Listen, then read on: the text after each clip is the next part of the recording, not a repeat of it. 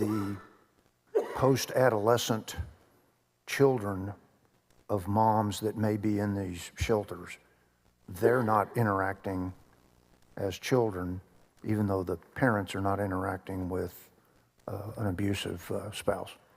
So these are residential facilities. We will have a witness here today that is, of course, more familiar than me about exactly how these facilities are organized and laid out, as far as how the family stays there and lives there. Obviously, this is something we've worked on with some of the family violence advocates, where they had some concerns where the way that it was originally drafted, that the mother flees bad situation, family violence, and they have minor children. Then what? Male, female. What I'm trying and then, so one of the ways that we tried to address that is that it's facilities dedicated to females, because there are apparently mixed-sex family violence shelters. I wasn't even aware of that until earlier this session. And so we're going to have that witness here today. But yes, they can provide those rules, and counties can set those conditions and rules for those minor children based on age and based on sex and where they can and can't be. Yeah, because if it's again, we don't know the facilities, but if it's a individual housing, but a common, Right. In the Army, we call it a common latrine facility, but a common, restroom facility. Want to make sure that we're preserving the geopolitical subdivisions that's responsible for this facility, the ability to, okay, we're going to put you in a hotel, or we're going to, so that they've Right, got, or they're they can gonna respond to designate. that unique, Right. if there's children of opposite sexes based upon the facility layout. Right, and if they, for example, had wasn't a home, but you could designate this restroom as for males, as females within the facility itself. It doesn't prevent them from doing that. Okay.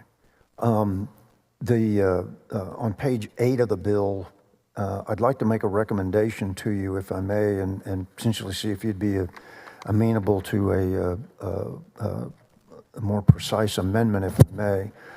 It's the paragraph that gives the Attorney General authority. It says, an action under this section may be brought or filed in a district court in 1, Travis County, or 2, a county in which the principal office of the political subdivision or state agency is located.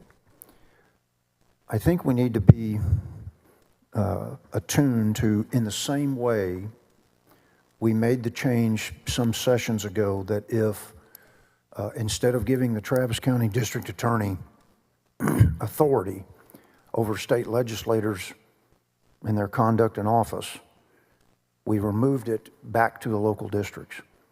The business court, if I recall correctly, correct me, Chairman, because I know it was your bill, the business districts, if a case is filed in County A, and of the 20 counties in that district, it's headquartered, say, in Travis County, but the case is tried in Williamson. What I would prefer to see here is the case is tried in the county in which the principal office of the political subdivision is located, but if it's a state agency, then the Attorney General can try it here in Austin. But that way, because look, I don't want to sound harsh, but I'm not worried about the convenience of the Attorney General to be able to try a case here in Austin. I'm concerned about breaking the relationship between local entities and that local district court and bringing everything to Travis County.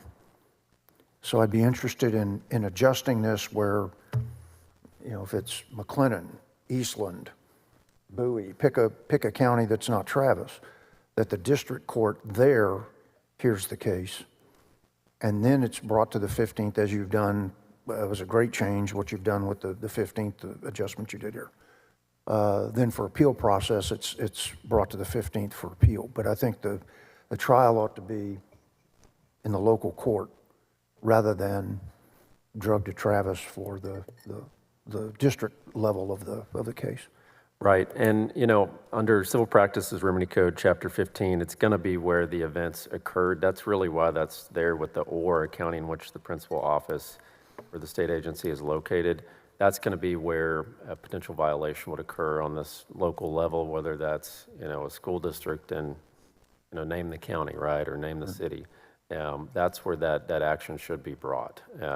You're correct. I'd be happy to clarify that for you. Okay, then we'll vote the bill, but we'll work on a Perfect. hooah. Thank you, sir. Thank you, Mr. Chairman. Thank you, Senator Birdwell, Senator Middleton. And so, that made perfect sense. So that I'm clear, is the thinking then, if a state agency is involved, that's Travis County, but otherwise, it's going to be where the events took place? Right. I don't want to put words in your mouth. Is that, oh, very good. Thank you. Senator Paxton. Thank you, Mr. Chairman. Thank you, Senator Middleton, for the bill. And I wondered if you wouldn't mind just describing the difference between this legislation and prior legislation that we have passed relating to this topic. So this bill is nearly identical to Senate Bill 240 that we passed in the Senate and the regular session out of this committee. Very little difference. Obviously, one of the main ones is it designates the 15th Court of Appeals as the exclusive intermediate appellate court for any challenge under this or any action brought under this. But that's basically the main change here. So, And the difference between previous legislation, before last session, that we've considered in this chamber. I would say that this piece of legislation has more teeth. I believe the last time it was brought on the floor was maybe 2017 in maybe the first called special session, a little bit before my time in the Senate. So I would say that's one of the other changes too, is it's got stronger penalties in it. Stronger penalties. So very similar scope as to Yes. what it's addressing, Yes. but stronger penalties. Yes. Okay, thank you.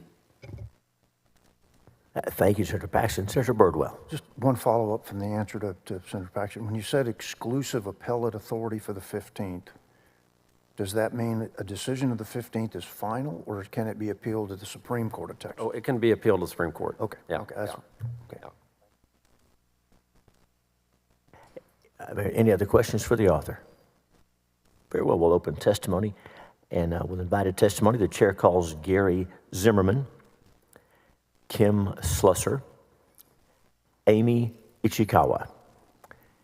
Calls Gary Zimmerman, Kim Slusser, Amy Ichikawa.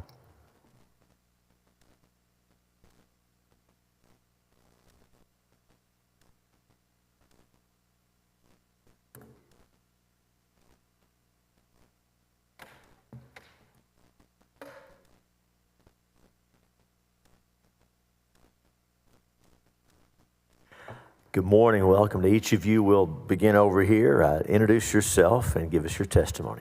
Welcome. Go ahead and start my testimony. Please do after you pull the mic a little closer, or get a little closer to it, and So then you want me to go ahead and start my testimony? Yes, ma'am. Now introduce you, give us your name and who you represent, if anyone, and give us your testimony. Okay. Thanks. Hi, good morning, Chairman Hughes and members of the committee. Thank you for the opportunity to testify before you today in support of Senate Bill 7, the Texas Women's Privacy Act. My name is Kim Slusser, and I'm here as both a proud Texan and mother of Brooke Slusser, whose story shows exactly why this bill needs to pass. My daughter's Brooke collegiate volleyball experience is a prime example of what is at stake here. Brooke was forced to share intimate private spaces, including her apartment, hotel rooms, and locker rooms with a biological male teammate who identified as a woman. San Jose State University and the head coach, Todd Kress, never told Brooke that there was a man on the team. She was not asked how she felt, and she certainly was not protected. Instead, she and her teammates were expected to stay silent, conform, and suppress their discomfort for the sake of someone else's inclusion, even when that inclusion violated their privacy, fairness, and dignity. Her experience did not end there. After joining the NCAA lawsuit with Riley Gaines in September of 2024 and voicing her concerns, she felt targeted, isolated, and ultimately placed in harm's way. She became the subject of a plot by the trans-identified teammate Blair Fleming, also known as Braden, and from the opposing player at Colorado State to intentionally injure her during a match, a case serious enough to trigger a formal investigation and eventually a formal Title IX complaint. Brooks' case drew national attention not just because of the danger involved, but because of what it said about the erosion of women's protections everywhere. When institutions like San Jose State put ideology above common sense sex-based boundaries, it is women and girls, our daughters, who pay the price. They lose not only their right to safe play, but to basic privacy, dignity, and fairness. Brooks' collegiate experience should have been one of achievement and growth, not one interrupted by fear, confusion, and injustice. It was ruined by having a man on her team and in her spaces. It ruined her college athletic experience and all of her teammates' experiences. The blast radius effect of having one man on a women's team is immeasurable. Immense collateral damage. Senate Bill 7 is not about discrimination. It's about setting clear, fair rules that protect everyone.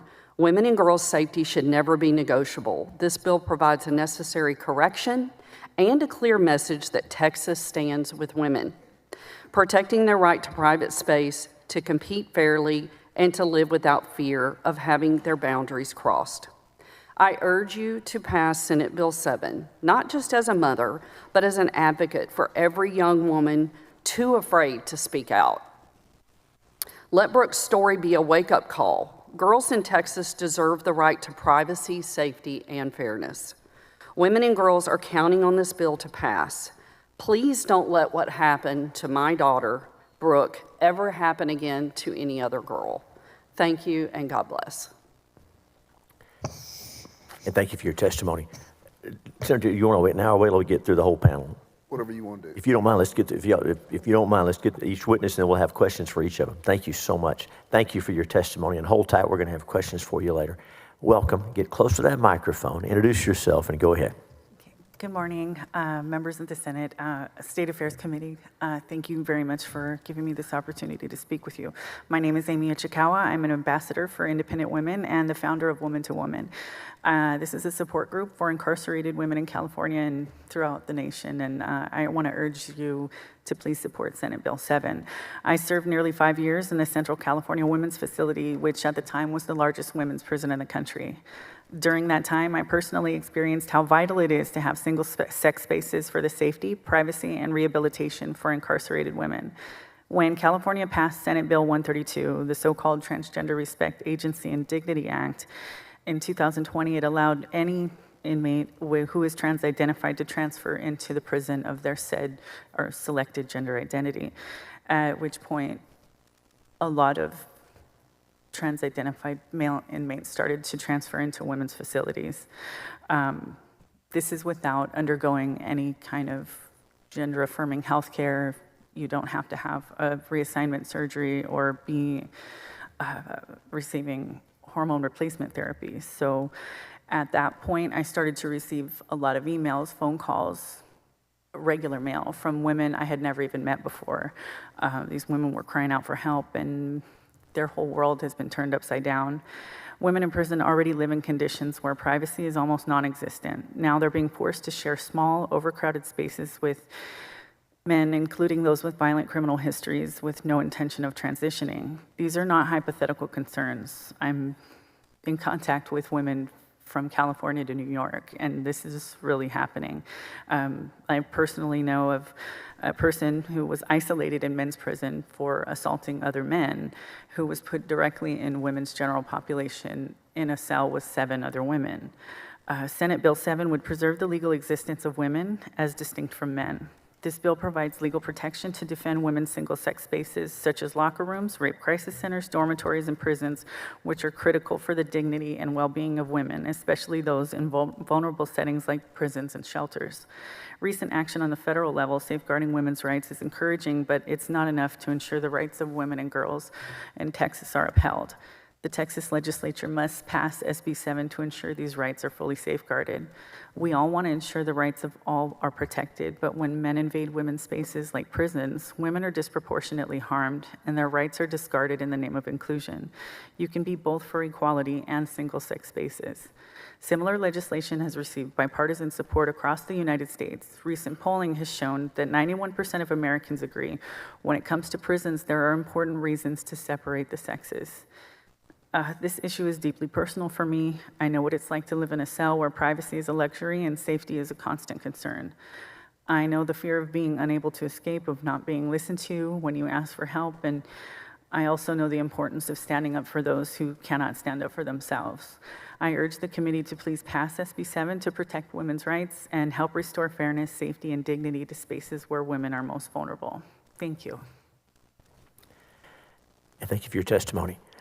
Welcome, Nate. Remember, since you're on the end, you got to get real close. Introduce yourself. Go ahead. My name is Gary Zimmerman. From a previous State Senate State Affairs Committee, you know that 7 of the members on this committee are the senators for many of my family members.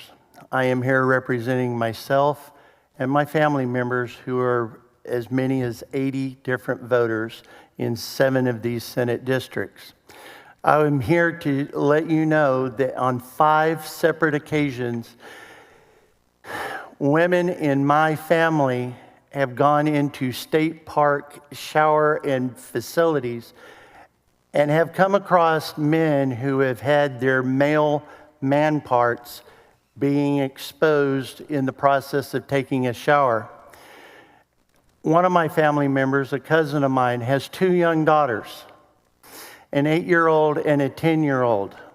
They went into the bathroom thinking that they would be just fine, and they saw this man with his male parts out. No 8-year-old, no 10-year-old should see a man's male parts at that age. God did not intend that to be that way. My family, we are conservative Christians.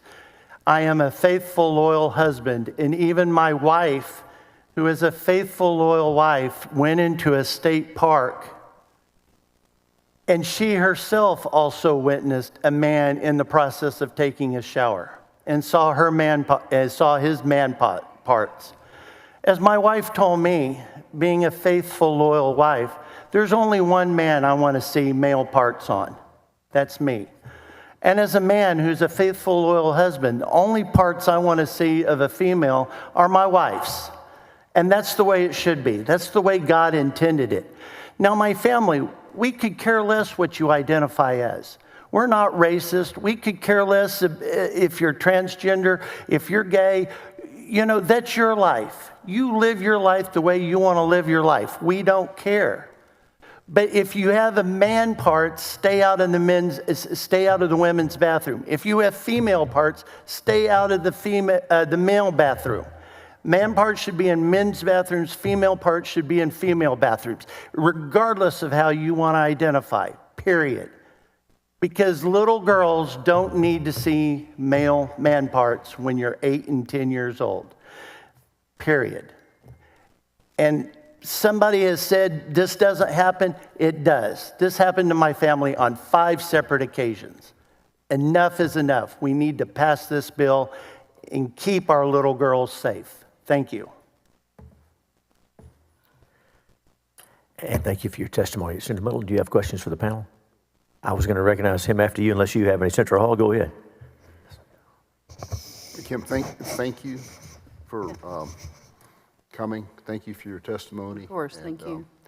And what you had to go through there. What is the status today at San Jose? Are they still doing the The same? status today is there is a federal investigation right now with the Department of Education at San Jose. They're just like they did with UPenn recently. Also, Brooke is in a lawsuit with Icons, too, not only with Riley Gaines, but with her own lawsuit with them, Brooke Slusser versus the Mountain West Conference, San Jose State University, and 3 staff at the university. And of course, being, court cases, they take many years to go through. So that's kind of where we are right now. And are you seeing any changes in any of the schools that have had this policy that have on? Yes, actually, as a matter of fact, there was one that the other day, it's a smaller college with the fencing, that ended up with the girl that was protesting against fencing against a man. And now they have completely gone back on that, and they are no longer allowing men on the women's team, and apologized. I know UPenn very forcefully, probably not by choice, also, sent out apology emails to their team and told them, sorry. And yeah, so it does seem to be changing a little bit, but there's a lot to be done on the West Coast where Brooke was. It's still happening a lot there. Okay. Thank you. Thank you, Senator Hall. Senator Middleton, you have the panel. Thank you for being here today. Yes, thank you. Brooke has an incredible story.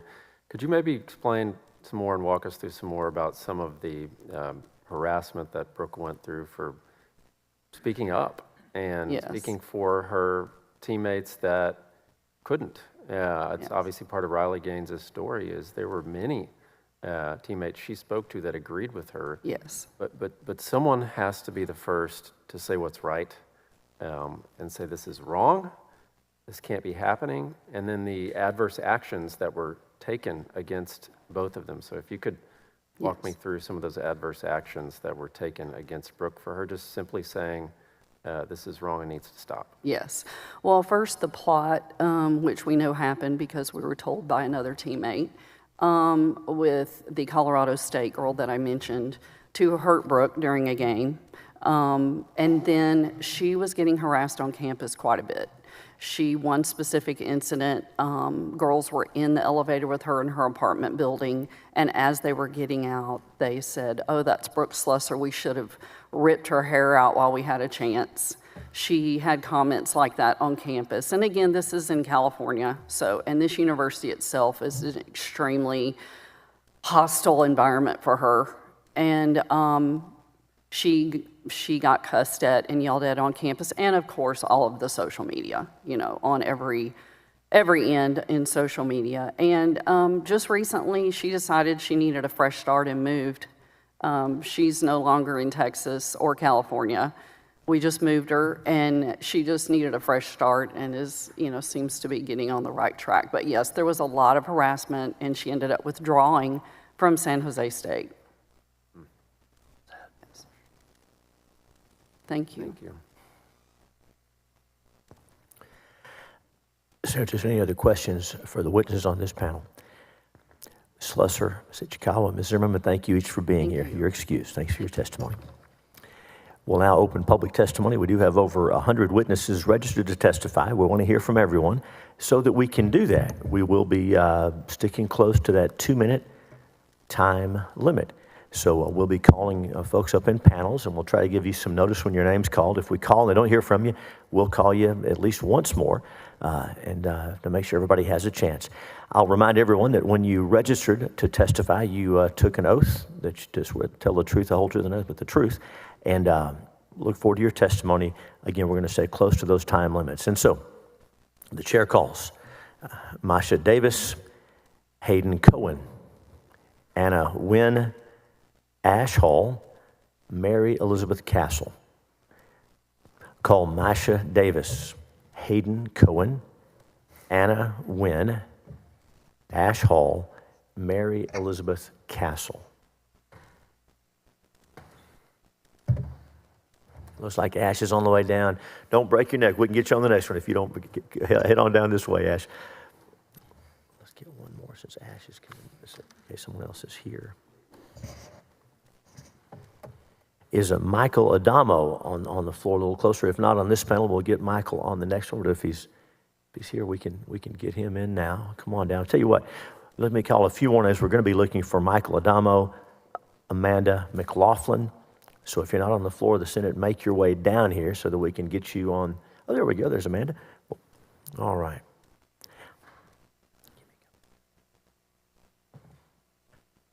Also, Tricia Kim, not on this panel, but be making your way to the floor of the Senate so we can hear from you coming up. Also, Gordy Carmona. Gordy Carmona will be hearing from you on the next panel, so please make your way down to the floor of the Senate. All right, I think we have a complete panel. welcome. We don't quite have a complete panel, so if, I think Ash is going to make it. All right, welcome.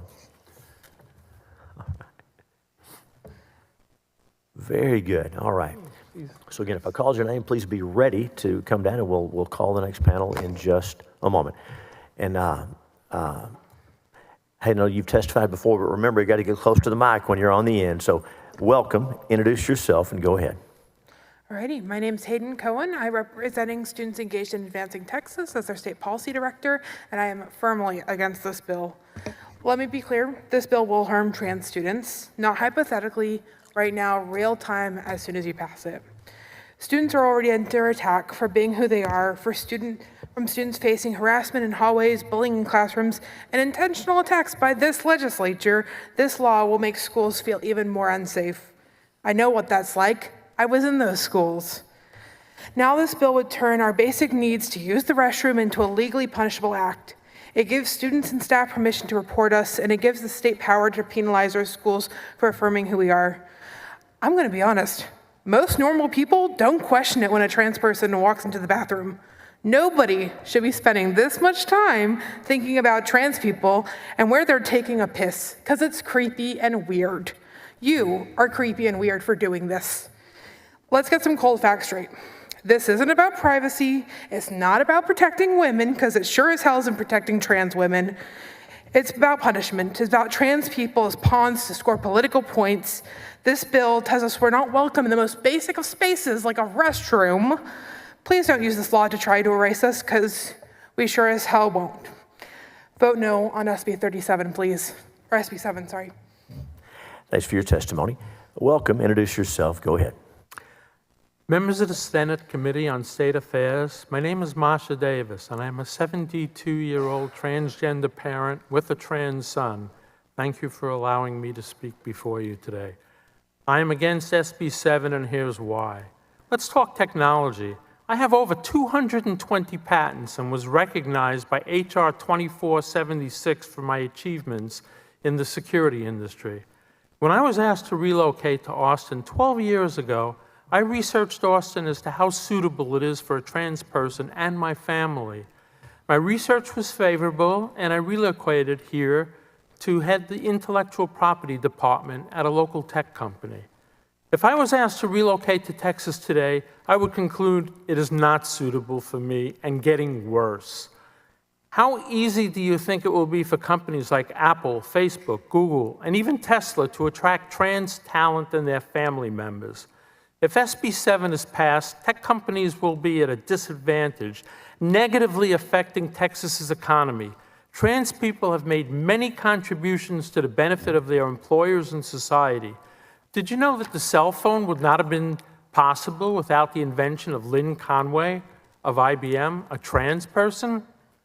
That access control reader that you use to gain access into this very building embodies 3 of my patents. If I never relocated to Austin to work, it is likely that your access control system would be less secure. I can go on enumerating trans inventors, but time doesn't permit. If companies cannot attract trans talent based upon qualifications, both companies and employees will think twice about relocating here. In closing, think about the unintended consequences of requiring trans men to use the women's room. How will women be able to tell the difference between a trans man and a cisgender man claiming to be trans? Well, that's what's going to happen in mass, as our trans brothers will be acting in solidarity with us to obey the law. I'm available to answer any questions. And thank you for your testimony.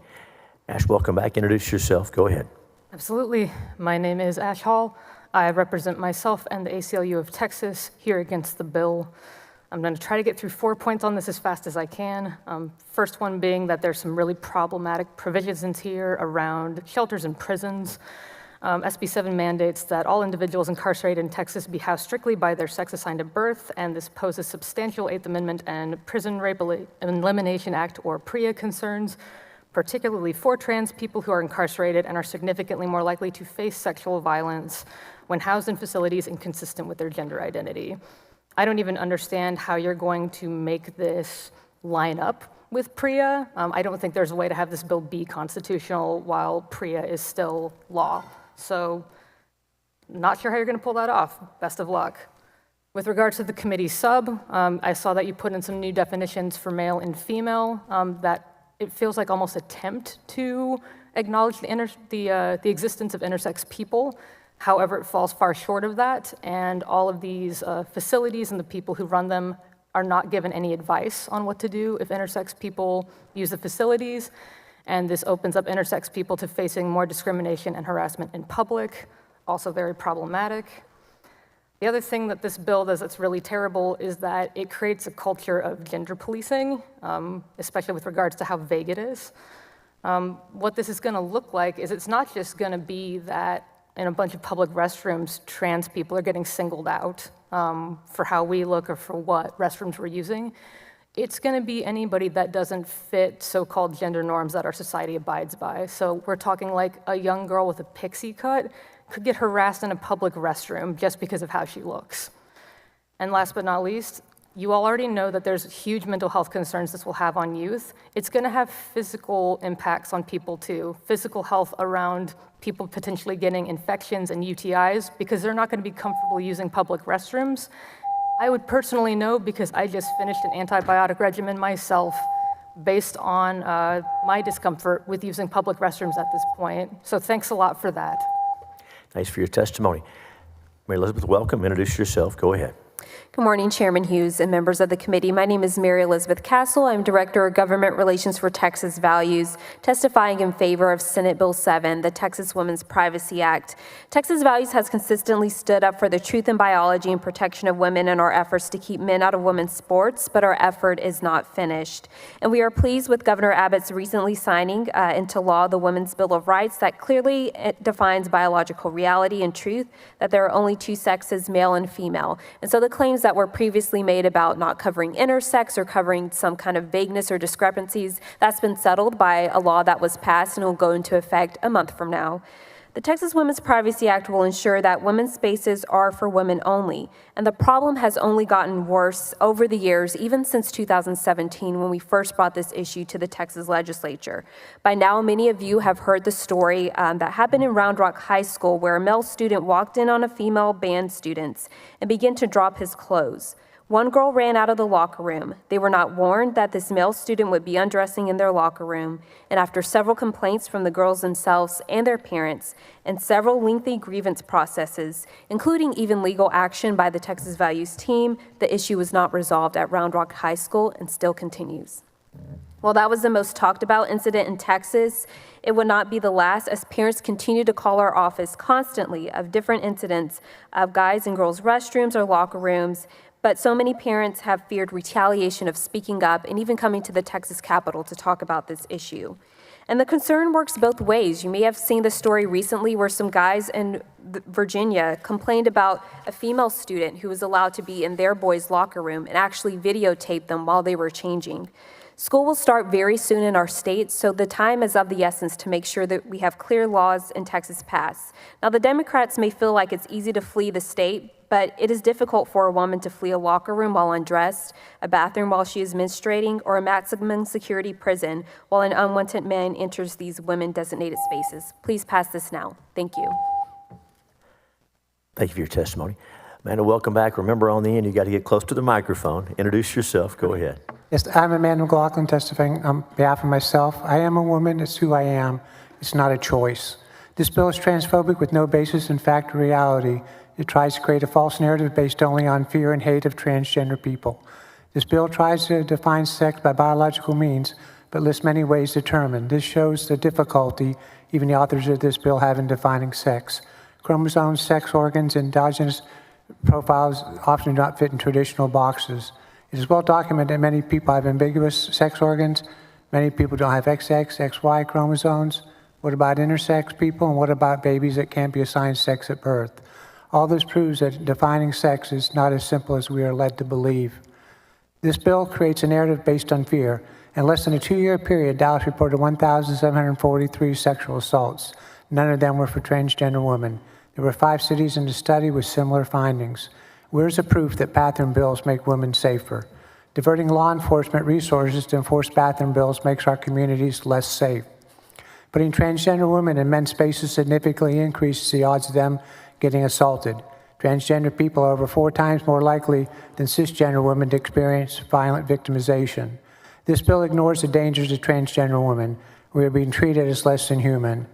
The message is that our lives don't matter. This bill does not address any real issues, but it does create a serious issue.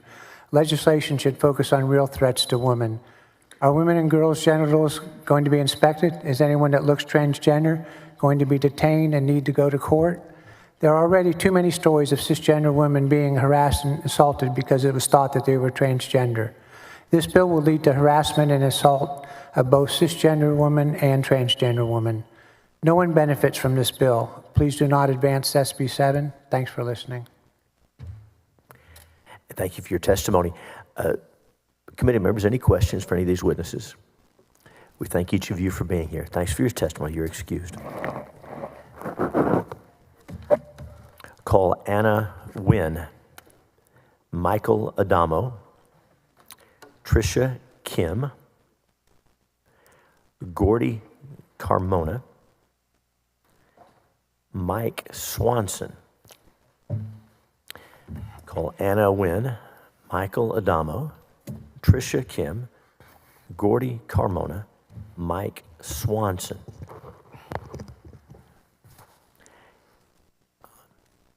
Call Michelle Evans.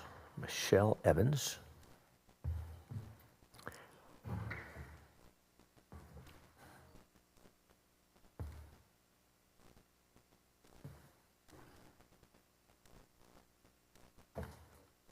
And then we'll ask the following folks to be prepared for our next panel: Francis Sepulveda, Juliet Thurber, Rai Vasquez, Megan Fairbanks, Autumn Lawner.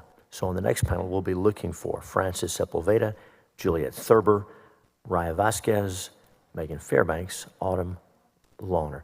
Welcome to each of you. We'll start over here, and welcome back. Introduce yourself and give us your testimony. Good morning. My name is Michelle Evans. I'm the chairman of the Williamson County Republican Party, speaking today in support of SB 7. In 2021, at a high school in the suburbs of Austin, several teenage girls who were dressing out for band practice were confronted with a disturbing situation. A teenage boy who identified as gender fluid was in the female changing area with them. When one student reported this to her parents and the family confronted school administrators, the females were given the option of changing at home or in pop-up tents. Deference was given to the district, or by the district, to the male and his identity. In 2023, a male in his 40s who only recently had decided he identified as a woman felt entitled to use a women's restroom here in the Capitol.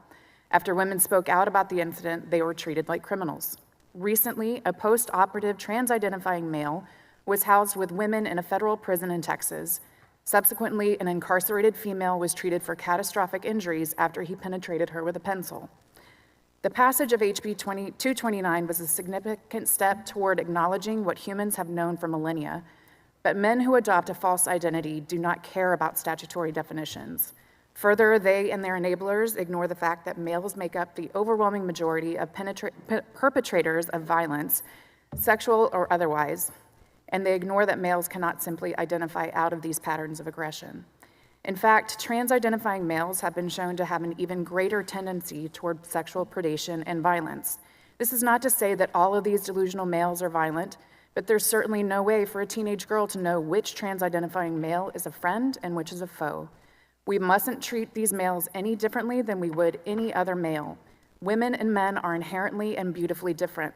On the whole, women have distinct physical vulnerabilities as a result of immutable characteristics, and as a society, we have rightfully respected that these distinctions are worthy of legal protections. It is only in recent years that we've seemed to have lost this respect, and as a result, women have lost their rights to safety, dignity, fairness, privacy, and consent simply because men are afraid of other men in men's spaces. That is not women's cross to bear. Thank you. And thanks for your testimony. Welcome. Introduce yourself. Go ahead.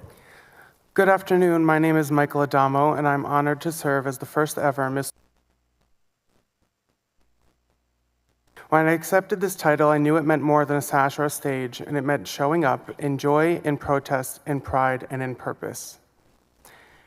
I may have grown up in Connecticut, but Texas is my home now, and if you call this state home, you don't get to stay silent when your neighbors are under attack. Senate Bill 7 doesn't protect people, it punishes them. It punishes transgender youth, it punishes trans adults trying to live with dignity, and it punishes anyone who dares to exist outside of someone else's idea of what gender should look like. Let me tell you what this bill actually does. It forces trans people to use the restroom that don't align with their gender identity. It put kids in impossible positions to where some would stop drinking water during the day to avoid having to use the restroom at school. It causes shame, trauma, and fear to people who already face high levels of discrimination. And numbers do not lie. 59% of trans people avoid public restrooms out of fear. 12% have experienced physical harm in them, and 40% of trans adults have attempted suicide, a heartbreaking figure that rises when they're denied dignity and support. This is not about privacy, it's about cruelty, and we've seen this tactic before. First about race, then about marriage, now it's about bathrooms. But I'm not here just to give you statistics. I'm here because I've sat with trans kids afraid to go to school. I've listened to their stories, their fear, and their heartbreak, and I can promise you being trans is not dangerous. What is dangerous is telling someone that their identity is a threat to public safety. Texas is strong enough to be kind, bold enough to be just, and big enough to make room for everyone, even those who make you feel uncomfortable. As Mr. Corpus Christi Bear, my platform is about inclusion, safety, and joy for everyone in our community. I didn't accept this title just to wear a sash. I accepted it to speak in places like this and say, trans people are not a threat, but this bill is. To every trans Texan, we see you, we love you, and we will never stop fighting for you. Trans rights are human rights, period. Thank you.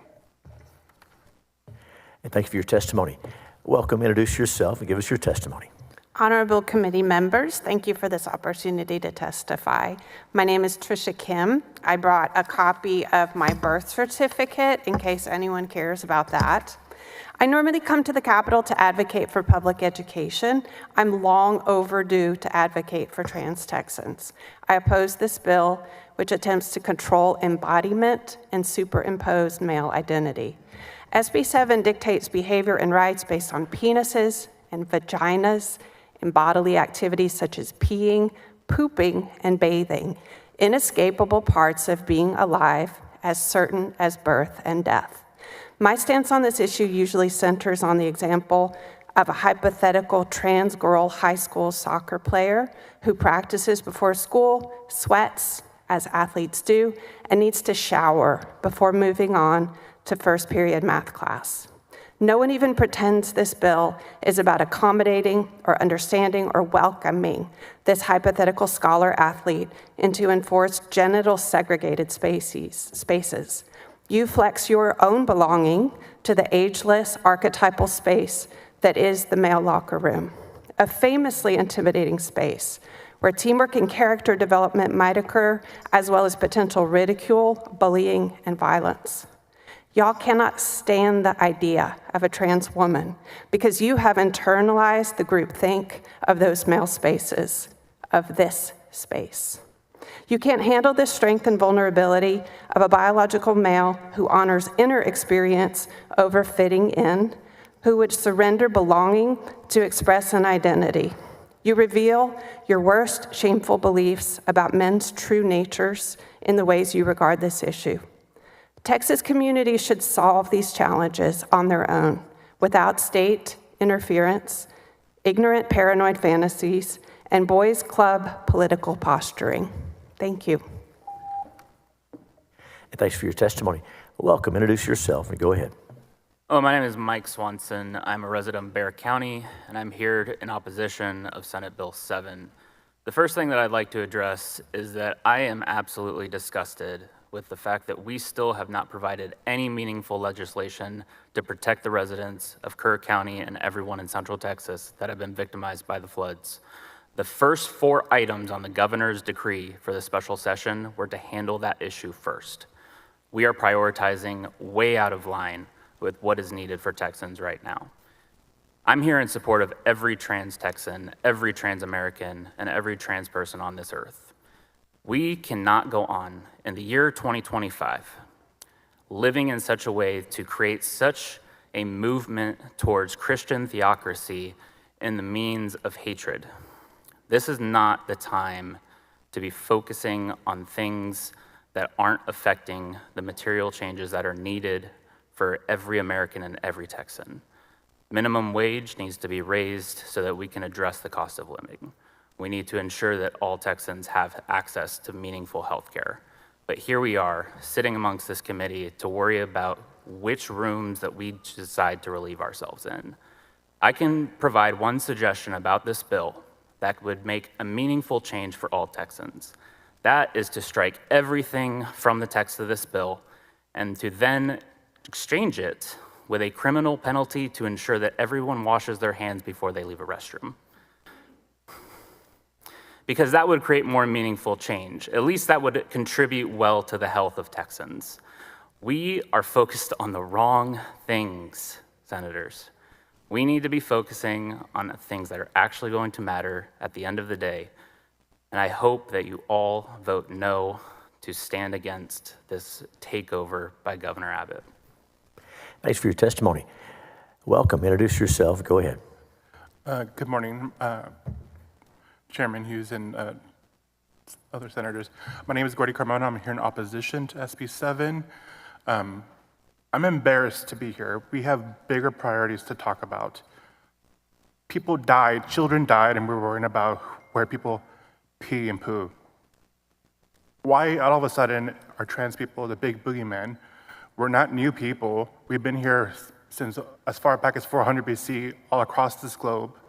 We had the Hijra in Asia, we had the Mujeres in Mexico, we had the two-spirit individuals from the Americas, we had sister girls and brother boys from Samoa, from actually Australia, sorry. But we exist all over this globe. We don't know this because of colonization and the erasure of our history. We're not the big scary men. The big scary men are in this room. Stop legislating things that don't need to be legislated and focus the priorities on what needs to happen. If you're seriously concerned about the safety of women, how about protecting women in this building that we're here right now? Why not focus on something like that, where we're actually seeing people assaulted in this Capitol by different people, by people who claim to be these moral high ground? We need to focus on real issues, and y'all can ignore our testimony all you want. We'll be here every single time you try to bring these bills up. The harm has been done just by the bill being filed. People are being assaulted in restrooms because of the perceived notion that they might be trans. This bill is supposed to protect women, but it's hurting women now. Women are being assaulted by other people. We've seen people escorted out of bathrooms because police officers think they're men when they're cis women trying to go to the restroom. People are being targeted now, and the bill hasn't been passed already. Please vote no. And thanks for your testimony. Members, any questions for our witnesses? We thank each of you for being here. You're excused. We call Francis Sepulveda, Juliet Thurber, Rai Vasquez, Megan Fairbanks, Autumn Lawner. And then for our next panel, just if you can be making your way down at least toward the end, we'll be looking for Noel Freeman, Brad Pritchett, Felicia Martin, Arwen Heilrain, Robert Heil. Again, we'll be looking for Noel Freeman, Brad Pritchett, Felicia Martin, Arwen Heilrain, Robert Heil, and Charlotte LeMay. And again, thank you each for coming down and moving things. For a lot of folks waiting to testify, so thank you guys for working with us. Welcome. You've done this before. Welcome back. Introduce yourself. Give us your testimony. Thank you so much. My name is Autumn Lawner. I'm a transgender Texan and vice president of the Texas Transgender Non-Discrimination Scholars. I'm here to speak in opposition to SB 7 on behalf of our organization and because of the direct harm it will cause me personally and our community. Growing up, I was the autistic boy in rural Oklahoma. I came out as gay at the age of 12. I was bullied, isolated, and I didn't get the support I needed. I dropped out in the 10th grade, convinced that I didn't belong anywhere. Then I moved to Houston. I began transitioning, I found community, and I found myself. I built a life and started going to college. 8 years and 2 degrees later, and finally in just 2 weeks, I'm graduating with my master's in social work and a 4.0 cumulative GPA.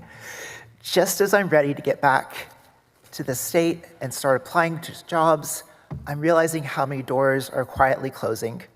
If SB 7 passes, I won't just lose access to a restroom.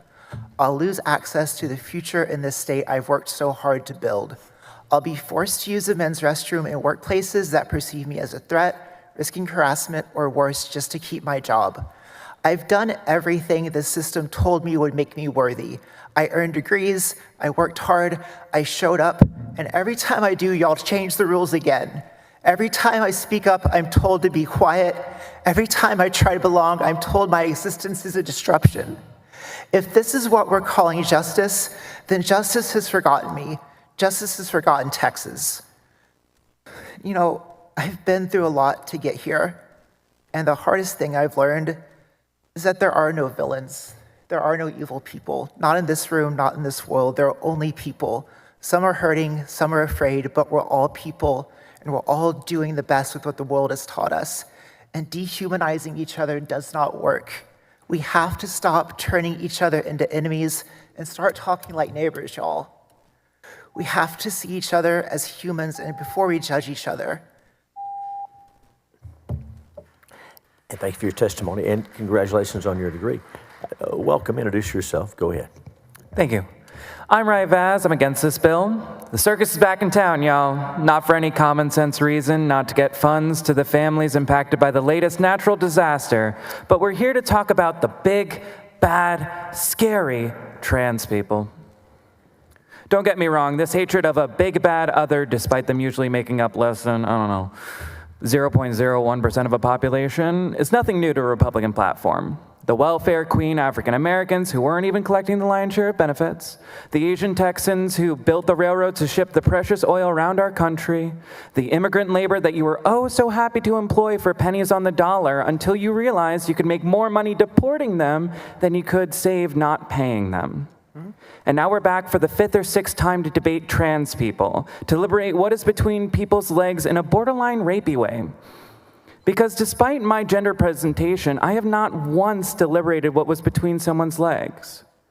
Thank God Superman doesn't exist, because if he did, GOP lawmakers would find a way to reverse engineer his X-ray vision to stare at the crotch of every woman that passed them by.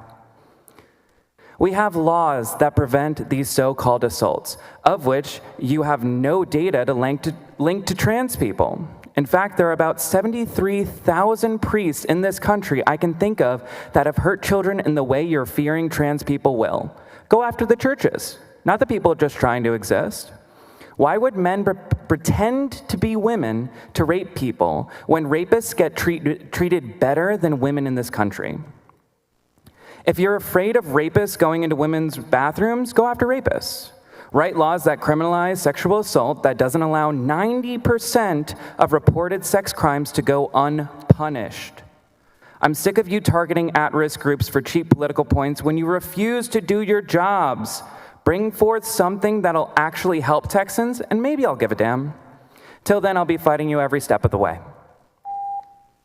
And thanks for your testimony. Welcome, introduce yourself, go ahead. Yes, good morning, members of the committee. My name is Sofia Sepulveda. I am from San Antonio, Texas, and I am asking to vote on SB 7. The truth is, abusive men do not need permission or laws to invade women's spaces, to abuse us. They do it on their own. Taking away our access to public spaces will not only put trans women at risk, but also all of us at risk. SB 7 is a discriminatory bill, plain and simple, aimed to attack a woman by putting social requisitions for using the public spaces, trying to erase us out of existence, but the reality is that we will always be here, even after you leave and new representation comes. Now that you want to allow trans men in women's restrooms with muscles and beards, will that be safer for us? If men assault us in the restroom, will they blame us like they always do when we report sexual assault or physical abuse? Will you arrest people going to the restroom you are forcing because everybody don't look or sound like the person that you think they are? And what will happen to our sisters who aren't trans but have a deep voice or male characteristics or a broad body? Will they ask for their ID or ask us to show them their private parts? The reality is that if y'all care about women's safety or children's safety, why are we having a hearing to further marginalize 150,000 people in Texas, rather than focusing on gun reform, which are killing our children, or fixing our infrastructure, or even our alert system, which just killed 37 little girls in the flood in Kerr County, or moms having miscarriages and dying at the front of the hospital? You don't care about protecting children or women. You care about discriminating other people. The state has more people without health insurance than any other state, without infrastructure that is crumbling before our eyes. According to Wallet Hub, we're 41st in education and the minimum wage is still $7.25 an hour. But sure, trans women are the problem. Don't let this bill move. Please vote no on SB 7. And thanks for your testimony. Welcome. Introduce yourself. Go ahead. Hi, my name's Juliet. I'm here to ask why we're here. I am against this bill, obviously, as I am against being here.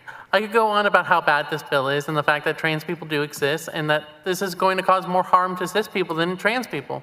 But that would go on deaf ears. You all have made up your minds on this already, so any kind of sympathy I could give about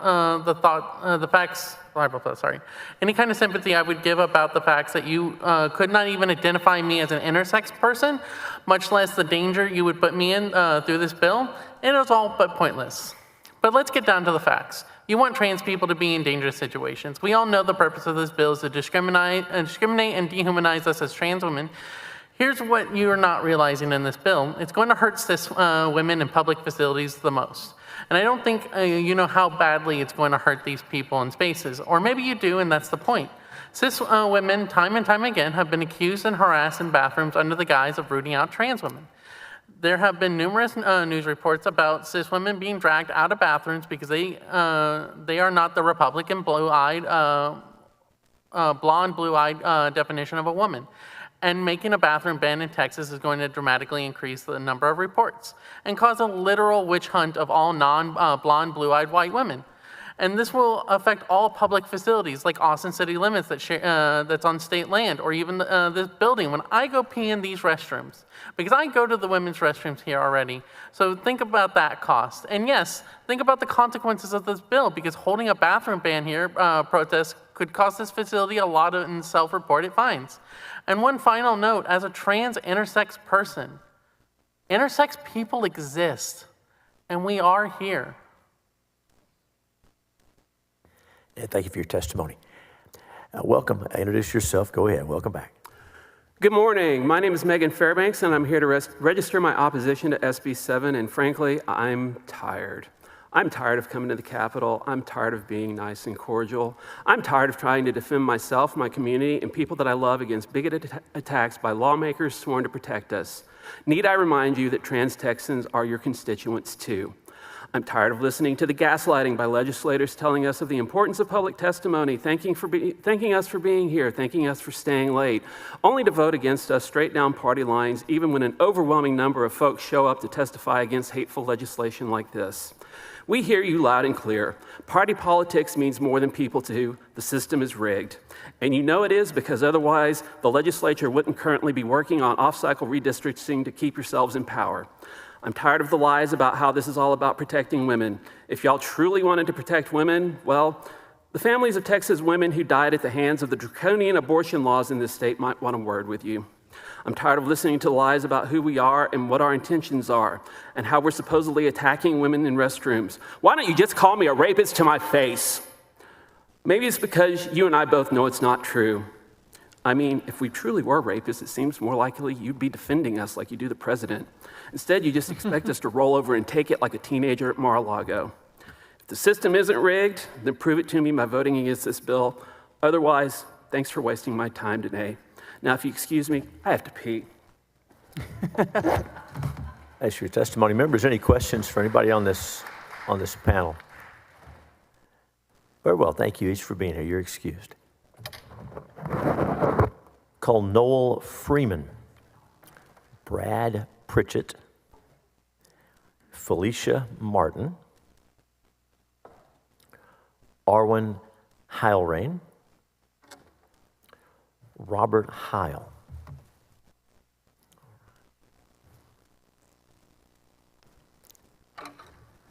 Thank each of you. We're going to be looking at our next panel for Charlotte LeMay, Greg Fowler,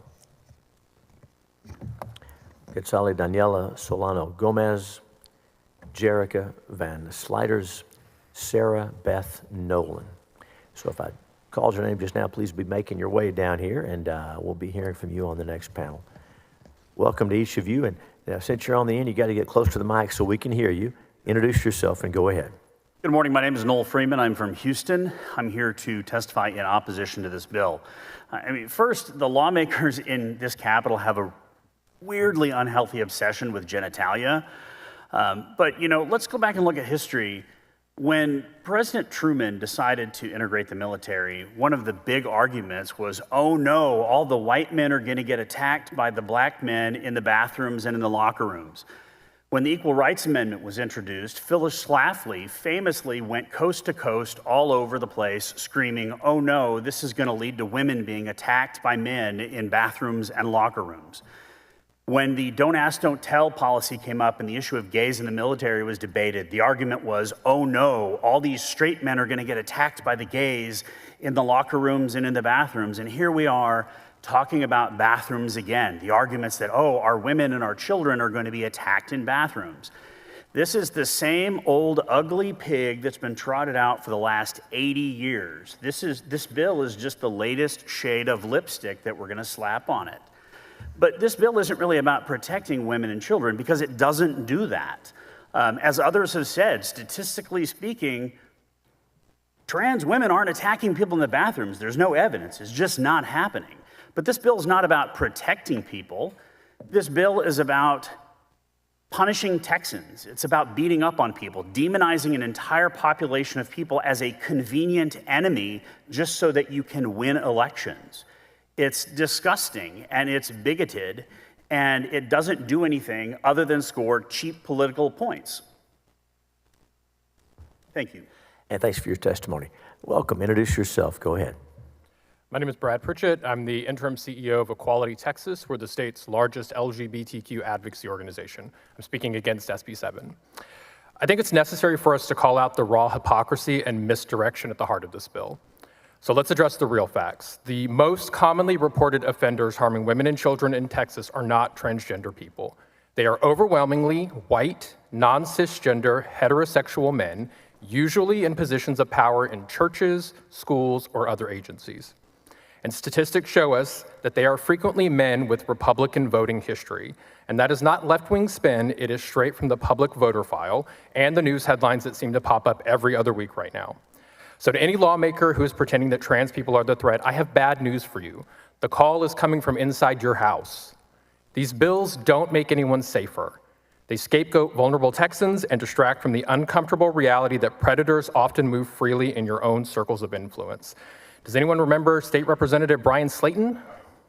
You might want to think about that when you're talking about protecting women, especially in this building. You want to make women and children safe, the data says start closer to home. Governor Abbott boasted that he would eliminate rape in Texas, and where's that promise now? Why are rape clearance rates so low, and why are survivors in this state still being failed at every turn? It is because you are here obsessing over where trans people go to the bathroom. Every time you debate a bathroom bill, you send a message that trans lives are expendable, that scapegoating and bullying are acceptable, and that real solutions to violence can wait. Texans have seen through this farce in 2017, 2019, 2021, 2023, and again in 2025. It is transparent, it is tired, and it is harmful. Please vote against SB 7. Thank you. And thanks for your testimony. Welcome. Introduce yourself and go ahead. Hi, my name is Arwen Heilrain. I'm here representing myself, and I'm here against SB 7. I am the person you say you are trying to protect with this bill. I grew up here in Texas, and I grew up in locker rooms and in bathrooms with trans people all the time. And let me tell you, I have some horror stories, but they are not from my school. They're from the schools that made trans kids use bathrooms that did not align with their gender identities. They're from the schools that forced trans children into hateful environments where they were bullied and learned to hate themselves. The school I went to was also religious, and while I was there, I learned some things about Jesus. One of the things that sticks with me most is that Jesus told us to care for the least of us first. Trans children and adults face a 3.5 times more rates of suicide attempts than the general population. It is proven that trans children who grow up in accepting environments are more likely to grow into healthy and happy adults. We know how to care for trans people. It is giving them life-saving medical care. It is allowing them to use the bathrooms that aligns with their gender identity. It is by accepting them and loving them. Please, I want you to do what Jesus said to do and to care for those of us who need care the most. What is incredibly dangerous is, what is incredibly dangerous, way more than trans people in bathrooms, is other people watching me as I walk into the bathroom, trying to decide if I'm woman enough or not. Trying to decide if my hair is long enough, if my voice is high enough, if my chest is big enough, if my dress is girly enough, if I am woman enough to be allowed to pee. I never felt unsafe using bathrooms and locker rooms with trans people. Never. This bill would make me feel incredibly unsafe. It would make me incredibly unsafe in the bathrooms and locker rooms here in Texas. This bill does not protect women and girls. It puts them under a microscope to determine if they are women enough to pee. Please protect women and girls, and please vote against this bill. Thank you so much. And thanks for your testimony. Welcome. Introduce yourself. Give us your testimony. Chair and members, my name is Felicia Martin. I'm a mother, a lifelong Texan, and president of the Texas Freedom Network. I'm here today to oppose Senate Bill 7. Let's start with the fear at the heart of this bill, the idea that trans women are a threat to cisgender women in bathrooms. There is zero evidence, none, that trans women are attacking women in public restrooms.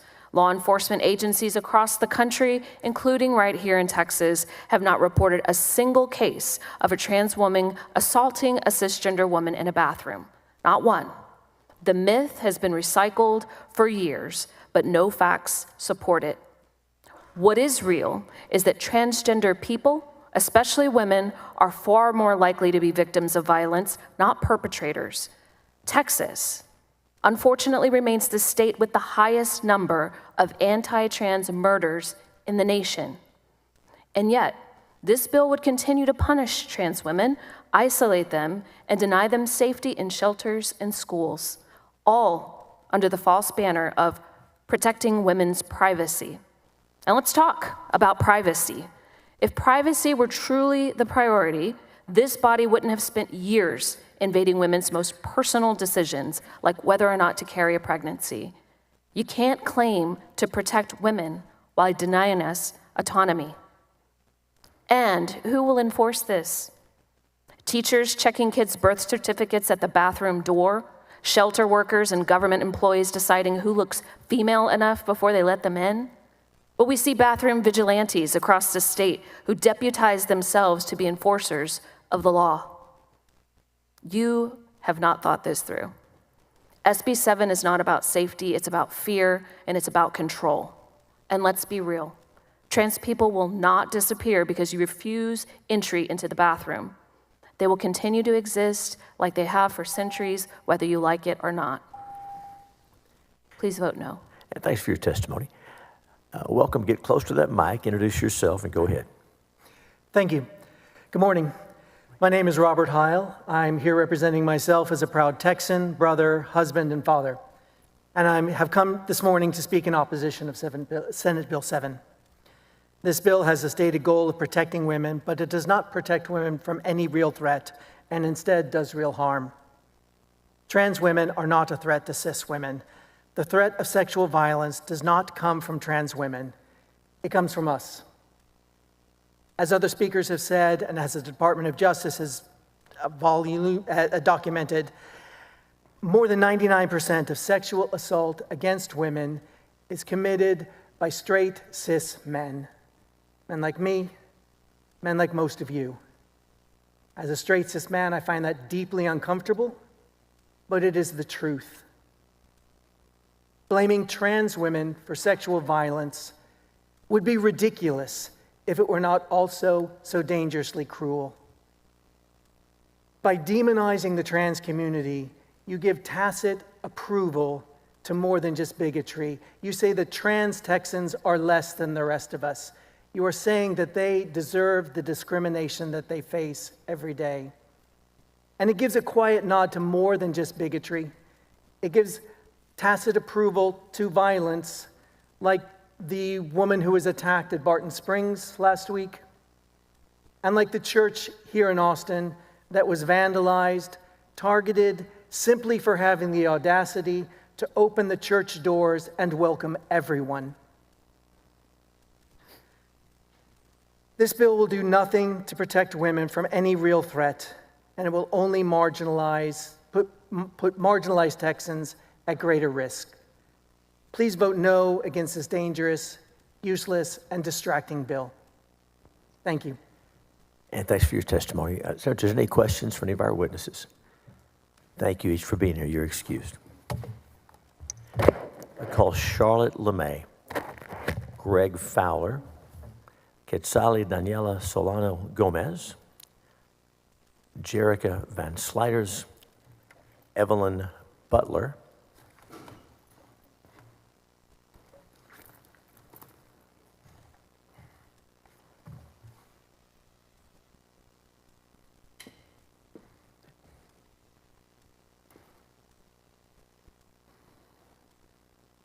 Sarah Beth Nolan,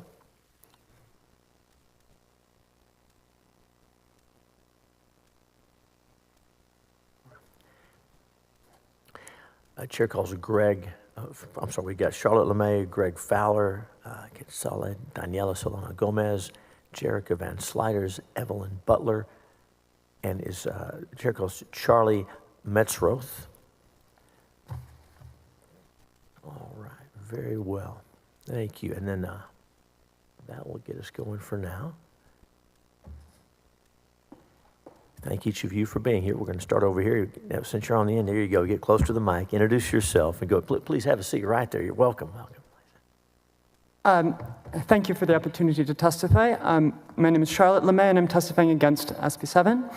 I work in a Texas public building, and the floor I work on has 2 bathrooms, a man's and a woman's. How do I choose which to use? Well, I do what everyone does. I use the one where I will look the least out of place. That's how it works. We know it's uncomfortable when someone's gendered appearance doesn't match the bathroom they're in, and we act to minimize that discomfort. That's the existing societal order. SB 7 would disrupt that order. So for instance, consider the case very common of a trans man, so female, but indistinguishable from a man who's not trans. You see them all the time. They testify against your bills. And this bill would force them into the women's bathroom, right? So imagine you, the hardworking Texas legislator, come home to your daughter Martha. You have a daughter Martha in this scenario. And you show her a picture of this guy and you tell her, now Martha, when this bill passes, be sure you give this guy a warm welcome in the women's bathroom. And she says, I think that's a man. And you say, no, well, not according to the endogenous profile. And she says, I don't really know what an endogenous profile is, but I think that person goes in the men's bathroom. So what Martha understands in this scenario is that the social contract dictates that gendered appearance, not birth sex, determines bathroom use. A study from the Williams Institute at UCLA Law confirms this. Trans men are more likely to be harassed and questioned in the women's bathroom, and trans women are more likely to be harassed and questioned in the men's bathroom. Obviously, because how else can others determine our sex except by looking at us? And when challenged, what can we do? We can't produce endogenous profiles on demand. The law encourages harassment and questioning in bathrooms with its complaint system, and it forces trans people into the place where they're most likely to face harassment and provides them no recourse for protection. I would face this impossible bind every time I needed to relieve myself at work. Please oppose SB 7. Thank you. And thanks for your testimony. Welcome. Introduce yourself and go ahead. Hi, my name is Greg Fowler, and I am here today with my wife, Jerica Van Sliders. I'm representing myself to testify in opposition to SB 7. My wife, Jerica, is on every single official document that bears her name listed as female. This was done years ago, not on a whim, but after going before a judge and presenting evidence both medical and psychological that she would be living the rest of her life as a woman. This legislature passed HB 229 in the regular session to define my wife out of existence in state records. Now it attempts to push her out of public life. How can you wait in line at a government office for hours if you can't use the restroom? Furthermore, this isn't just about my wife. Thousands of Texans will see the disappearance of rights and basic human dignity should this bill come to pass. Would you really want to force a trans man with full beard, more masculine than me or most of you guys in this room, to use the women's restroom just because an F was on his original birth certificate? Would women feel safer with him in the restroom? What about a cisgender woman with a short haircut and a butch appearance? How many of them will be harassed because of the sort of thinking that's in HB 229 and SB 7? My wife and thousands of transgender Texans put no one in danger by accessing restroom and changing facilities. In fact, SB 7 threatens to put Jerica and people like her in danger. I would urge you all to not pass SB 7. And thank you for your testimony. Jerica, welcome. Introduce yourself. Give us your testimony. Hello, my name is Jerica Van Sliders. I am here representing myself today as a concerned Texan and a transgender woman. I appreciate this chance to speak against SB 7, which would ban transgender people like myself from safely accessing bathrooms, shelters, and other single-sex facilities that align with our gender identity. I strongly oppose SB 7 because it is a boldly discriminatory, reckless bill that will cause untold harm to not only me and the transgender community, but also the biological women and children it pretends to protect. To be honest, I don't want to be here today. I find it degrading to have to take off time from work and make the drive down here to grovel before you for my basic human rights. So why are you making me? I've lived in Texas my entire life. I've known I was trans since I was 14, transitioning and living as a woman before you today for 11 years. And I've been happily married to my husband, Greg, for 3. I work at a city arts center with colleagues who know me only as Jerica, and by the way, have never had a problem with me using the women's restroom. All of my government ID, state and federal, has legally reflected that I'm female for several years, and if not for these changes, I wouldn't be here today. SB 7 would mean I couldn't use the bathroom at a job I drive an hour each day to get to. It would mean I'd need to change at home and dry off in my car after swimming at the natatorium. It would mean every stranger in public would be someone to be wary of. And for what? Do you really believe I belong in the men's room? How does this protect anyone? Back in May, I watched Senator Middleton, who clearly had somewhere more important to be, trying to defend HB 229, and I knew this is where it would lead. It was just about definitions, he said. Well, how many more laws do we need to enact to accommodate these definitions? Transgender people have never been a threat to you. We're not interested in your ugly potato-faced children. We're just trying to live our lives in peace and go to the bathroom. So why are you making us the enemy? Thank you. And thanks for your testimony. And hold tight just a moment.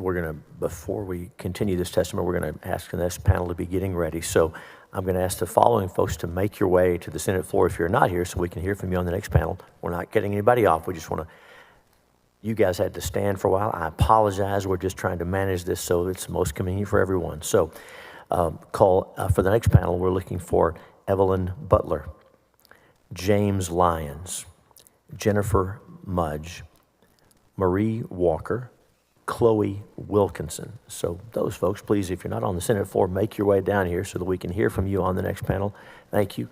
Welcome. Introduce yourself and go ahead. Good morning, Chair and members of the committee. I'm Sarah Beth Nolan, and I serve as legal counsel with Alliance Defending Freedom. ADF is the nation's leading nonprofit legal organization that advocates for religious liberty, free speech, life, and the family. And we regularly analyze proposed laws and their effect on constitutional freedoms and litigate to protect such freedoms across the country and at the U.S. Supreme Court. ADF has served as co-counsel of the state of Idaho to uphold their privacy law that was recently upheld by the Ninth Circuit. Women and young girls deserve to have their privacy and dignity safeguarded in spaces where they are most vulnerable. And our right to privacy and safety should not be dependent on others' beliefs about their gender. And unfortunately, men who assert a female identity are invading these private female spaces, and as a result, many girls are experiencing harassment and abuse under these policies. The policy of SB 7 matters for our girls at school. Take our client Adelaide Cross, who was forced to endure sexual harassment over and over as she had to share a locker room with a male. Girls should go to school and get their education without sacrificing their safety. We owe these girls better than that. This bill would also protect survivors in domestic violence and sex trafficking who have nowhere to turn but a women's shelter, like our client, the Downtown Hope Center. These shelters are facing immense pressure to compromise the safety of the women they serve. And in the case of the Hope Center, the shelter was approached by a man claiming a female identity to be admitted into the women's sleeping spaces. With cots just an arm length apart, the center was faced with a choice. Should they risk these girls' rehabilitation? And the center ultimately decided it could not compromise the women by allowing a man to sleep beside them. And rather, the center chose to help this man get the care he needed at an alternative facility. And soon after, complaints were filed threatening the shelter's ability to keep its doors open. I'll stop there. I'm happy to stand for questions. And thank you for your testimony.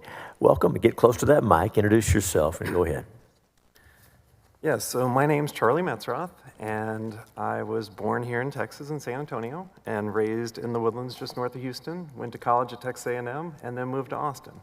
I've been married to my wife, who I met at age 17 since I was 20. I'm 45 years old right now. We celebrate our 25th wedding anniversary on August 19th. I will be harmed by this bill. So I am a trans woman, I have breasts, I have a vagina, and you want me to go into the men's restroom. You want me to, at best, be harassed, and at worst, be sexually assaulted. And I do not appreciate that. I wanted to be here to put a face to the name of what you're targeting, and I'm asking you, please don't do this, and I'm here to answer any questions you might have. Thank you. And thank you for your testimony. Senators, any questions for any of our witnesses on this panel? We thank each of you for being here. Thanks for your testimony. You're excused. Call Evelyn Butler, James Lyons, Jennifer Mudge, Marie Walker, Chloe Wilkinson.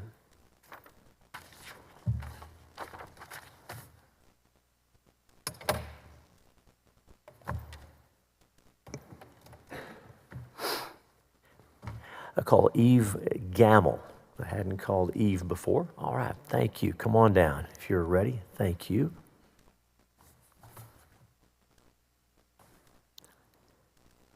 Welcome to each of you. We'll begin over here on my left, your right. And so get close to the microphone so we can hear you. Introduce yourself and go ahead.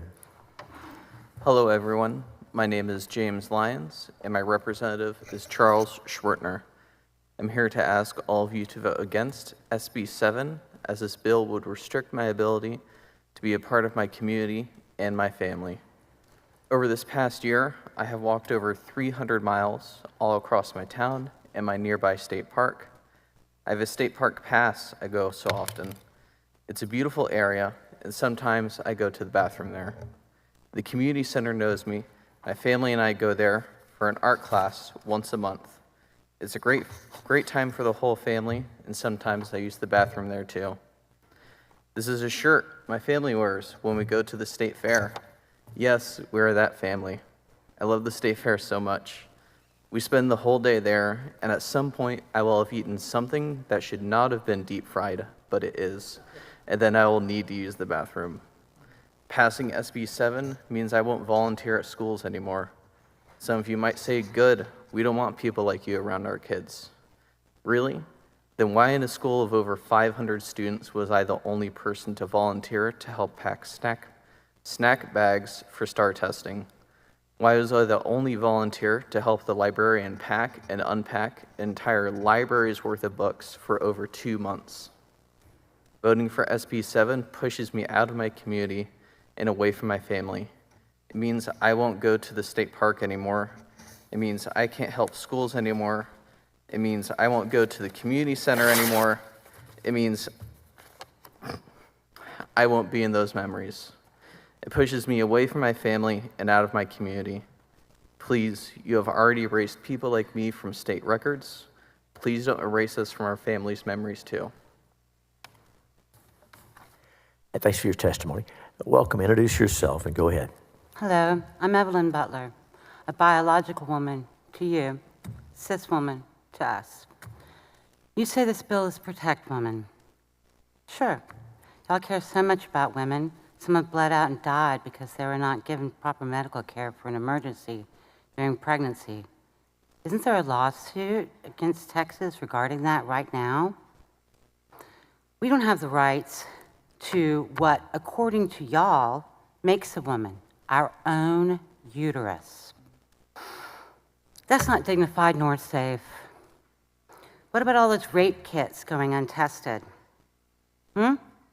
Speaking of jail safety, I've been in Travis County Central Lockup, and I've seen biological women undergoing mental crisis, stripped naked and deprived of a blanket, exposed to male staff walking by. That doesn't sound dignified nor safe. And every cell there is single occupancy, and no one shares toilets or showers. I've been in many, many bathrooms, and I've never seen anyone's genitalia.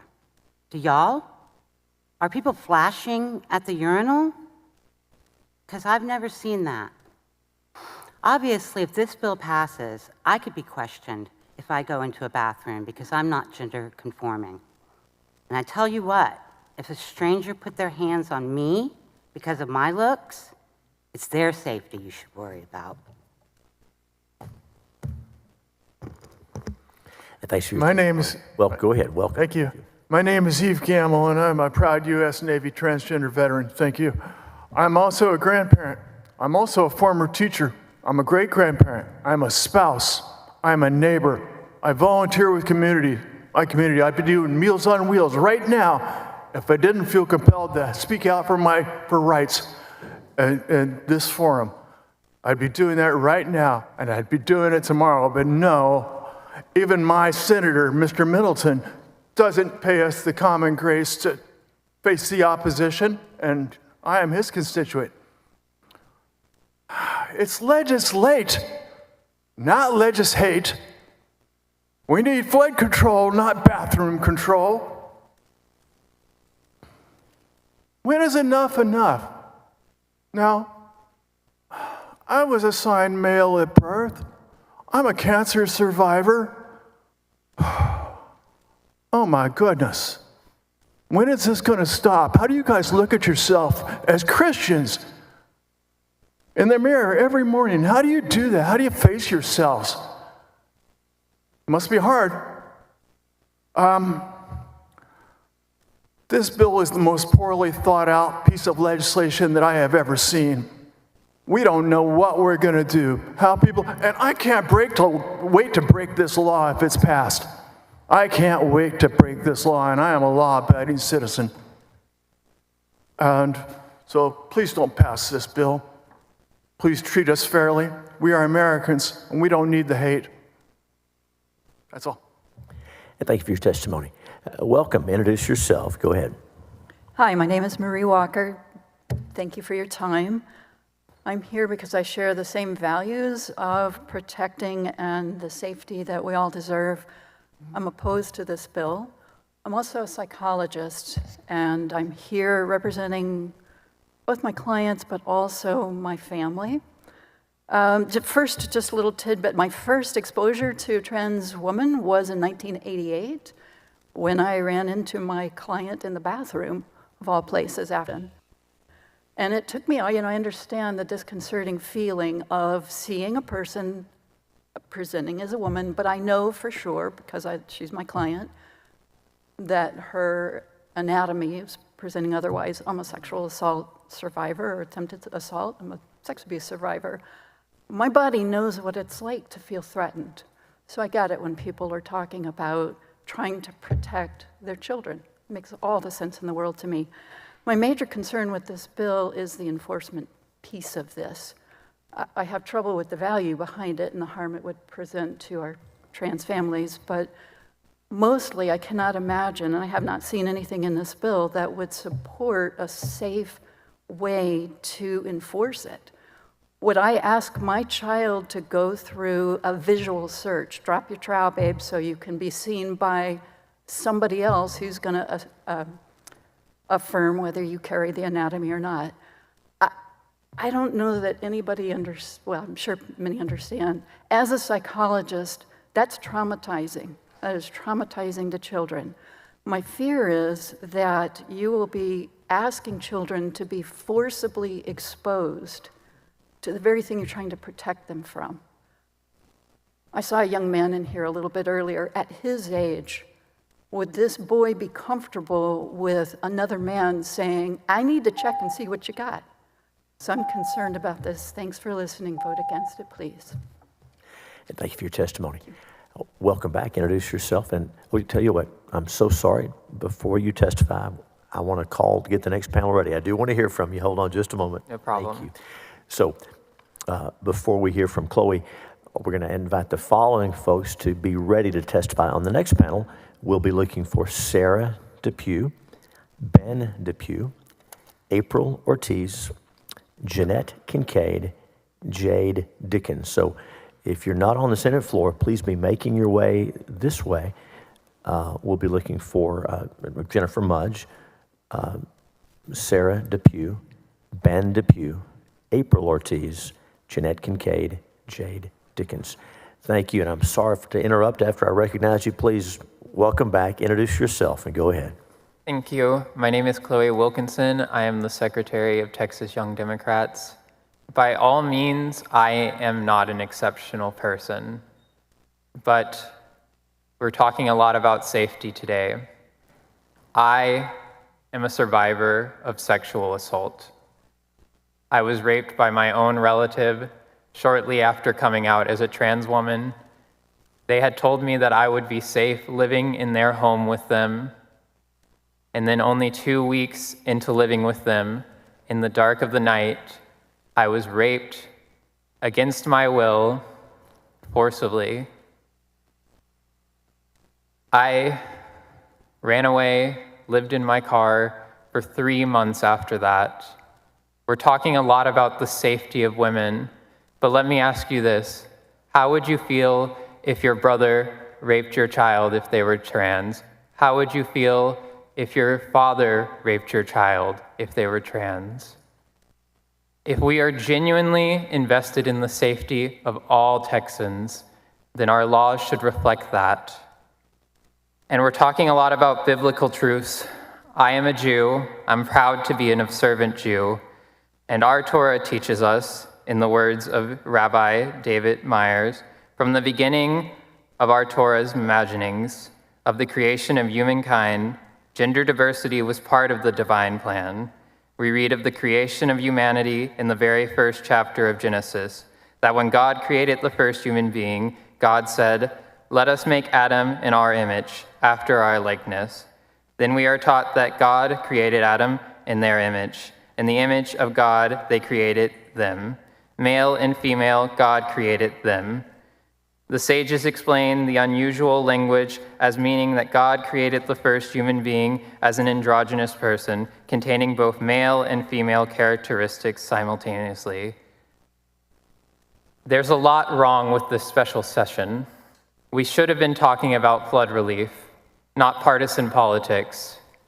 And now, because of that, at 3 p.m. today, this session will come to a halt, and the corrupt partisan politics will end today, and the only people that will be to blame are the people who played partisan politics.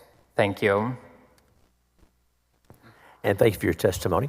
Now, hold tight now so that we can hear from everyone. We are going to try to keep moving through and listening. So whether you like or dislike what someone says, please don't clap or boo or respond. I'm not talking to y'all, I'm talking to everybody, so we can keep moving. We don't want to have to empty the chamber and have folks come in one or two at a time. So thanks for your testimony. Members, any questions for any of these witnesses on this panel?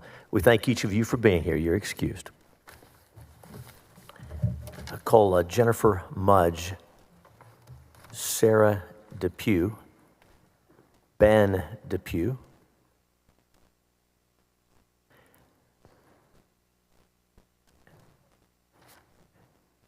April Ortiz,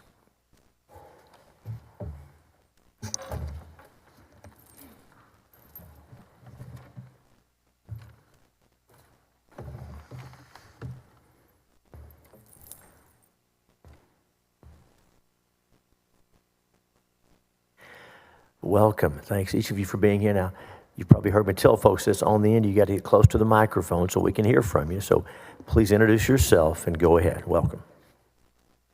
Hi, my name is Jen Mudge with the Texas Council on Family Violence, here to speak on SB 7. We do this anytime we're working with an author to change a bill to better support victims, as we have with Senator Middleton and his staff. We appreciate the exception language to the original filed bill in the 89th session. However, we still hold concerns with the measure. I'll outline those in a moment, but our request is to remove references to family violence, or for family violence to be removed from the definition of multi-occupancy spaces and clarify that any dependent can stay with their parent. I previously worked as an advocate at a family violence program in the shelter, and I want to share with the committee what's at stake here. Family violence centers exist to be a safe place for victims and their children. When someone calls a hotline, it might be a quick moment when they're in the bathroom at work or at a doctor's office, when they have that moment to themselves. It may be the only chance they have to reach out for help and seek safety from the person who claimed to love them the most. It's not a time to ask about gender or income or anything other than safety. It's all too often a moment before a homicide could occur. Thousands of victims reach out every year, and it's vital that every single Texan who experiences abuse knows without question that the doors are open to them. If implemented, the bill is likely to create barriers to safety for vulnerable communities, and this is for a few reasons. One, some of our programs, primarily in rural areas, are actual homes, where it's highly possible there'll be a need to share a space that the bill considers private. If programs can't operate in their current structures, the costs would shut down their services. Two, federal law requires family violence programs to serve all victims. This includes men who often face a great deal of stigma when seeking help. Three, we know this body cares about efficient government. Sex-segregated housing for family violence programs is already allowable under federal law, making this a duplicative provision. And then lastly, we're concerned the bill could prevent a mom from fleeing with her older teenage sons, leaving them in harm's way. So we just urge you to send a message to all victims that their safety is the only thing that matters when they reach out for help. Thank you. Thank you for your testimony. Welcome. Introduce yourself. Go ahead. Thank you, Chairman and members of the committee. Thank you for your time today. My name is Sarah Depew, and I'm here to voice opposition to Senate Bill 7. This bill is aimed at protecting women's privacy in sex-segregated spaces. While I believe the state has a legitimate interest in protecting the privacy, and by extension the safety of women, this bill is both over and under-inclusive in ways that don't advance that interest and would actually make people more exposed to privacy violations, harassment, and increase the likelihood of violence. This bill defines sex in such a way that it ignores the existence of intersex individuals. Just as a reminder, intersex is a term used to describe individuals born with sex characteristics that don't fit typical definitions of male or female. These are naturally occurring biological variations that people are born with. By design, this bill also ignores the existence of trans individuals. In addition, this bill will impact anyone regardless of their biology, identity, or social categories that don't fit the stereotypical idea of what femininity or masculinity looks like. We have seen many examples of women, including cancer survivors, athletes, and other individuals being harassed in bathrooms on the belief that they are men. Some are even asked to expose themselves to prove their womanhood. Women are having their privacy violated and their sense of safety shaken because of this misguided notion of what gender is and how it's to be enforced. Trans women are especially vulnerable in this bill. The National Policing Institute, an independent agency, did a study on sexual assaults in public bathrooms, and they did not find evidence of trans people or people impersonating them entering bathrooms to victimize women. Although there is remarkably little evidence of trans women being the perpetrators of violent crimes in public facilities, there's no shortage of evidence of them being the victims.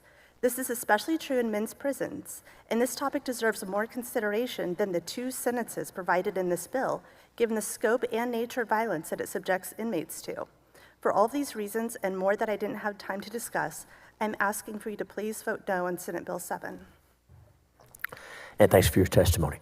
Welcome. Pull that microphone down close to you so we can hear from you. Introduce yourself and go ahead. Hello, my name is Ben Depew. I live in Plano, Texas. I'd like you to vote no on Senate Bill 7. I'm a boy, and I've always been a boy, but I get mistaken a lot for being a girl. I have long hair, and apparently I look and sound like a girl. Normally this isn't a problem, but I sometimes get weird looks when I go to the bathroom. I'm worried it'll become a problem for me if Senate Bill 7 passes. I don't want to have to prove that I'm a boy to people. in the bathroom. I want to testify because I want to help, and also I don't want going to the bathroom to get worse. So I'm pretty awkward going to the bathroom in public. I like having long hair because it feels nice and also protects my neck from sunburns. I don't want to have it to be a reason for people to give me a hard time in the bathroom.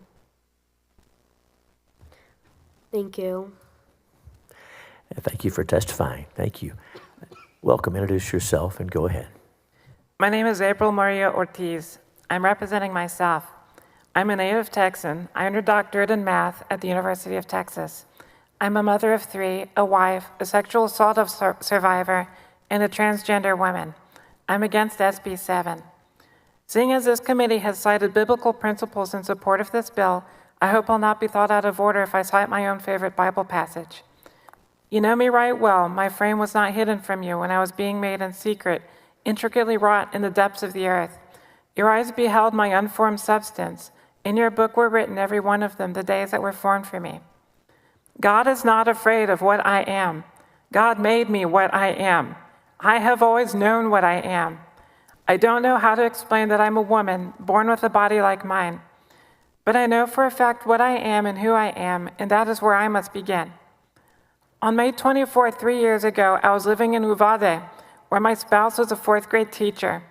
That day shattered lives as 19 children and 2 women were murdered after being left vulnerable by dangerous laws that remain in force. From my heart, I wrote about it for magazines like Texas Monthly. I sought to tell the truth of what I saw. It broke my heart. By the end, I knew that I at least had to tell the truth of who I was in transition. I just want to exist. Like many trans people, I take hormones that cause my body to develop in a way that accords with my sense of self. It's been 2 years since a stranger called me sir. I live a quiet, happy life as a woman, a wife, and a mother. I teach at a college. I don't ask for much. I just want to be able to go to the bathroom without fear.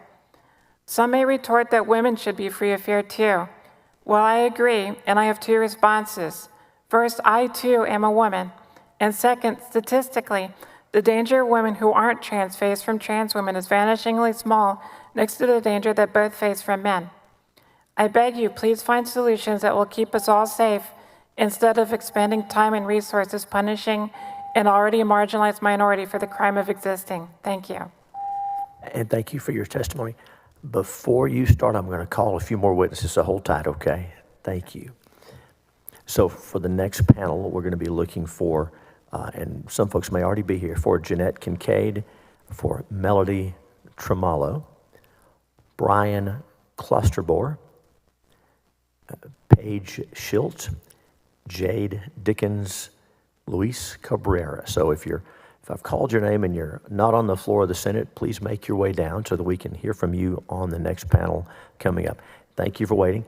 And if I called your name, even better. So thank you. Get close to the microphone and introduce yourself. Go ahead. My name is Jade Dickens. I may have stepped up at here out of order, but no problem. I'm sorry. No. I called. Thank you for being here. Thank you for helping us manage Thank you for having we want to hear me. from everyone. Go ahead. I am a retired state employee from 11 and a half years as a correctional supervisor, 8 years as a coach and teacher at the junior high level, and then I went back and did a few more years to finish out my 30 years as a prison educator. I am in support of the SB 7 because we do need to protect women's rights. It is important that we look beyond just the bathroom. We look into what we don't want to always see, which is our prison systems. There are extremely vulnerable people called women in our Texas prison systems. Having worked there for about 15 years, the terror that women feel whenever even a trans-identified man steps into a facility is unbelievable. What those women feel like. They feel like their safe spaces have been violated. They feel like they are no longer allowed to be able to express themselves. Our prison system in Texas is for rehabilitation, and we cannot rehabilitate whenever the most vulnerable population feels unsafe. I'm here today in support of keeping men out of our Texas prison system, our female Texas prison systems. I have worked on both sides. I've worked both with male and female, both in education and both in corrections. They must and need to please stay separate. Thank you. And thank you for your testimony. Senators, any questions for any of our witnesses on this panel? If I can ask Ms. Munch, I was about to ask you a question, but go ahead if you have. I was just going to offer that I could address the senator's question from earlier. I was going to ask you about that. Thank you so much. And so, and for those watching, you're here. For those that may not be familiar with the process, so you are on the bill, and so your testimony was very clear. But so that sounds like so. Just if you can address Senator Bardwell's question, and you were speaking for victims of assault and making sure they feel welcome. So if you want to respond to his question, go ahead. Yeah, so I think you were asking about in a family. Get a little closer to. Oh, sorry. Mr. Chairman, let me. Senator Bardwell. Yeah, thank you, Mr. Chairman. What I was trying to draw to is in the circumstance where, because not knowing what, I can't imagine these facilities are uniform across all the counties and cities that have a women's shelter circumstances. My main concern is I want to make sure that the counties or whatever geopolitical subdivision has one of these facilities, that if you have the mom with the 16-year-old boy and a mom with the 16-year-old daughter, that there's a mechanism or a discretion to the geopolitical subdivision authority to either house separately or so that the unintended consequence of, okay, I've got private rooms, but a common restroom facility, how do we make those accommodations? And the counties have or cities, or again, whichever geopolitical subdivision has ownership of that facility, that they have the freedom of maneuver to make sure that those accommodations ensure that you don't have the children of the spouses that are in the ladies that are in those shelters been in common contact. Yeah, so I think first and foremost, our concern would be around families being able to stay together. If a mom or a parent is fleeing with their children or dependents, that they would be able to stay together as a family in a shelter, because a parent is likely not going to be able to leave or not want to leave if they're not going to be able to bring their children with them. So that, of course, is the primary concern, is that families are safe and that they're safe in the shelter. Practically speaking, families have their own rooms in shelters and oftentimes own bathrooms as well, which is really important for their healing process. Where we worry and see an issue is if there's a perception that some people are not able to access the services, that if there is a mom with a 17-year-old son, 18-year-old son, who's maybe still in high school, that she's going to think, oh, I can't bring my child. So that's where we have a concern. And for rural, smaller programs, they might have like a single ADA accessible bathroom that's in a common space. So, but I will say that having worked in a shelter myself, the advocates and staff at family violence programs are very well versed, very well trained in assessing for safety when someone's coming into shelter and trying to help meet those needs so that that family or that individual can be safe. And that's ongoing in the shelter, where they're constantly looking to ensure people are comfortable and safe while they're in the shelter as well.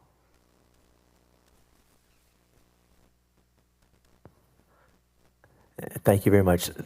Senator Perry, do you have questions for the panel? It's not really hitting there, and having been around shelters for women for 20 plus years, and I don't know the answer, and I probably shouldn't ask the question, and we can have an offline, but so a male identifying as a female that is sexually assaulted, if that person were to call typically Lubbock's was a women's shelter, what would y'all do with that particular case? Find an alternative place, or would you include them into the general population for services? So I think first and foremost, an advocate is going to talk to that person about their safety, what their safety needs are, how can the program address it. That's their sole mission. That's their, why they exist, is to help people to stay safe or get safe, and really talk with them about what their needs are. And that's going to be paramount with any call that comes into the hotline. They're going to, they have that training to really assess safety. And assess if that person is wanting shelter, is there another option that person wants, to really work with the person on their individual needs. So much of this work is very individualized to that person, but I can say that safety would be paramount in addressing what happens there. Well, I know, like I say, y'all do yeoman's work. I think, unfortunately, the statistic, and it's been years since I've kept up with it, but over 3,000 encounters. I think they host about 80 people in general every month in Lubbock, be it family and members for decades. I'm sorry, could you just repeat that? I didn't quite. So y'all do a great job, but this issue has put y'all, I would think, in a very almost untenable at some point, but y'all have formulated processes to manage all sexual assaults in a way that you wouldn't jeopardize your general population with a women's only shelter that has traditionally been the traditional female model. So I can say for family violence shelters, under federal law, we are required to serve all victims. And, do serve the eligibility standard is that you are experiencing abuse. So we're, federal law would not allow us in any way to discriminate. Federal law allows for a sex-segregated option if a shelter determines that, but again, it's very dependent on what the needs are of the residents in the shelter and the individual calling in for help. And heavily dependent on federal funding, most of it. I mean, a large chunk of it. State has stepped up and done a yeoman's job and actually supplanted some of the federal reductions over the last 20 years that I'm familiar with. So again, y'all do a great job, and I can appreciate the delicacy that this has put you guys in. And so make sure we get this right, I guess, is where I'm at, because interruption of those services at the most critical time is not an option. Yeah, I think that's really our biggest concern, is that when somebody makes that difficult choice to call and reach out for help, men who face a great deal of stigma, but we know most of the time women are experiencing family violence. Men do too, but when somebody has that courage to reach out and make that choice, that they're not going to worry that they can't get that service simply because. Well, I just say work with Senator Birdwell, and I'll help as much as I can or whatever, but we want to get this piece of that right. Thank you. Thank you, Senator Perry. Senator Paxton, you're recognized. Thank you, and I just wanted to follow up. Thank you for your great work, but follow up on Senator Perry's question. So basically, are you saying that basically you have processes to deal with individuals on a case-by-case basis, given their particular circumstances?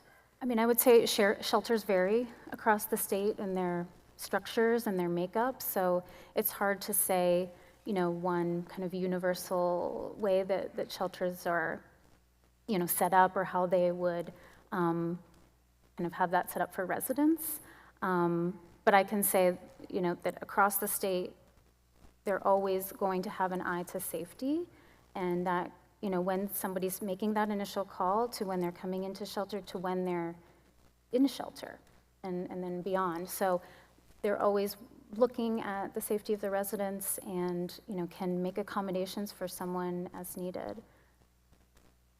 Thank you, I appreciate that, and I agree, it's really, really important that we get that right, and it's important that we get it right in our prisons as well. Yes, ma'am. Thank you, Senator. Members, any other questions for these witnesses? Ms. Mutch, go ahead. I just wanted to say, the director of our policy team, Molly Voiles, is here as a resource witness if you have any other additional questions. Good. We may very well. Thank you. I thank each of you for being here. You're excused. Thank each of our witnesses. Thank you for working hard. That's right. Thank you. I call Quetzali Daniela Solano Gomez, Jeanette Kincaid, Melody Tremalo,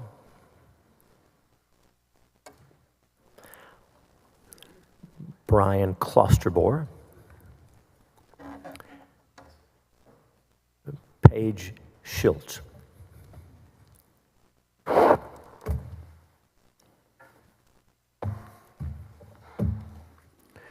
Welcome to each of you. You've probably heard me say, but since you're on the end, get close to that microphone and introduce yourself and go ahead. Thank you. My name is Brian Klosterbor. I'm a senior staff attorney with the ACLU of Texas, representing the ACLU of Texas and myself against Senate Bill 7.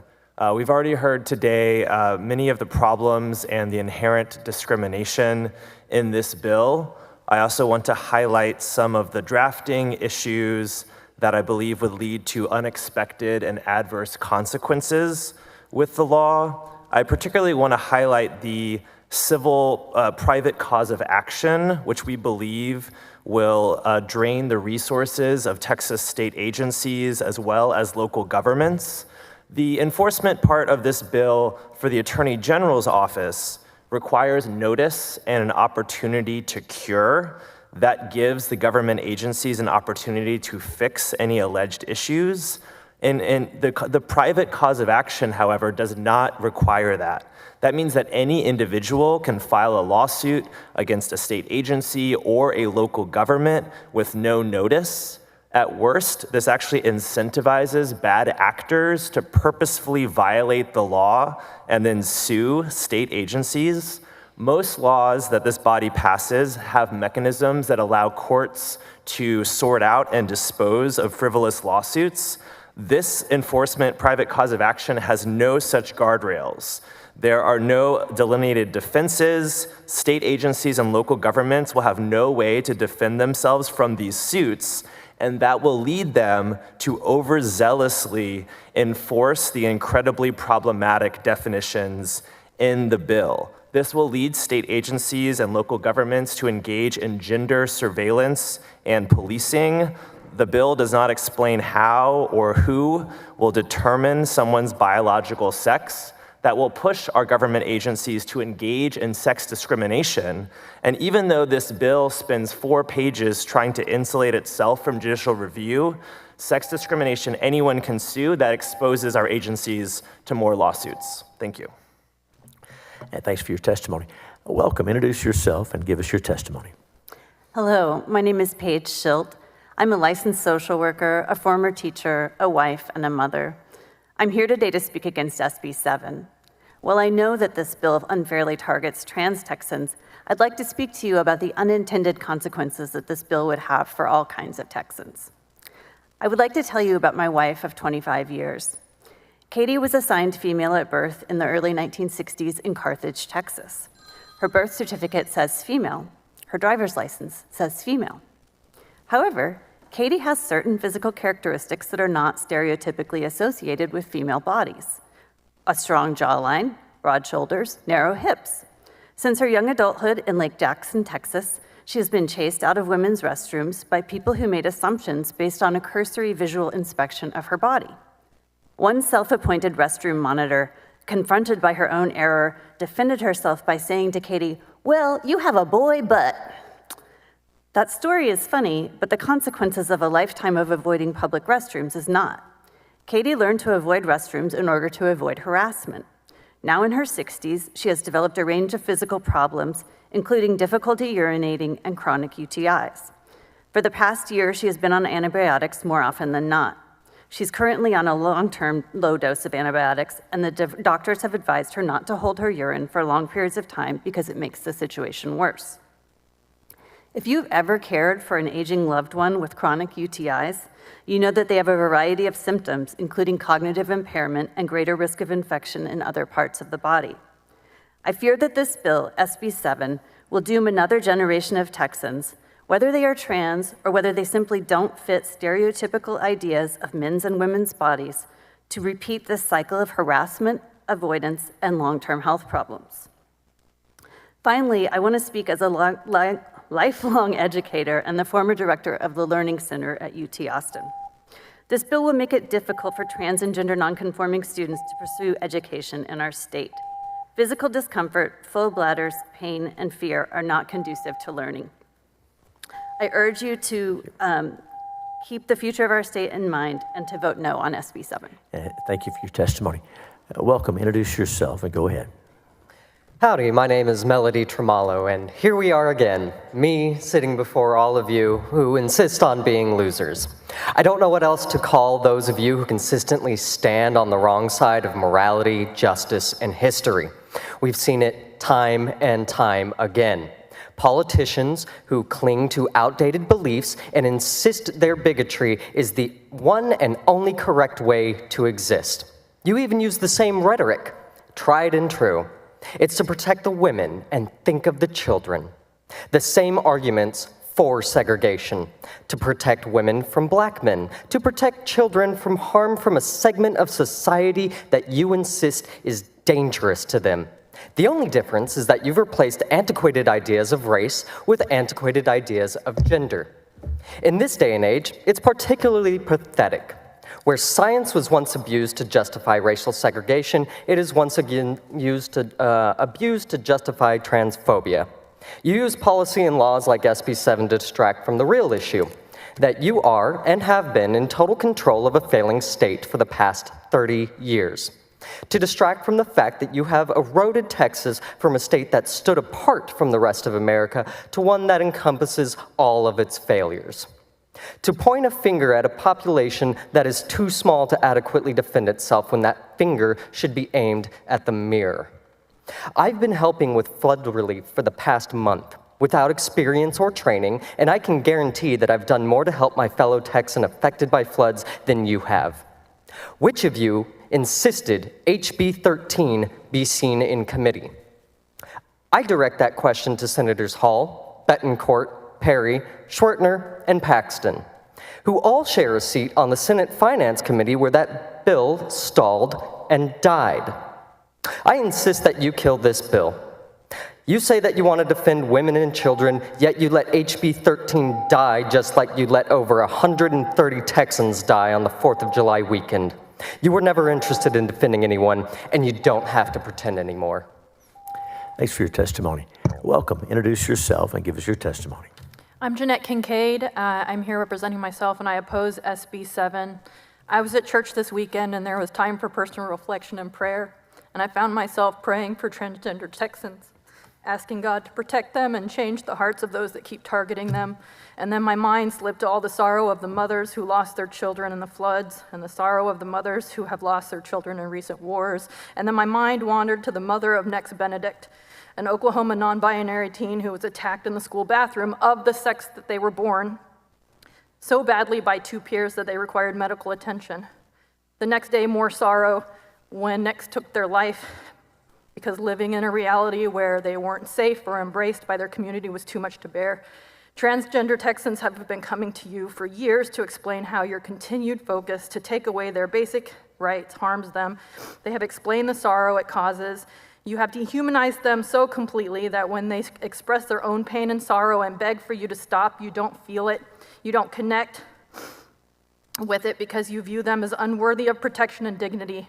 So I come before you to implore you to think of the sorrow of their mothers that wake every morning worried for their basic safety and well-being, knowing that the world is a dangerous place for their child, and praying day in and day out for God to change the hearts of those that hate them. There is a lot of sorrow of mothers that this body has no control over, but you do have control over so much of the sorrow of Texas mothers.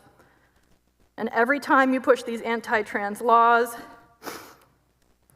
you're telling those mothers that their children are not worthy, and you're convincing people that they are dangerous, and it fuels hate, and it makes things dangerous for transgender Texans, as we saw this last week at Barton Springs when 3 men started harassing and assaulted a transgender woman and severely injured a man who stood up to protect her. Please don't advance this bill. Thank you for your testimony. Hold on just a moment. We're going to hear from you just a second after we call some more witnesses, so hold tight. For the next panel, we'll be looking for Charles Soto, Emily Gogol, Emily Yemington, Morgan Whetstone, Luis Cabrera. So if you're not on the Senate floor, I just called your name, please make your way down here so that we can hear your testimony. We'll be looking for Charles Soto, Emily Gogol, Emily Yemington, Morgan Whetstone, Luis Cabrera. Thank you. And welcome. Introduce yourself. Get close to that microphone. Introduce yourself and go ahead. Good morning. My name is Quetzali Solano. I'm a transgender resident of Clear Lake, Texas. I'm here. I woke up before dawn this morning to speak up for myself, my family, my community, my friends. This bill is yet another attempt to distract Texans from all of the things that are affecting us on a day-to-day basis. Instead of addressing the issues that really impact women on a day-to-day basis, their lives and their livelihood, what we're doing here, or what you are doing here, is demonizing and ostracizing trans people who wish nothing more than to live their lives in peace.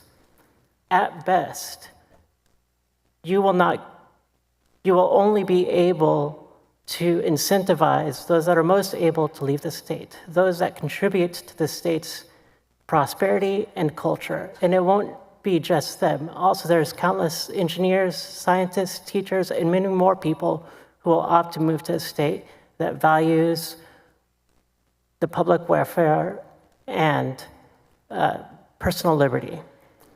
I do not believe that my testimony here today will affect the direction that this committee is bent on taking.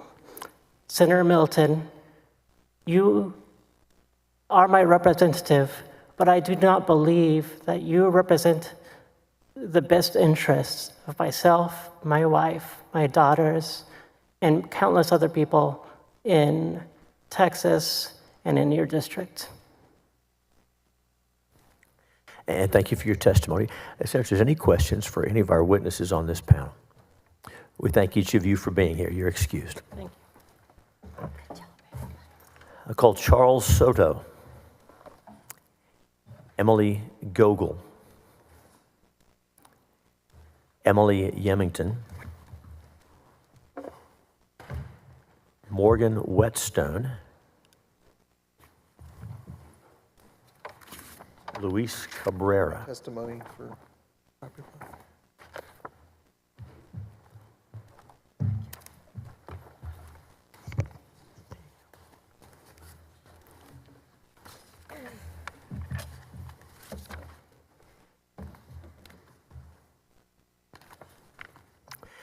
Welcome to each of you. We look forward to hearing from you. And we're going to start over here. When you're ready, get close to that microphone, introduce yourself, and go ahead. My name is Morgan Whetstone, and I'm here to oppose SB 7. When you had gathered for SB 240, that was the first time I had testified. I had very little idea of what I was doing, and I did not give very coherent testimony. However, like most people, I thought about it on my way home, and I was very angry. There's a woman who had testified at 240, and I guess her mom was here earlier about being on that volleyball team with the trans person. And when she told her story during 240, it very much made it seem like this person was her friend that up until she found out that this person had male anatomy, she was completely fine with. But the moment she found out, it was like she had nearly been raped. That is to say that many of you seem to think that penises turn people into barely controlled rape machines, and while that is a concerning thought to have on this side of the table, it becomes sharply problematic on your side. This bill does what you want it to. It attempts to stop trans people from using public facilities, but it's a waste of time and resources to do that over personal issues, I think. And thank you for your testimony. Welcome. Introduce yourself and go ahead. Good morning, I'm Emily Gogol, testifying as self and against. I'm not falling for your game. If you actually cared about women's rights, if you actually cared about trans people, this bill would be worded a lot differently than it is. Trans people deserve rights to bathrooms and access to public spaces. Women deserve the right to go into a bathroom or domestic violence shelter without having their genitals inspected. Both of these should be fairly simple concepts to grasp, and yet here we are. This is a bill that is not about trans rights. This is a bill about using the trans people as a scapegoat to further unsupport federal institutions, public institutions that rely on government money. This is a way to take money away from institutions that you don't agree with, like domestic violence shelters, schools, libraries, parks, and other recreational centers that help poor people access things like help with raising their children, help with accessing other services, help with furthering their education. This is a bill that uses trans people as a scapegoat, and the bill harms women when it does this.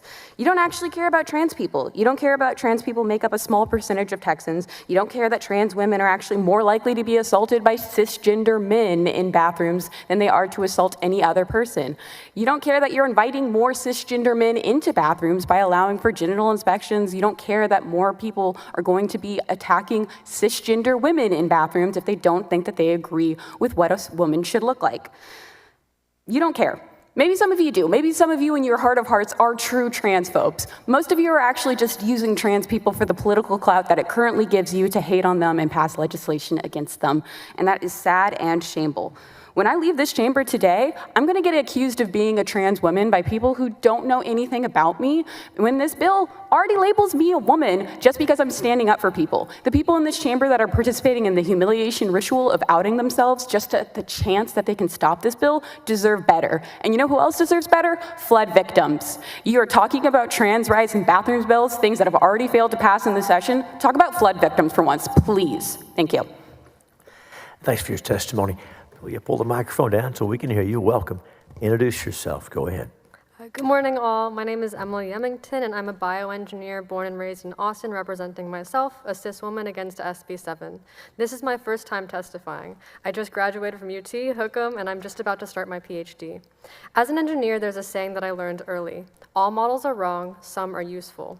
This bill divides facilities based on biological sex. Biological sex is an extremely useful model that is, like all other models, wrong. It actually encompasses several different models, including sex organs, chromosomes, and endogenous profiles, as this bill states, but these models don't always agree. For example, there are people with male XY chromosomes with an activated SRY gene, making them anatomically more female. Which bathroom do they use? The model is wrong. Though the model is wrong, this bill is somewhat correct in that biological sex is useful. Females and males typically have different immunological profiles, disease symptoms, and metabolic rates, for example, and this has far-reaching implications in medicine. I want everyone in this room to guess. What year did clinical trials have to start including women? 1994. Pregnant women in 2018. Before then, drugs were tested in almost exclusively men. Similar exclusion across the board in biomedical research has led to a slew of modern travesties, including women being prescribed inappropriately high drug dosages, leading to severe side effects. Research institutions are today not required and financially and legally disincentivized to test on female animal models and cell lines, perpetuating a bias towards male biology and medicine being developed right now, this hour. There's an epidemic of misdiagnosis of diseases that present differently in women but are never studied. This is where biological sex matters, and these problems affect, disable, and kill women en masse, unlike trans women, as others have testified today. So why is SB7 the only area that we are discussing biological sex? There seems to be a lot of big feelings and fears about trans people in bathrooms, but the facts disagree.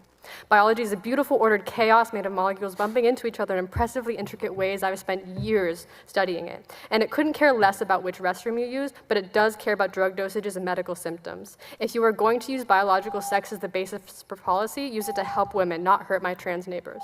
Thank you. Thanks for your testimony. Welcome. Introduce yourself. Go ahead. Good morning, Chairman and committee members. My name is Pastor Luis Cabrera, and I strongly support SB7. I'm a Texas State Director of Citizens Defending Freedom, the Latino Faith, and I represent a large coalition of pastors from around Texas who also support this bill.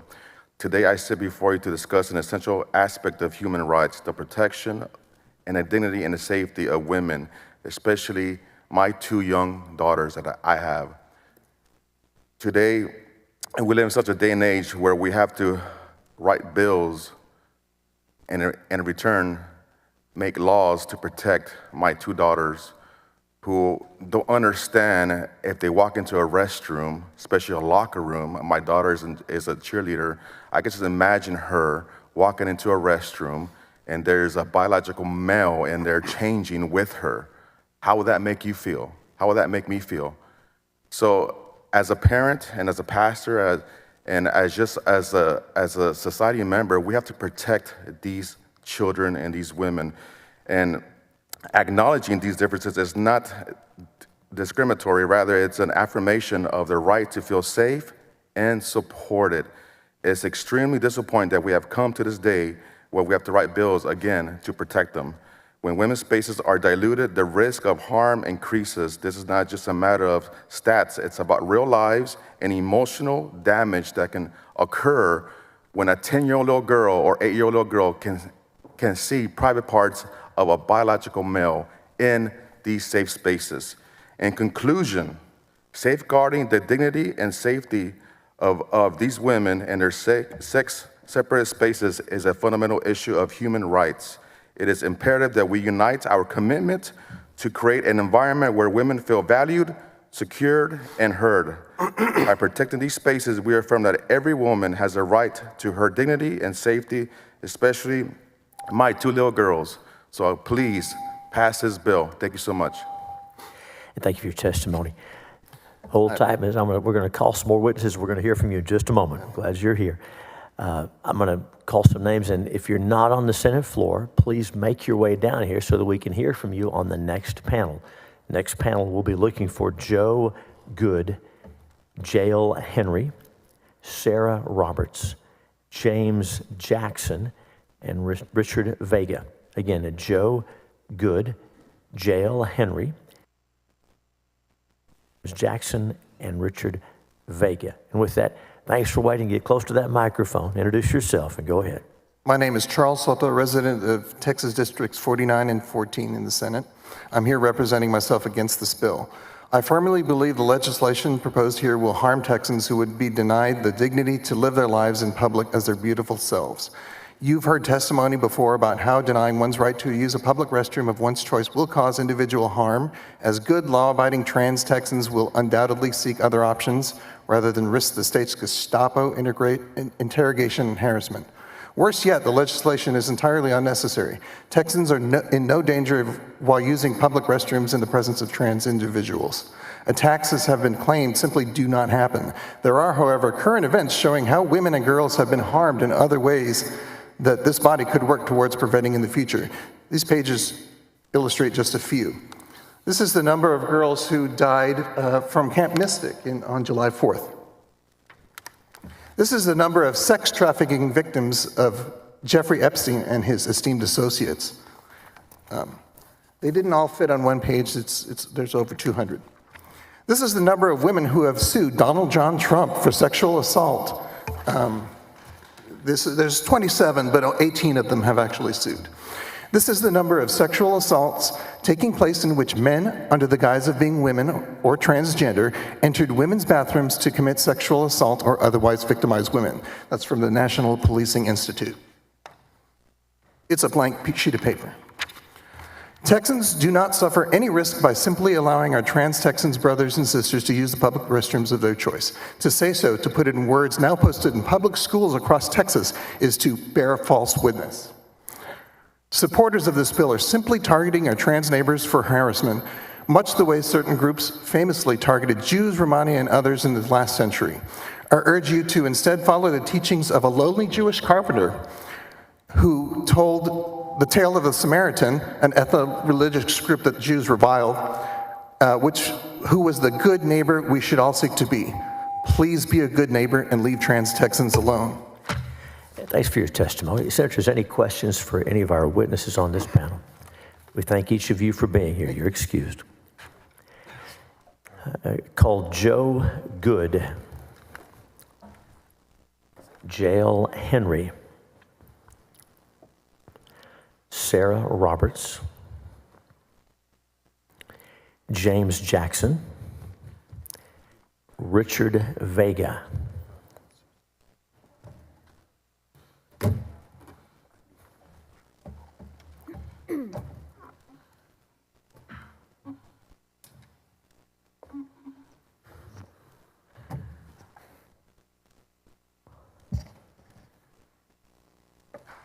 Call Megan Benton.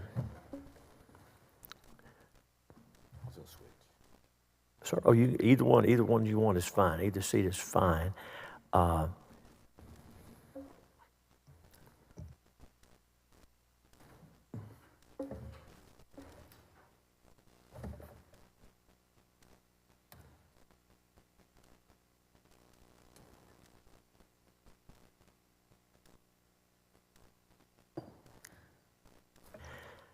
I'll call Landon Ritchie. Laura Miller. All right, come on down for the next one, Landon. Thanks. All right, we'll get started, and someone may come in and fill that seat as we go. Thank you for your patience. We're trying to keep anyone from having to wait any longer than necessary so we can hear from everyone who wants to testify. Welcome. Get close to that microphone. Introduce yourself and go ahead. Good morning. My name is Sarah Roberts. I am a straight woman and once a proud Texan. I'm a devoted ally to the LGBTQIA+ community. I speak for myself and I speak for human dignity. I strongly oppose SB 7 and HB 229. Your minds are made up. You're more concerned with political loyalty than listening to your constituents or even listening to science. Addressing real issues or working improving our communities is completely out the window. You claim to care about protecting women and children while pedos and traffickers are shielded and empowered. That makes you complicit. Exhibit A, Maxwell gets moved to a minimum security prison in Bryan, Texas. Science has evolved. We now understand that biology, sex, and gender are not fixed binaries. Yet this bill defines female as someone who produces ova. So what, you're not a woman if you don't produce eggs? That's insulting, regressive, and medically ignorant. You say you're for limited government, yet here you are controlling what people read, how they vote, where they pee, and even their rights to exist. You trample on life, liberty, and the pursuit of happiness. You invoke God and the Bible, but ignore their core teachings: compassion, empathy, and loving your neighbor. You don't care about human rights. But let's talk about protecting women and children. I've been harassed, catcalled, groped, followed, and assaulted by straight men since I developed breasts.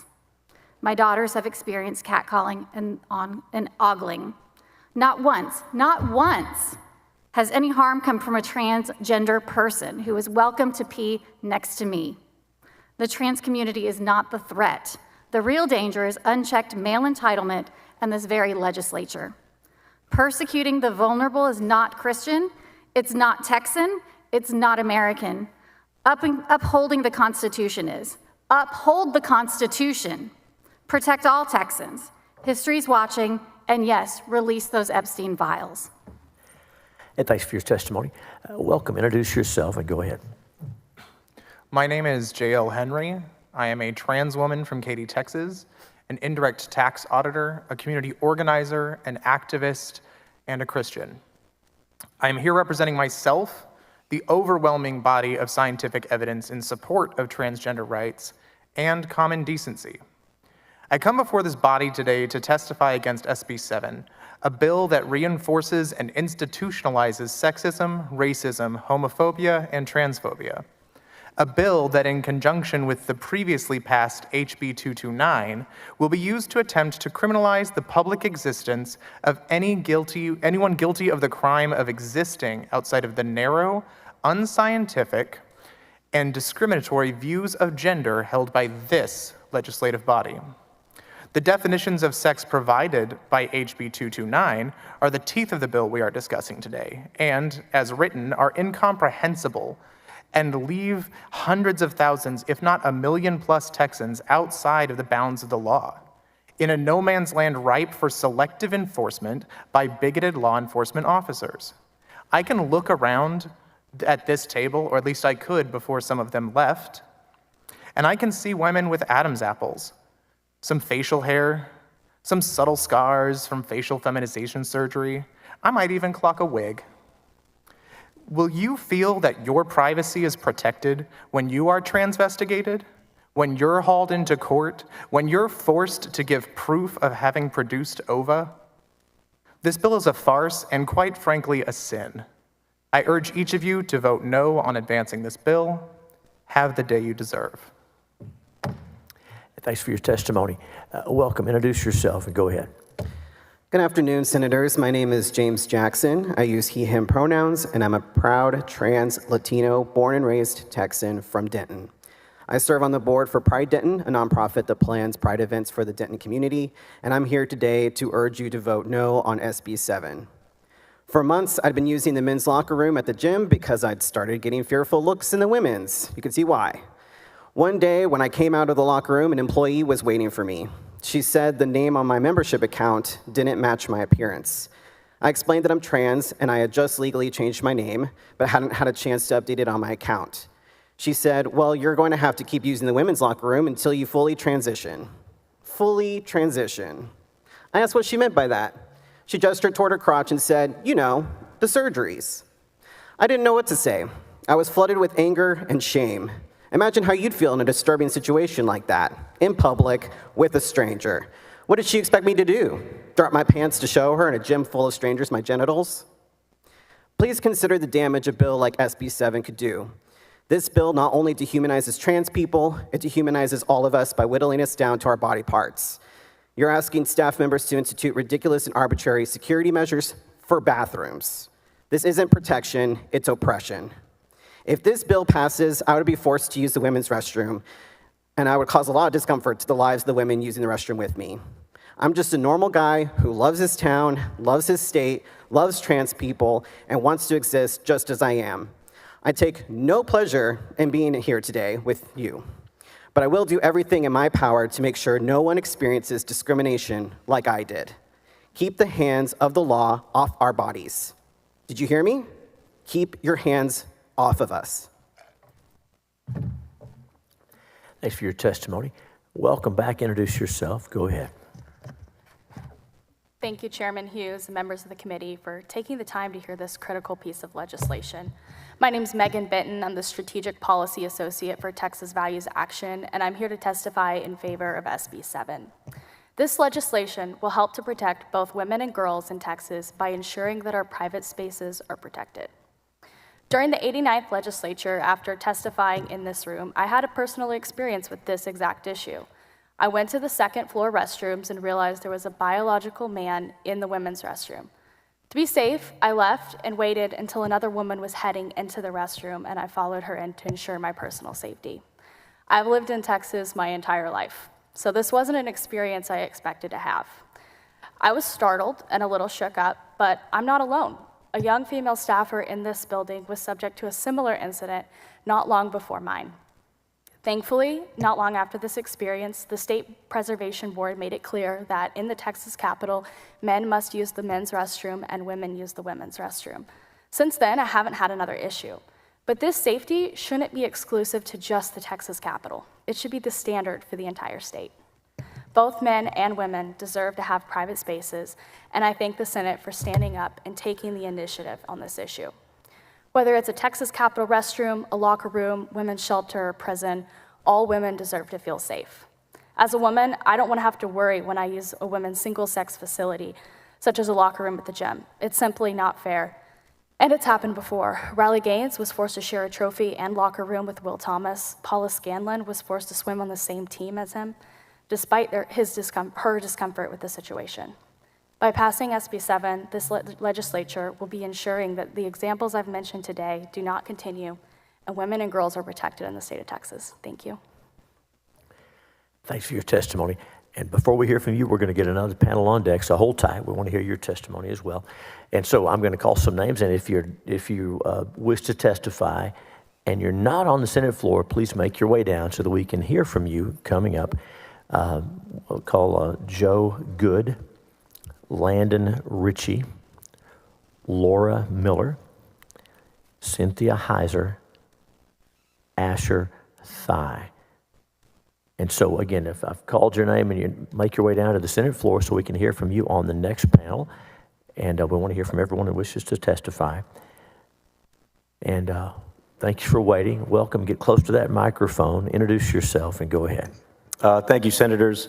My name is Richard Vega, also known as Pastor Richard Vega, out of Houston, Texas, with At His Feet Ministries and Community Transformation Church. We currently have 9 brick and mortar churches across, total, but 5 here in the state of Texas. And I'll just tell you, I'm in favor for this bill. I'm grateful that Senator Mays Middleton had the stance that you took. I know it's not easy. But I want to thank you personally because you're defending women and children across this state. You are standing up for what is very valuable to Texas women. Women have come a long ways in our state. They've had to earn voting, they've had to earn jobs, they had to earn education, and here we are in 2025 having to protect their space in the restrooms and locker rooms. And I just want to thank you and all the co-authors that had decided to join forces with you on this. If I could change anything in the bill, it would be the fines. I think they're too low. I think we need to increase them. I want to know that my daughter is safe. I want to know that my wife is safe, my mom is safe, and Texas women are safe. I go to the gym, and I'll just tell you there was an incident there at our local gym in Houston. I had to go to the manager, and my mom and my wife were in the gym where they work out in a women's area because they feel uncomfortable in the general area. And a man went in there to work out, and they felt really uncomfortable to leave, and so I had to address the issue. I didn't address it with the individual, I addressed it with the management at the gym and went through the proper channels. There was an altercation that ended up happening between that individual and a few other people that were upset. And I don't want to see any violence that happens to anyone, but we got to be able to protect all people, and that is including biological females. And they have a space for them to be able to utilize the latrines and be able to feel safe in their environment. So I want to just tell you one last thing is that thank you, because we need people to stand up and protect the daughters of Texas. Thank you for your testimony. Senators, any questions for any of our witnesses on this panel? We thank each of you for being here. Thank you for your testimony. You're excused. I call Joe Good, Landon Ritchie, Laura Miller, Cynthia Heiser, Asher Thigh, Aaron Ritchie, Naveen Farani, Heather Clark,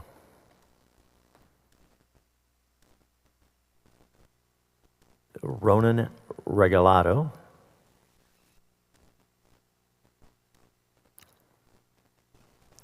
Cyril Coons,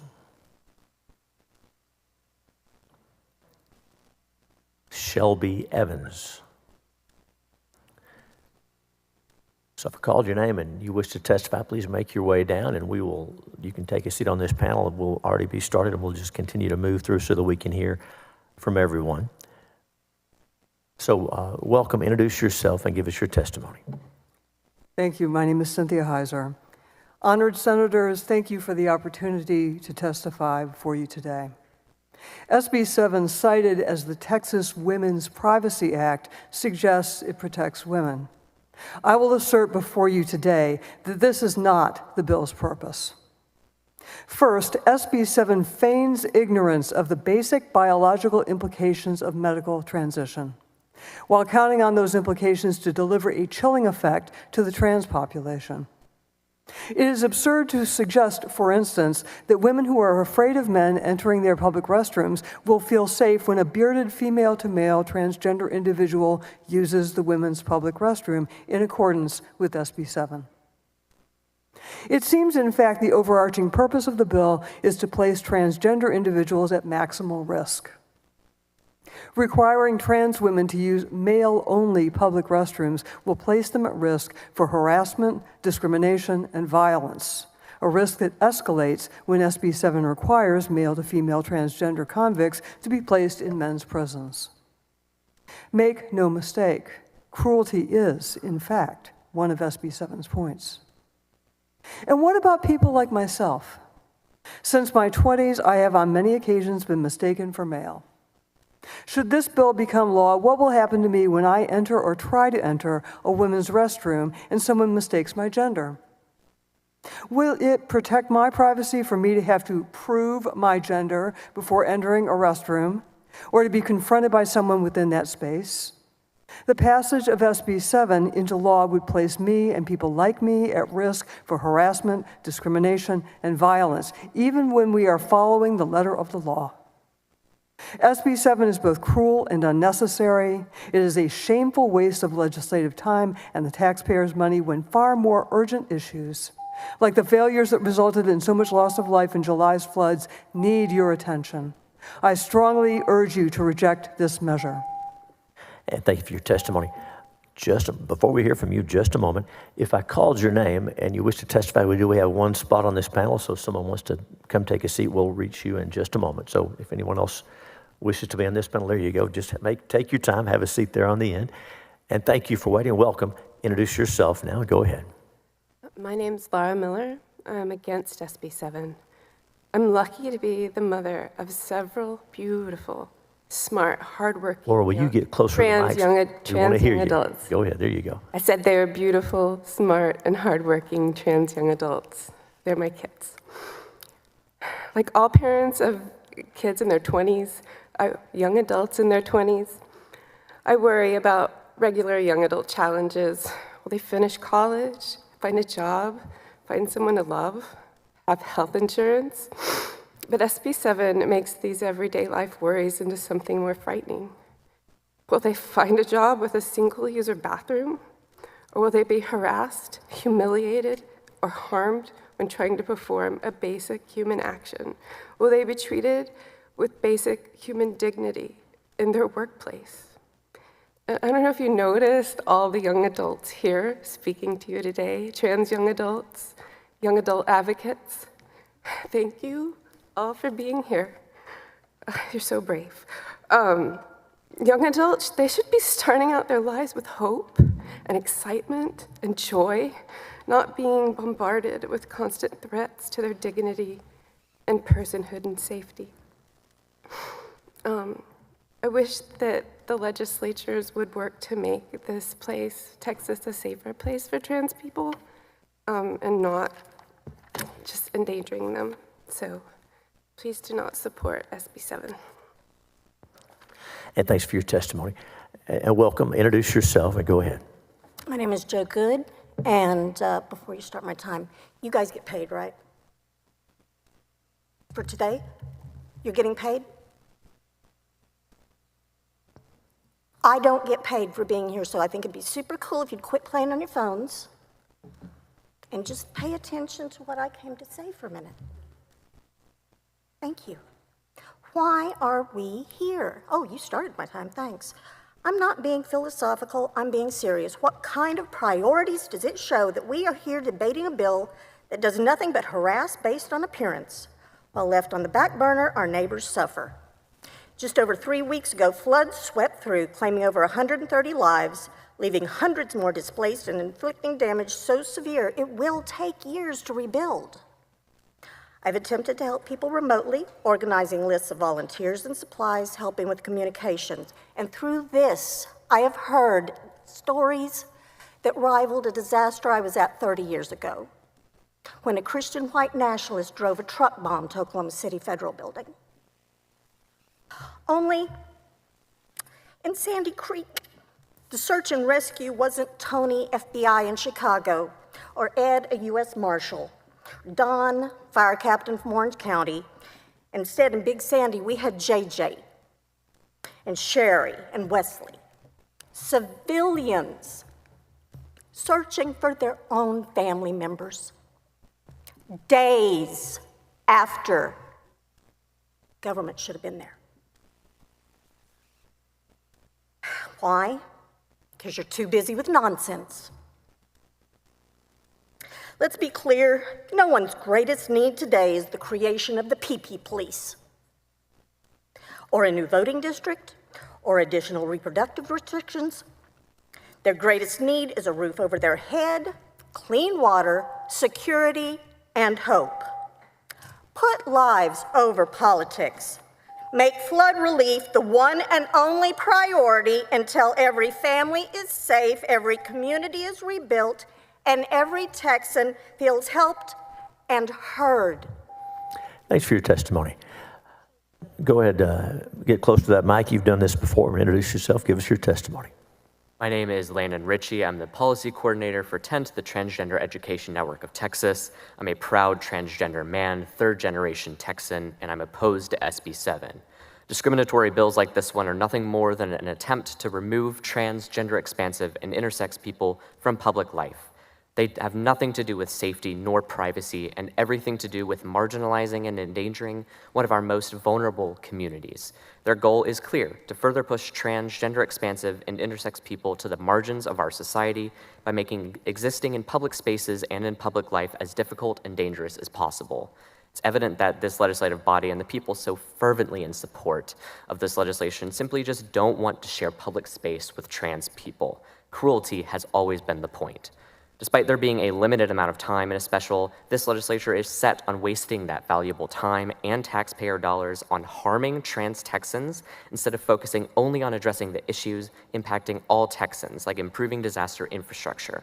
Every moment spent trying to demonize and create an enemy out of a minority group, every moment spent pretending to be concerned about the safety of women while destroying their ability to make life-saving medical decisions, is precious time not being spent on strengthening Texas's infrastructure and improving Texans' chances of surviving and recovering from the next devastating disaster. SB 7 is an insulting waste of time and money, a distraction from your responsibility in honoring the 133 lives lost in July's devastating floods with action, and a shameful effort to pit neighbors against each other. It's also a deliberate attack on people who want nothing more than to exist as ourselves with protection, dignity, and respect in every aspect of our lives. Instead of fighting for good policies that will improve and save lives, our elected officials, you, are making the purposeful decision to advance policies against the will of the people that will cause harm. It's past time you start serving the people of Texas instead of carrying out selfish, cowardly cruelty. Vote no. And thanks for your testimony. And before you start, will you tell me your name? We want to make sure we've got it right here. Caroline Green. One more time, I'm sorry. Caroline Green. Great, thank you so much.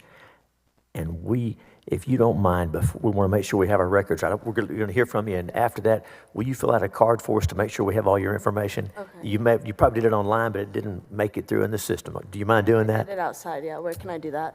Okay, we'll give you the card before you leave. And you're welcome. We want to hear from you. We're glad you're here. Get close to the microphone, introduce yourself, and go ahead.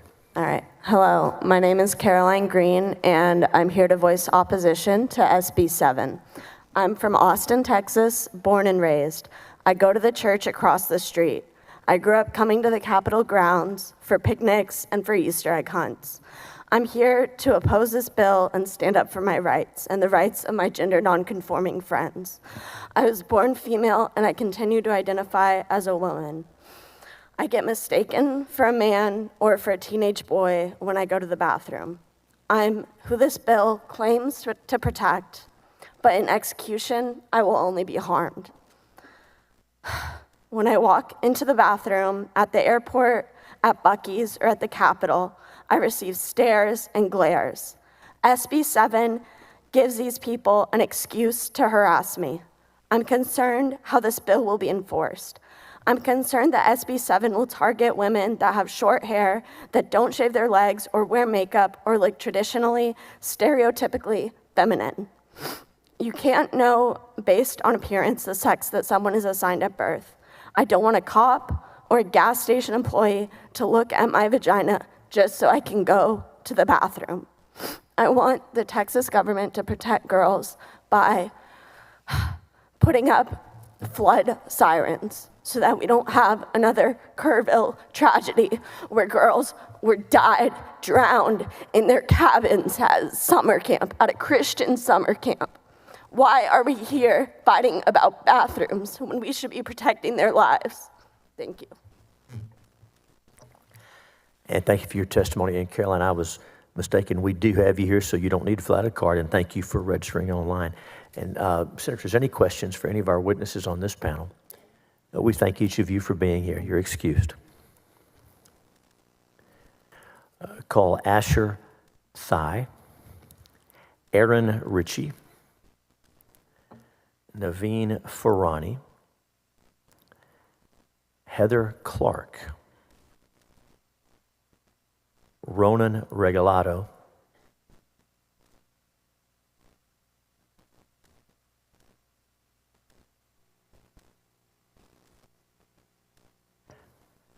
Cyril Coons,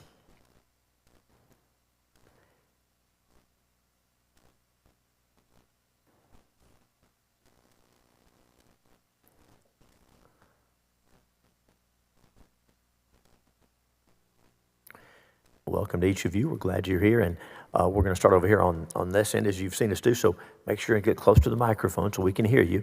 Introduce yourself and go ahead. My name is Aaron Ritchie from Missouri City, and I oppose SB 7. My wife and I are parents to 3 amazing people, and 11 years ago to the day, our oldest came out as trans. A few years later, our middle kid also came out as trans. That is also when Texas Republicans started with these anti-trans bills. Over these 8 years, there have been thousands of incredibly moving testimonies from all sorts of Texans sharing how these bills create hardship and harm. There are also hours of brilliant testimony full of data, statistics, facts, and science detailing why these bills are so misguided. There is more testimony today to add to the record. Unfortunately, much of this testimony is ignored. Today, I express my deepest gratitude to those who have defended trans rights. Thank you to my kids and all trans youth for your courage, authenticity, and resilience. To my wife and other parents of trans kids for your boldness and action. Thank you to the trans adults for supporting and loving our kids and for fighting for their well-being as furiously as us parents do. Thank you to all the Texans who have tirelessly advocated for the trans community by writing letters and emails, making calls to elected officials. Thank you to those who testify in these halls, who rally and march around this building. Thank you to the elected officials that defend the trans community. Thank you to those who defend trans folks in your everyday life. Even though it is hard right now and it seems futile, keep advocating for each other, keep loving each other, it matters. Find joy, hold on to hope, and keep living. For those that have fled the state to escape this hate, hold your head up. You deserve peace, safety, and opportunity. This struggle and sacrifice is so that trans folks everywhere can have that experience. With the remainder of my time, I'm taking a moment of silence in memory and honor of the precious lives lost because of the hate that legislation like this has fomented. And thank you for your testimony. And welcome. Introduce yourself. Go ahead. Good morning, Chairman Hughes and committee members. My name is Naveen Farani. I'm a resident of Austin, and I'm testifying against SB 7. I am quite frankly so tired of repeatedly having to show up to defend my own humanity, my access to healthcare, and my ability to pee in peace while I'm stuck in this very building for hours at a time. Let me ask you, based on looking at me right now, which bathroom do you think I should use? I'm guessing about half of you would say women's and half of you would say men's. The security guard at the south entrance this morning greeted me with a "Hey, sir." When I need to use a public restroom or gender-segregated space, how do I decide which one to use? Let me walk you through my thought process. I ask myself, which space am I less likely to get harassed in? I am the one worried about being harassed based on which bathroom I enter. I am not in the business of harassing other people. I am keeping to myself. You claim this bill is about ensuring safety and privacy for women. And based on your definition of woman, that includes me and all of the other transmasculine people who will have their privacy grossly invaded if this bill passes. Does our safety and privacy not matter to you? Or have you failed to realize that this bill will do the exact opposite of what you want? It will force men into women's spaces. You have been so fixated on painting trans women as the enemy and kicking them out of women's spaces that you have created a policy which would force trans men into the very spaces you're claiming to protect. It's well established that women are 3 times more likely to be assaulted by someone they know than by a stranger. I urge you to vote no on SB 7, and I will leave you with this quote from one of my favorite books. God blessed me by making me trans for the same reason God made wheat but not bread and grapes but not wine, so that humanity may share in the act of creation. Thank you. And thank you for your testimony. Welcome. Introduce yourself and go ahead. Right. Hello, my name is Heather Clark. I'm representing myself, and I'm testifying in opposition to SB 7. Much of the testimony given today focused on restrooms in government buildings, so I'd like to take some time to call attention to a less discussed but horrifying section of this bill. Senate Bill 7, as written, prohibits transgender women from being able to seek refuge at family violence shelters. You'll be requiring women who have just made potentially the most difficult decision of their lives, including women who are not transgender, but who someone thinks may be transgender, to prove somehow that they belong in these spaces. How exactly do you think this will work? Are you going to require these women who are fleeing for their lives, taking almost nothing with them, to submit an original birth certificate? Have you ever requested an original birth certificate? Do you know how long it takes to receive one? It's months, by the way. It takes months. Are you going to submit women who don't have birth certificates to genital checks before letting them in the door? That is outright cruelty. This will not just hurt transgender women, but anyone who is making the difficult decision to leave an abusive environment and must now consider the unnecessary and inhumane hurdle in their escape plans. This bill does nothing to help Texans, and it will hurt some of the most vulnerable members of our community, only for the purpose of creating sound bites for elections. I urge this committee to vote no on SB 7. Thank you. Thank you for your testimony. Welcome. Introduce yourself and go ahead. Howdy, and good day, members of the committee. My name is Ronan, and I'm representing myself today as a born and raised Texan. I'm here in opposition of SB 7 because you all are only using this piece of legislation to once again attack members of our community with a bathroom bill disguised as protection for cis women and children. I was here last week to provide factual evidence to various members' offices detailing sexual assault statistics, which showcase to no one's surprise how cis men, dressed as themselves, are among the majority of those who have attacked children and women in a public restroom, not trans folks. We've seen similar bills to SB 7 take effect in other states such as Florida and Arizona, and have seen how they are actually harming cis women who do not fit the stereotypical social construct of what a woman looks like, just because they had short hair or because they were wearing a t-shirt and shorts. The reality fueled behind SB 7 is your obsession with needing to control the trans community's lives the same way you have been controlling cis women's bodies when it comes to the right to their own body. It's all about control, not protection. None of you are entitled to anyone's body, let alone the right to govern what bathroom someone uses. Your inability to comprehend what consent means can no longer be the driving force behind these atrocious bills. Article 1, Section 3 in the Texas Constitution states equality under the law shall not be denied or abridged because of sex, race, color, creed, or national origin. I may not be a legislator, nor have I obtained a degree pertaining to anything law-related, but SB 7 sounds a little like it goes against our own Bill of Rights. That's all. Thank you for your testimony. And hold tight, because right before you testify, I'm going to call up the next panel. So we're going to get to you. Just stay ready. And we want to hear from you. On the next panel, we're going to be looking for Shelby Evans, Chelsea Bumgarner, Emmett Schelling, Jermaine Wild, Marcel Coons. And so if you're not on the Senate floor and you wish to testify, I called your name, please make your way down here so we can hear from you coming up. And thank you for your patience. Get close to that microphone, introduce yourself, and go ahead. Hello, I'm Cyril Kuhns. I'm a native-born Texan who grew up in Austin and now lives in Cordele County. I also work for a public state college. SB 7 is a waste of the time, time, resources, and energy of the Texas legislature. It is already illegal to physically or sexually assault anyone, whether or not you're in a bathroom that matches your sex assigned at birth. SB 7 will not stop anyone whose intent is to harm women or children. What SB 7 will do is encourage vigilante policing of transgender and gender nonconforming Texans, as well as cisgender women who simply look different for reasons that may be medical or religious or personal choice. Just over a week ago, right here in Austin, a transgender woman was attacked, and a bystander who tried to intervene was badly beaten. One need only reference readily available statistics to know that violence against trans and gender expansive individuals is on the rise. I am non-binary, and many of my friends are transgender and gender nonconforming. I don't know anyone in our community who wants to hurt children or do anything other than live our lives without the threat of violence. If your goal is to protect vulnerable Texans, you don't need to invent a fictitious boogeyman who wants to prey on women and children. Look at real data and stop using women and children as your excuse to advance a false narrative that demonizes me and my friends. End SB 7 now and thus take action to protect the peace, safety, and dignity of all Texans. Fix your hearts. It is not your fault that you fear what is unfamiliar to you. And thank you for your testimony. Senators, any questions for anybody on this panel? Thank each of you for being here. Thank you. You're excused.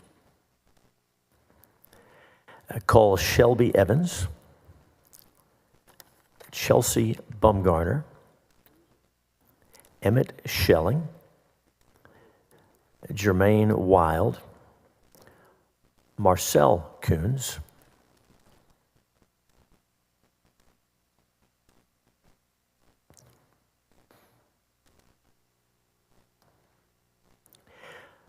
call Sebastian Taus,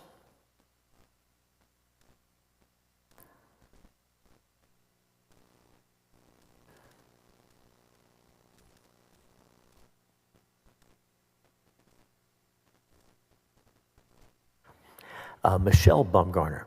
Oh, all right, take your time. Take your time. We're fine. And if I called your name and there's not a spot at the table, we will get you on the next panel. So thank you for working with us. Want to hear from everyone.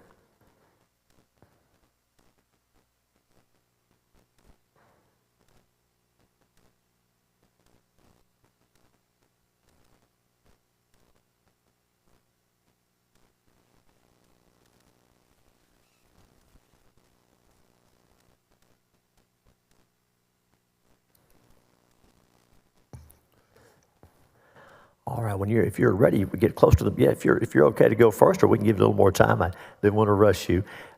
Get close to that microphone so we can hear you. Introduce yourself and go ahead. Welcome.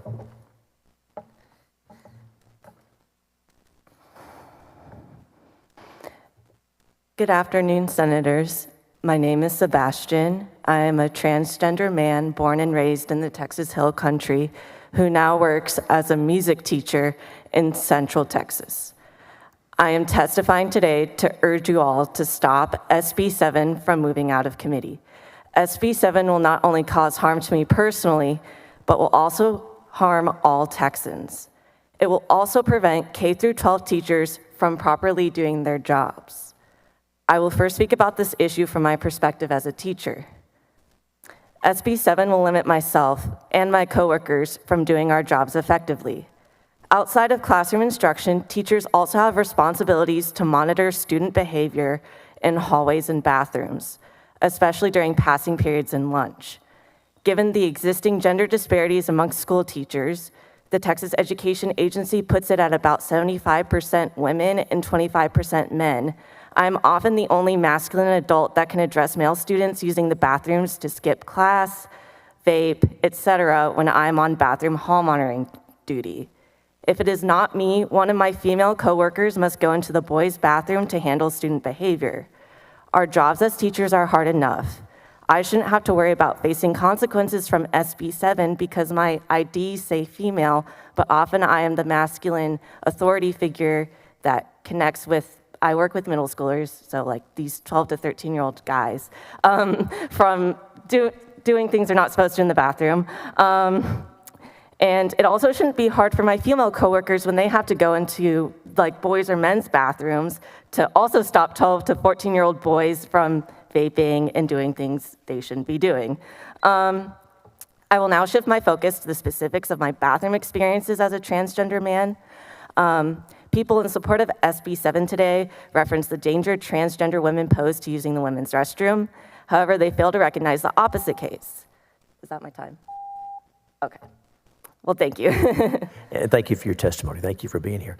Welcome. Introduce yourself. Go ahead. Good afternoon. My name is Chelsea Bumgarner. I'm a veteran. I've been in Texas for 28 years. I'm a Christian, and I'm made in the image that God made me. With that said, I'd like to say that perverse is perverse, regardless of what gender you are. I keep hearing the phrase, a man claiming they're a woman. I was never a man claiming I'm a woman. I'm a woman. One of the things that bothers me with this bill is the fact that, God forbid I am ever arrested for anything, but God forbid that I, somebody who's had at least 6 different surgeries, wind up in a population full of men who would do things to me. I can't even begin to think of what would happen to me somewhere along those lines. I can't imagine what it's like for people who wind up in a bathroom where people are waving their private parts. I don't know who does this. I've never been in a bathroom where somebody waves their private parts.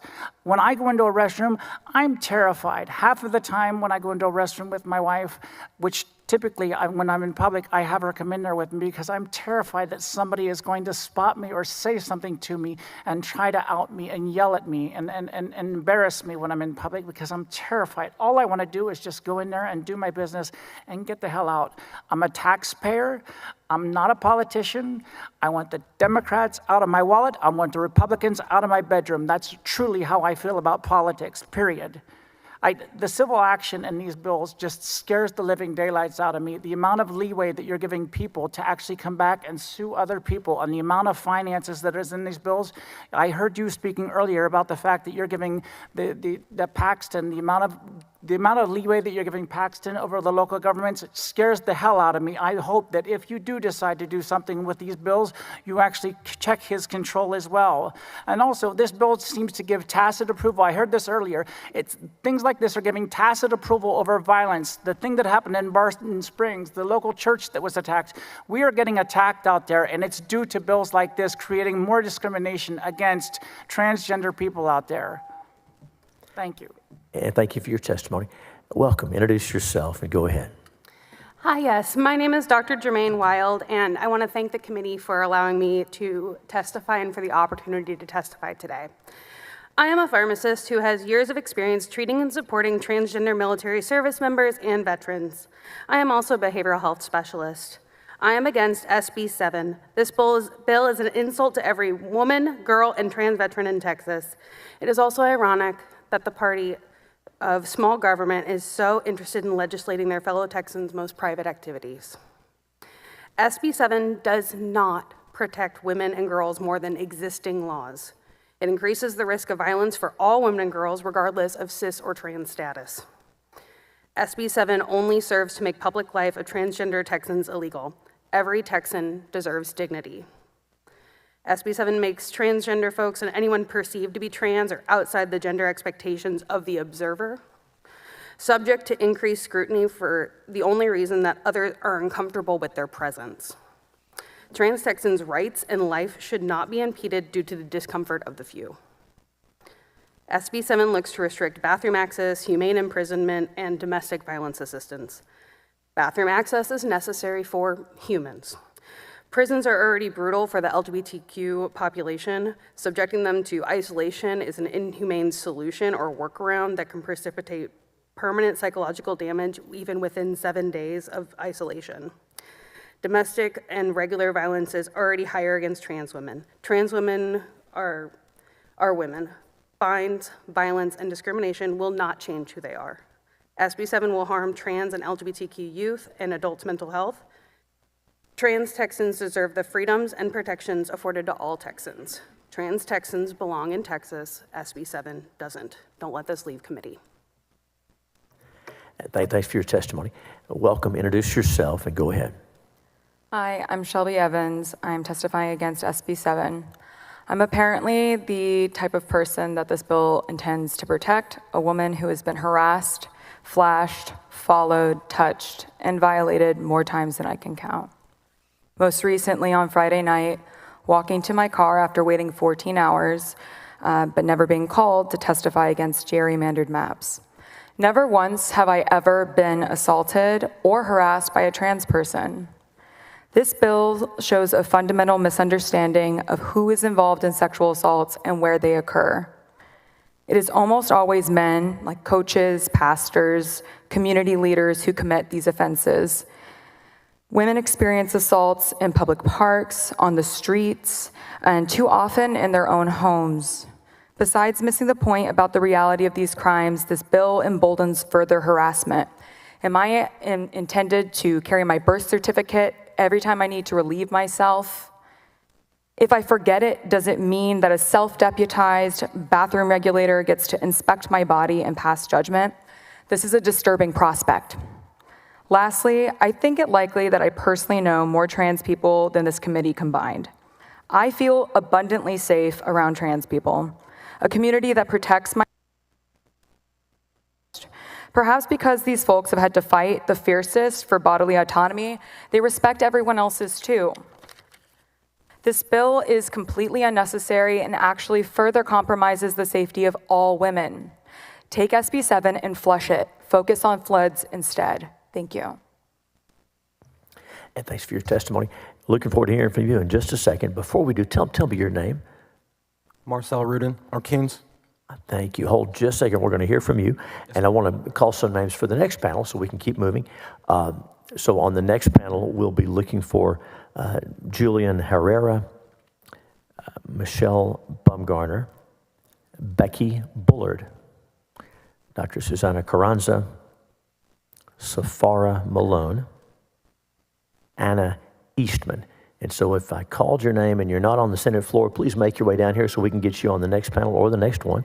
And thank you for waiting. Get close to that microphone, introduce yourself, and go ahead. Yes, sir. Chairman Hughes, I just want to say first that I do find it surprising that committee members have excused themselves periodically during today's hearing, playing Candy Crush on their phone, whatever they may please, and feel that it speaks further to the character of the people introducing this bill. My name is Marcel Kuhns. I'm here representing myself. I'm a proud non-binary Texan. I come all the way from Coryell County to testify against this bill today, taking the time away from my municipal job to be able to advocate on the basic rights of human beings in this state. I contest the testimony of someone representing an outside organization from California as it pertains to the matters of Texans, especially trans and intersex Texans. I contest the testimony of a parent whose feelings suggest she does not consider the capacity to care about any children but her own. I contest the ability of Senator Middleton to understand the struggles of any incarcerated or abused peoples, as there does not seem to be any record of him visiting any county, state, or federal facilities that seem to concern him so much. Senator Middleton mentioned that this bill now has teeth. It does not have legs. The time and money spent on this hateful bill not only wastes the time of the committee, but of all Texans. This bill will be challenged legally, as it has the potential to violate federal and constitutional privacy laws. Transgender Texans have become demonized, scapegoated, and othered, and the majority of testimony today has recognized the real, tangible benefits and advances of a community who literally just want to feel comfortable using the bathroom. No more, no less. This directly affects me, my coworkers, family, friends who do not live in large metropolitan areas, who do not have the time to speak out. All we want to do is our job and to live in dignity. Senator Middleton is himself confused. Sir, if you are confused how to properly address a bathroom, there is a wonderful product out there named Depends that I recommend you check into. Thank you, and I plead you to vote no on this bill. Thanks for your testimony. Members, any questions for anybody on this panel? Thank you each for being here. You're excused. The chair calls Julian Herrera,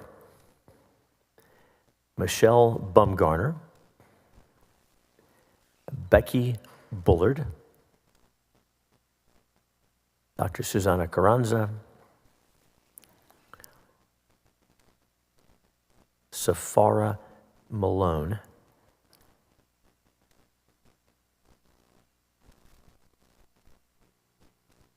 Anna Eastman. All right.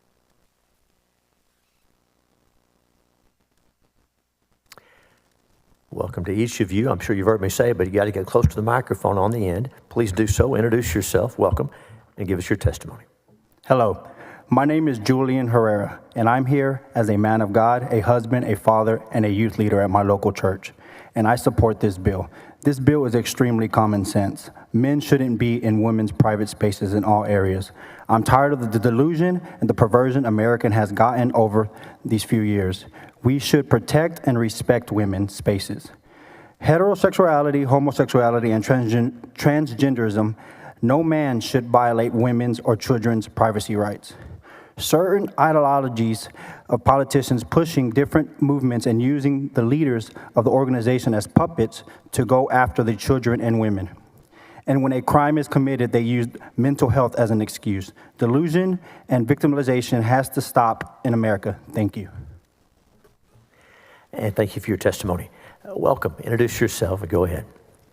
Good afternoon. My name is Michelle Bumgarner. I am also a Christian, mother of 7, and a youth leader in my church, and I am here to oppose SB 7.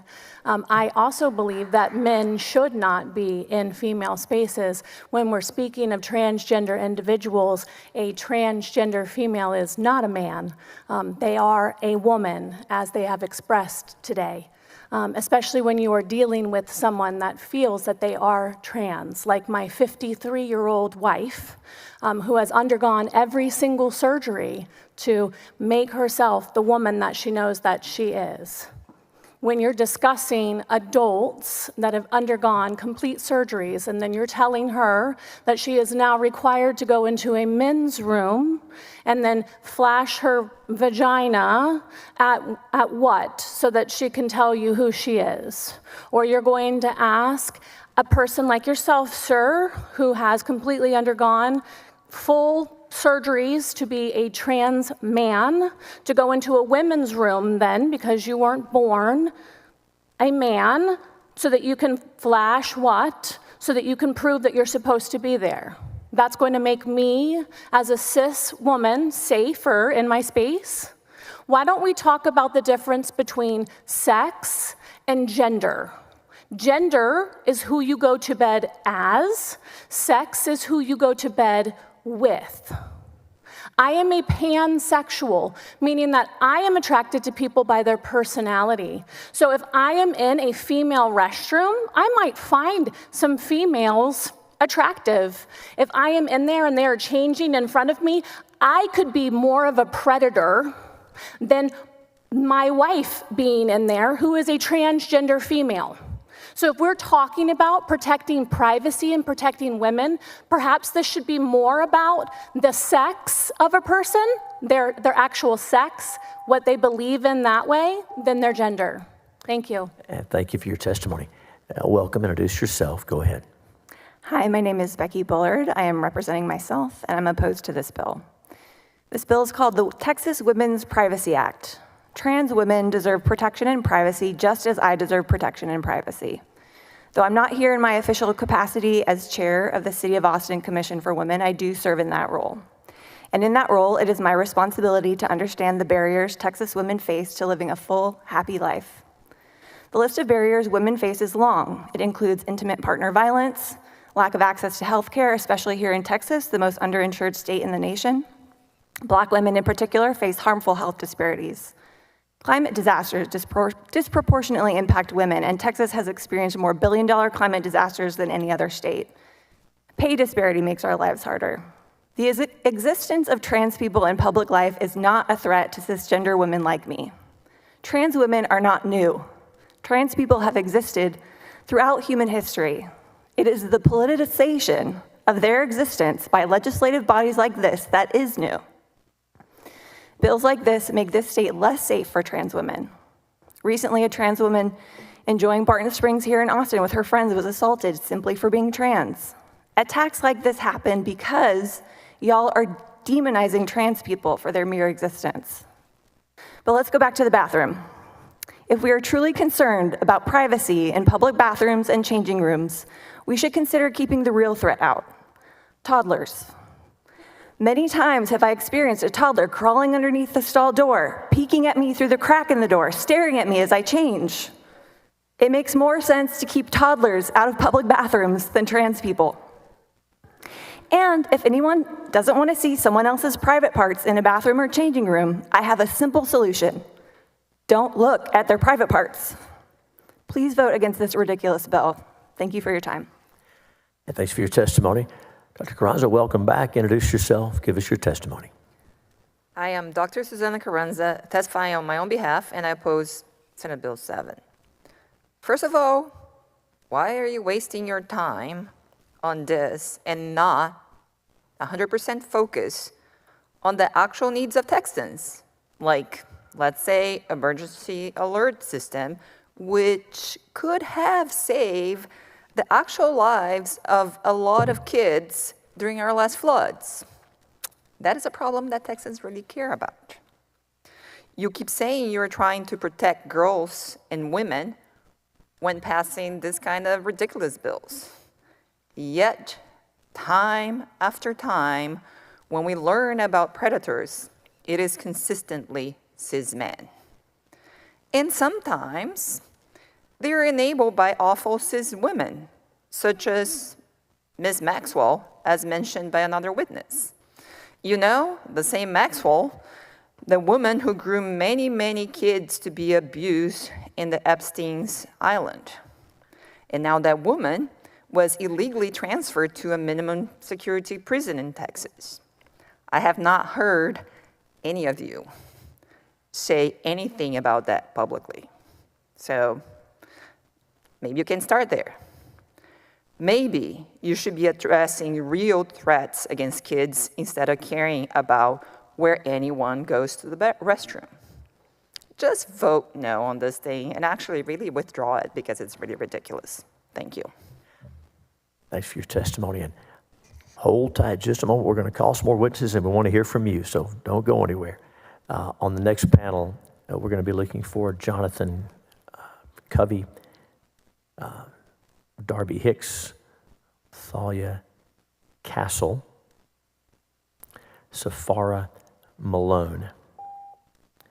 And all right, thanks. I know you were all set to go. Get close to the microphone, introduce yourself, and go ahead. Thanks. Hi, my name is Anna Eastman. I am a former member of the Texas House. I represented House District 148 briefly. I have testified in front of you before against these issues. I am also a former member of the Houston ISD School Board. I served for 8 years, left before things got to the place that they are in now. I am a licensed master social worker and clinical supervision to get my clinical license. I am, most importantly, the wife of my husband Brad and the mother of Eli, Abigail, and Helen Eastman.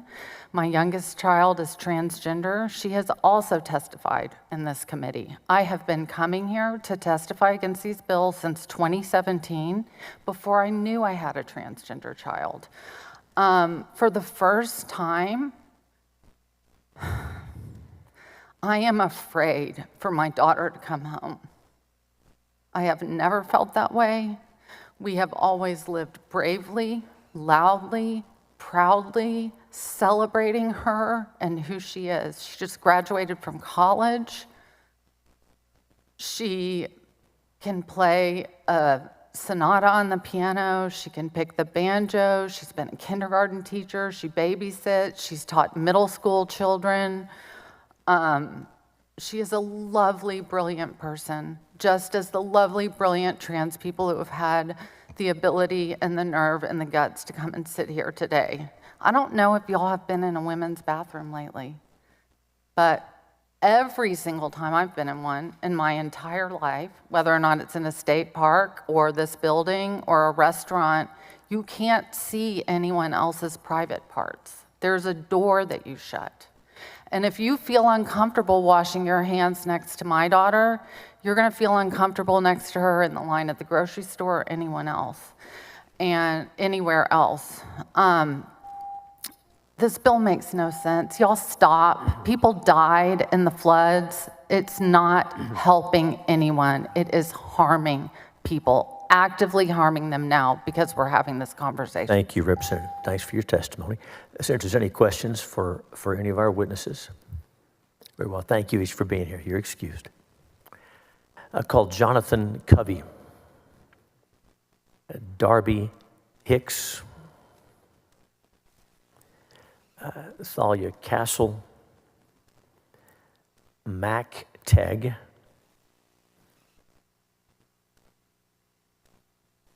Jonathan Covey, Darby Hicks, Thalia Castle, Mac Teg,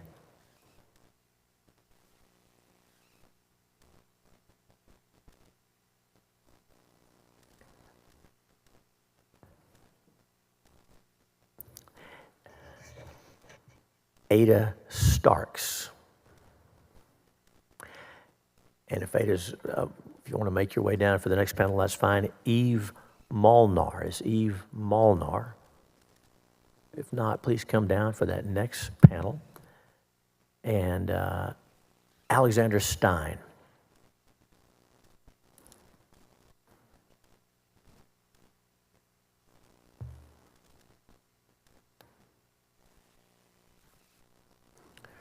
All right, welcome to each of you.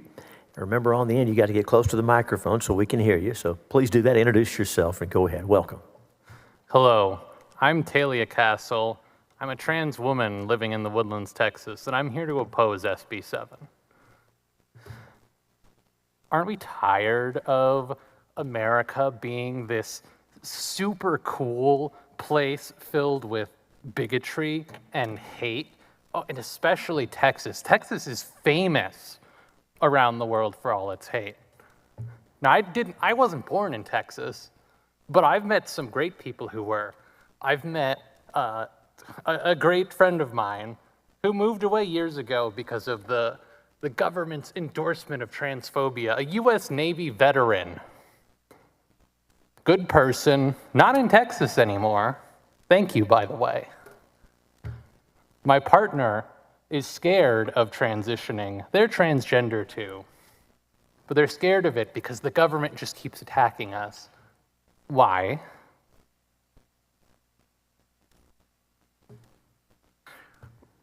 Gay people, black people, women, they all had to fight for their rights in this country.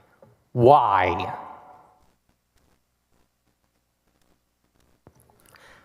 Why can't we, for once, see what has happened over and over and over again and take the chance to finally step into progress, to accepting people for who they are, for letting people live their lives?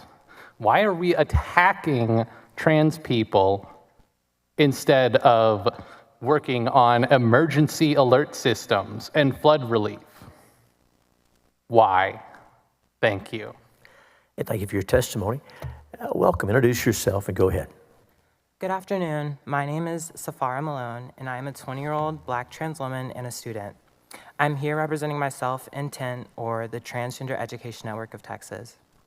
As a born and bred Texan and a product of Texas public schools, this bill is a disgrace.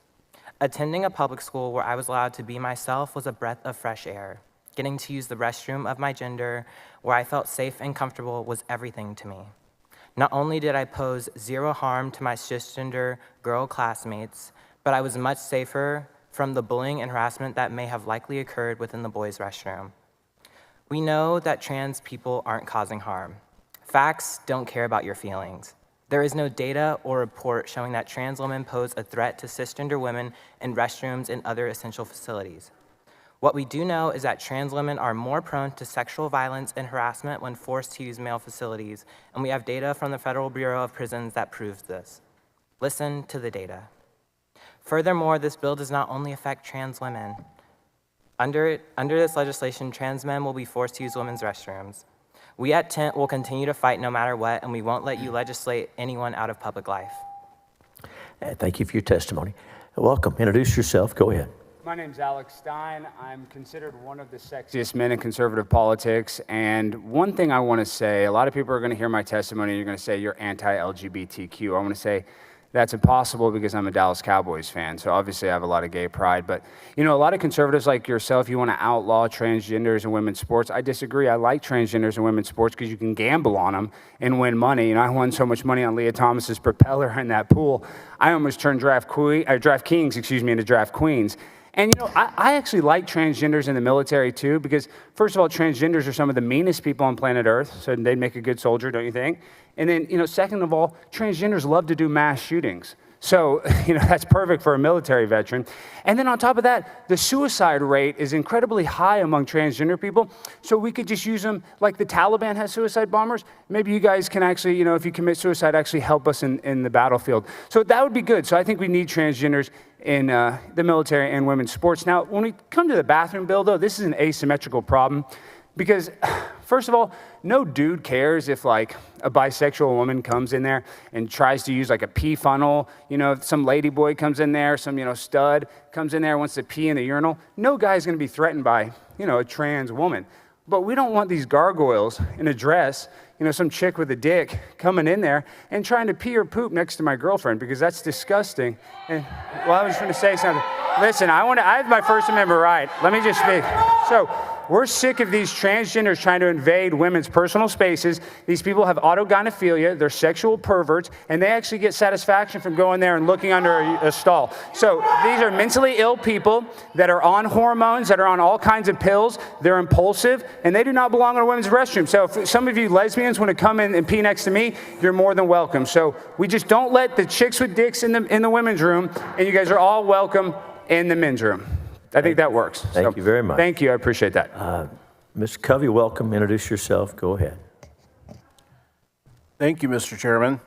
My name is Jonathan Covey. I'm the Director of Policy for Texas Values, and I'm testifying in favor of Senate Bill 7 because protections for women and girls in private spaces are long overdue, and common sense is finally starting to come around. Nowhere do we see this fight more evident and prevalent than in public schools. In 2023, Texas Values fought a battle at a Fort Worth charter school when activists attempted to force boys to be allowed in a award-winning all-girls choir and vice versa, potentially setting up scenarios where boys and girls could be sharing rooms or using common shower facilities. School districts across the state are either addressing this issue, they're attempting to address this issue, or they're being intentionally subversive and political with a bunch of unspoken shadow policies where officials claim they have no official policy, but in practice are consistently following a mode of operation for handling student privacy cases that everyone understands and rarely results in actual privacy for women or girls. These districts have taken proactive steps to address this issue in a constitutional manner. The ones that have not only find support amongst students and parents, but they also find victory in legal challenges that we could tell you about. On the academic side, children in K through 12 are being falsely taught with stunning success that gender and sex exist on a spectrum. However, we know from real and provable science that the sex binary is a biological reality. There are only two sexes, male and female, and that these categories refer to individuals whose primary sex organs are organized around what they produce. Even the federal government, notoriously partisan and slow to adopt change, now recognizes the biological reality of the sex binary due to President Trump's executive order. So I would ask you to support this measure. Thank you for your time. Thank you for your testimony. Now get close to the microphone so we can hear you, and go ahead. Hi, my name is Mac Tagg. I'm here to oppose this bill. Let's see. This bill is another flimsy attempt to attack the current scapegoat, which happens to be trans people today. This bill will harm a multitude of people. It will not help anyone. Here are some actual things that would help women and children. Guaranteed paid family leave, including maternity, paternity, and sick leave. Universal access to reproductive health care, universal health care, free or subsidized maternal care, free mental health coverage, free child care programs and after-school programs, universal pre-K for 3- and 4-year-olds, living wages and benefits for child care workers, living wages for anyone, $20 minimum wage and equal pay laws that are enforced, tax credits for caregivers, access to free transportation for single mothers and working families, access to safe housing, gun reform, free school meals for all children, flexible working hours and remote work opportunities for working families. These would help. Controlling the bathroom won't help anyone. So, thank you for actually coming back out here to hear the people talk, the people that you are interested in harming. And I feel bad for people like these two guys who spoke before me who have no clue and just want to hurt people, I guess. I don't know, maybe they weren't hugged enough, who knows. This guy over here, his girlfriend is a saint. His girlfriend is a saint for putting up with his ignorance. Please do the right thing and vote against this bill. Thank you for your testimony. Members, any questions for any of our witnesses on this panel? Thank you for being here. You're excused. Calls Aiden, we call Aiden Vega, Isabella Vega,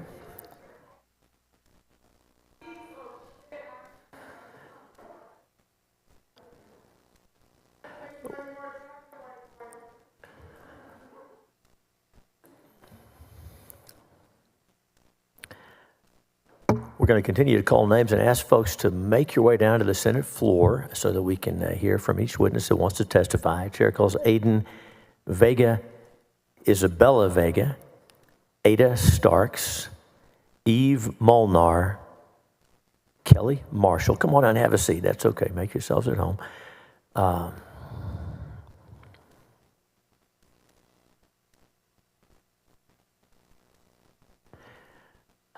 Call Cecily Saylor.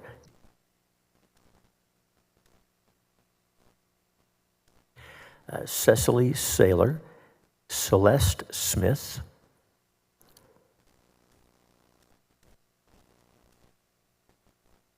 and if you're up in the gallery, don't break your neck getting down here. We'll get you on the next panel, but do please make your way down so that we can hear from you. Spencer Cook.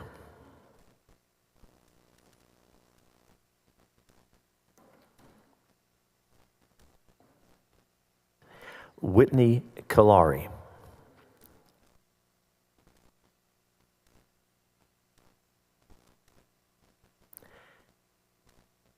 Alicia Castillo.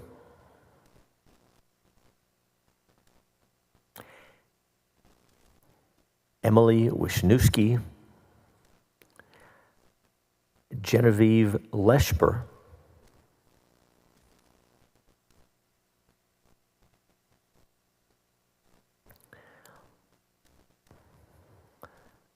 All right, please have a seat. Welcome, and if I called your name, please make your way down to the Senate floor if you're not here already, so that we can get you coming up on the next panel. Thank you for working with us so that everybody can testify. And so thanks for your patience. Get close to that microphone, introduce yourself, and go ahead. Hello, members of the committee. My name is Ada Starks, and I'm here to testify against SB 7. I'm a native Texan and a transgender woman. I worked in the software industry, and in my spare time I like to make music, write in my journal, and go on neighborhood jogs. I'm also working with a gestational carrier to have a baby, and if the ultrasound in 7 days shows a heartbeat, then next week my daughter will be born and I'll be a mother. Please cross your fingers for me. I've never been so excited for anything in my life, but it won't be all sunshine and roses. My nights will be sleepless, the laundry will be endless, and I'll be constantly worried about my baby. It will be hard, and if this bill becomes law, it will be even harder. It will turn the simple act of going to the restroom into a constant risk assessment. I'll have to ask myself, is anyone watching the women's room? And if so, will they follow me in and confront me? I could use a family restroom if there is one, but sometimes those are closed for repair. So maybe I just shouldn't drink water while I'm out and hold it until I get home. After all, what's a little dehydration? But it's not hard to imagine a case where I am sleep deprived and recovering from a stomach flu, but I need to go to the store because I'm out of diapers and baby food, and so I end up having to use the restroom only for someone to confront me, and then a security guard comes over, and suddenly my baby starts crying, and then I start crying. Men, seeing me as a woman, have made unwelcome advances on me. They have rested their hands on my waist and tried to follow me to my car. I don't feel safe using the men's room. Instead, I use the women's room because women see me as a woman, because I am a woman, and because I feel safe around other women. Please don't make me feel unsafe. Please don't pass SB 7. Thank you for your time. Thank you for your testimony. If you would introduce yourself, your position on the bill, we look forward to your testimony.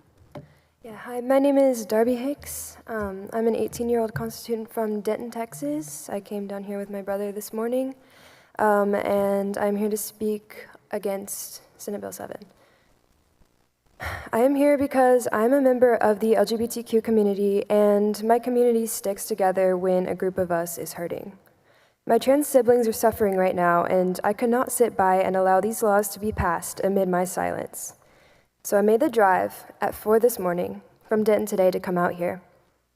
This last spring, one of my acquaintances, a nephew of a family friend, was violently assaulted in their school bathroom after being marked as transgender. When the school began to pressure trans students to use the bathrooms aligning with their gender assigned at birth, these students were not only put into uncomfortable situations, they also became targets.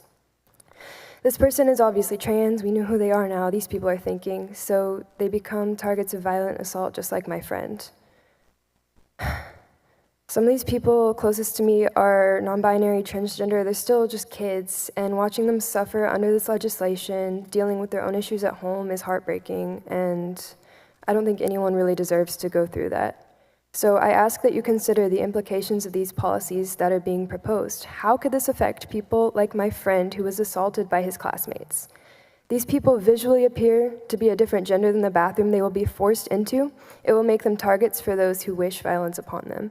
I know why this bill is here, and I don't see it as an act of protection against women. I am a cisgender woman, and I would feel safe with a transgender woman in the bathroom with me. If a man was to come into the bathroom to assault me, he will anyways, bill or not, and that is entirely separate of an issue from allowing transgender people into this space they feel most comfortable in.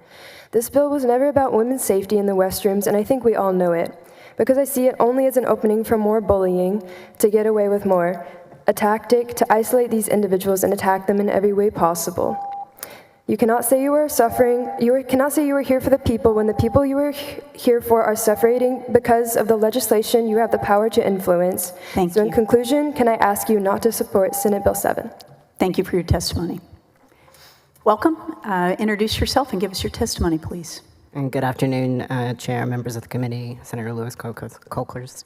My name is Kelly Marshall, and I'm here representing myself in the National Association of Social Workers, Texas chapter. I'm testifying in opposition to SB 7. I'm speaking today on behalf of social workers across our state who are deeply committed to the safety, dignity, and human rights of all people, including women, children, and transgender and intersex Texans. We strongly oppose SB 7, a bill that would further restrict sex segregation spaces, including restrooms and locker rooms and facilities and institutions owned in part or in full by the state government, based on rigid, narrow, and ultimately harmful definitions of gender. This would include detention centers, schools, libraries, shelters, and spaces where vulnerable populations are seeking assistance. As social workers, we know that public spaces must be safe and accessible to all people. This bill does nothing to advance safety. It only invites greater harm. This bill does not effectively protect women and children. It endangers transgender and intersex people who are already 4 times more likely to experience harassment and violence than cis women. It places all women under a microscope, asking them to somehow prove they look enough like a woman to use a restroom. SB 7 states a political subdivision of state agencies shall take every reasonable step to ensure an individual whose biological sex is opposite to the biological sex designated. That's the bill itself. What does take every reasonable step mean? How will you effectively enforce this bill? Does that mean demanding every person present a birth certificate before entering the restroom? Does that mean every person will be physically inspected before entering the restroom?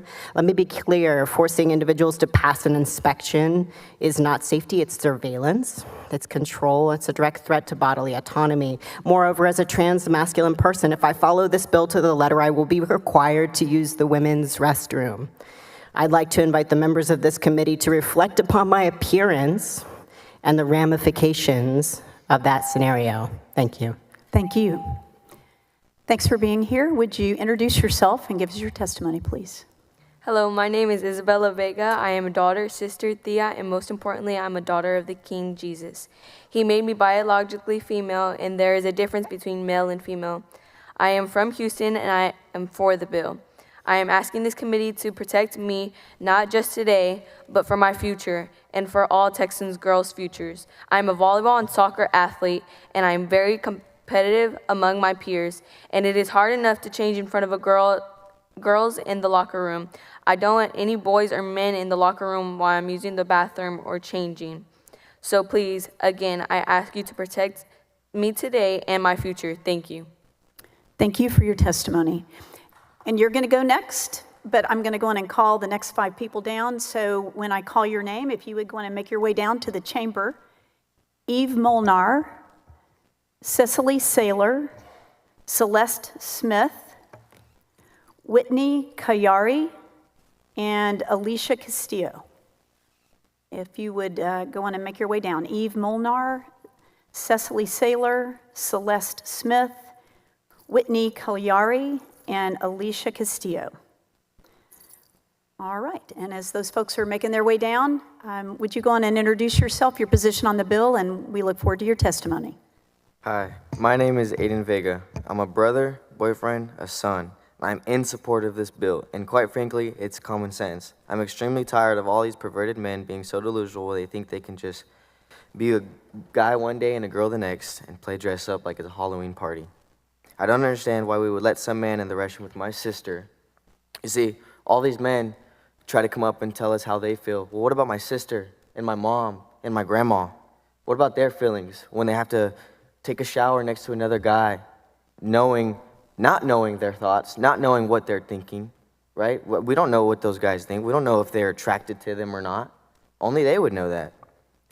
It's very disturbing. Imagine how traumatic that could be for my little sister to see some random guy in the restroom with her, right? She's small. She can't protect herself. Who knows what those guys are thinking or what those guys are trying to do? Whether they think they're women or not, they're not. They're men. Please help me protect my sister, my mom, my grandma. As you guys are supposed to be in support for the people, I need y'all's help to protect not even just my family, but the women of Texas. Thank you. Thank you for your testimony. Appreciate it. Members, are there any questions? Senator Middleton? Here, Isabel, Aiden, I know y'all had to get up very early this morning. And, you know, this is a big building with a lot of people in it. There have been a lot of raised voices today, and I want to thank you for your boldness in coming here and standing for what's right and for all the daughters of our great state. So thank you. Of course. Thank you, Senator. All right, thank you. We appreciate you being here. You're excused. Eve Molnar, Cecily Saylor, Celeste Smith, Whitney Kayari, and Alicia Castillo. And I think I may keep going. I may have a few more here.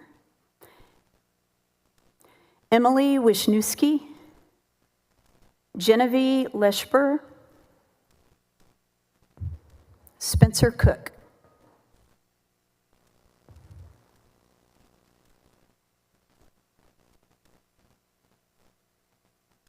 All right. If I have called your name, go on and make your way down. We still have 2 spots available.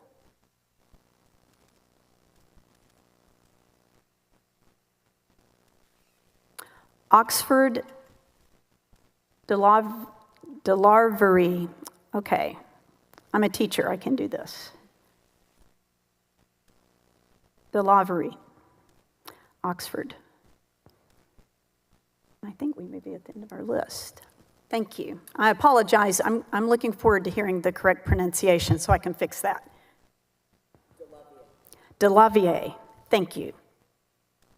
All right.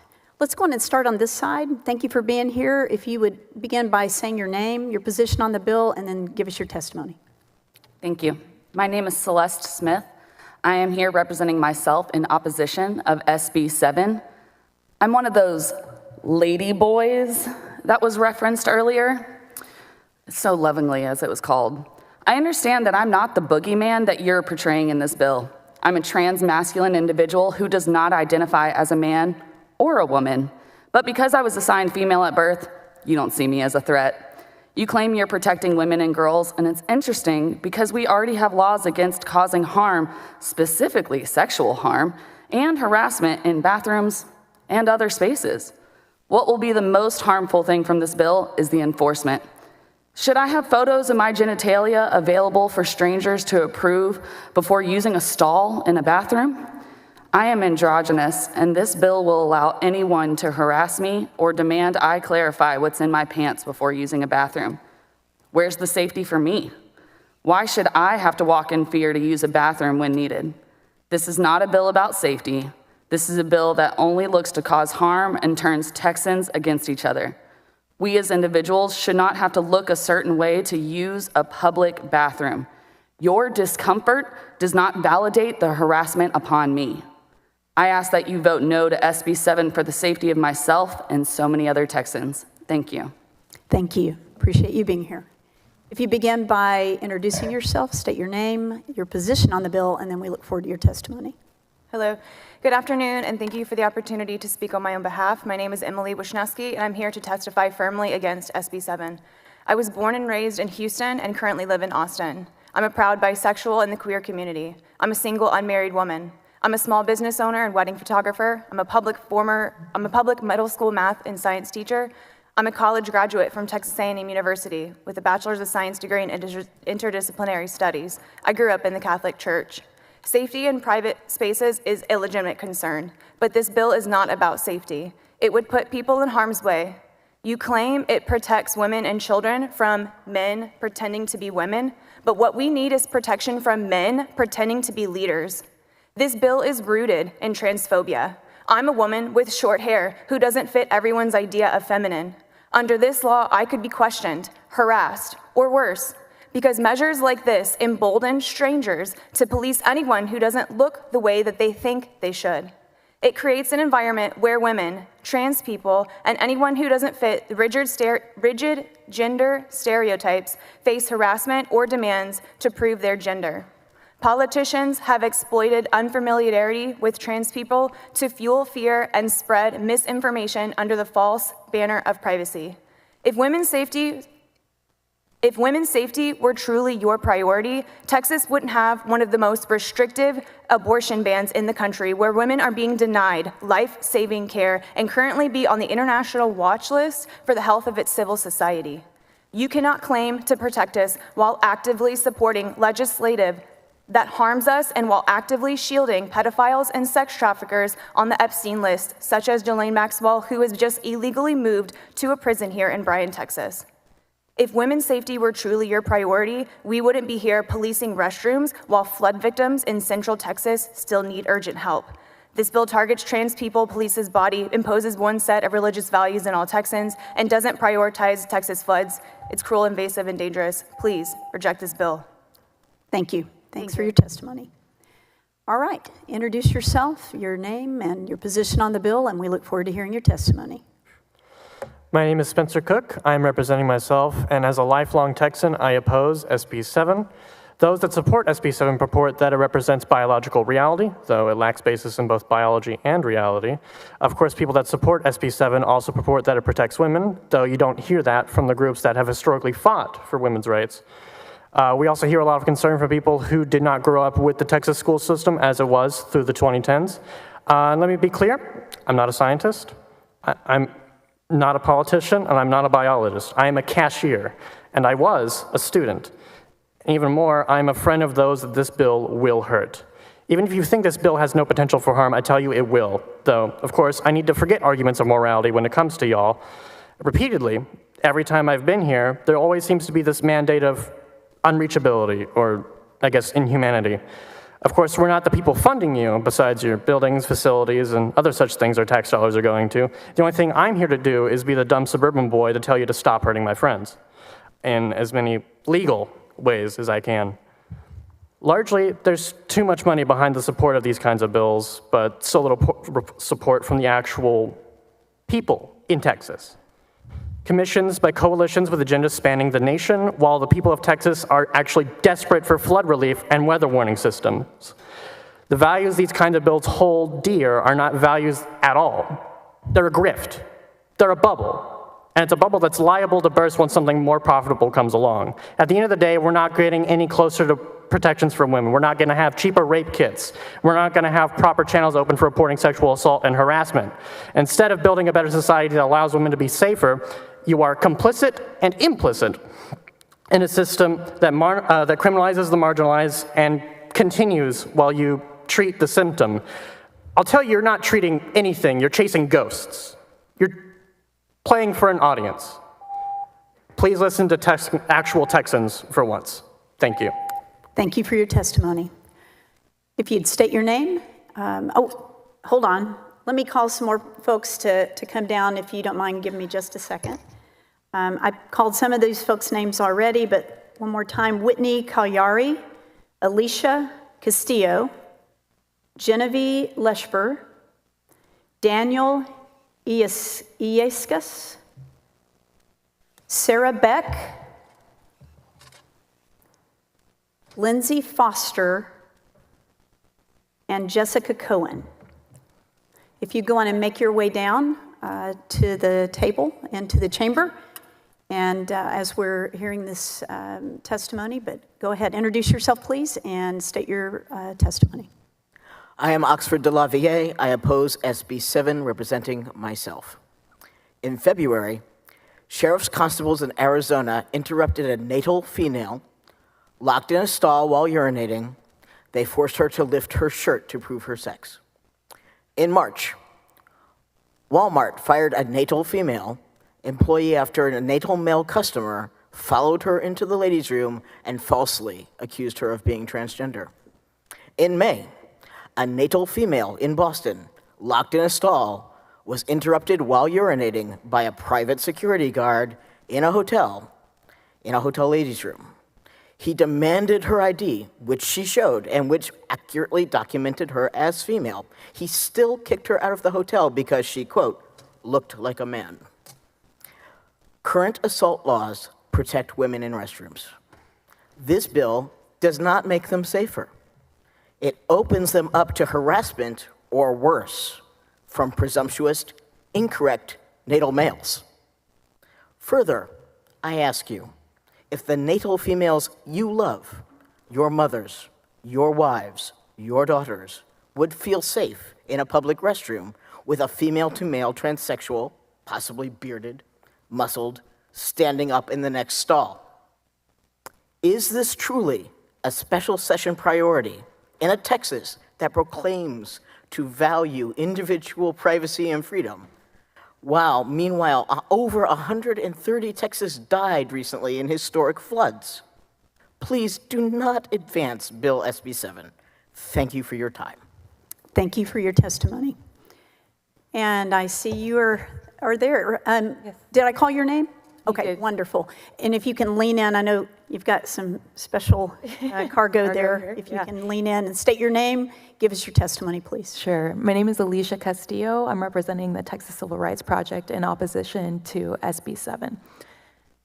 We're opposed, of course, because of the discriminatory nature of this bill. We believe it'll harm trans and gender-expansive Texans all across our state, and are opposed on those grounds alone. But I wanted to also just mention the fact that we feel like, bless you, conflicts with federal law. The Prison Rape Elimination Act currently requires that prisons and jails, detention facilities establish who should be where on a case-by-case basis, which is extremely important for the safety of all people who are detained in the state. And so out of 232 jails that we have, over 50 prisons that we have, I think it's really important that we trust our correctional leaders to make the decisions that are going to be safest for the people that they're responsible for detaining.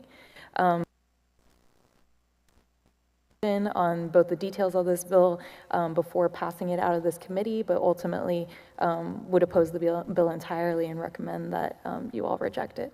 Thank you. Thank you for your testimony. Members, are there any questions for the witnesses? All right. Thank you so much, all of you, for being here. You're excused.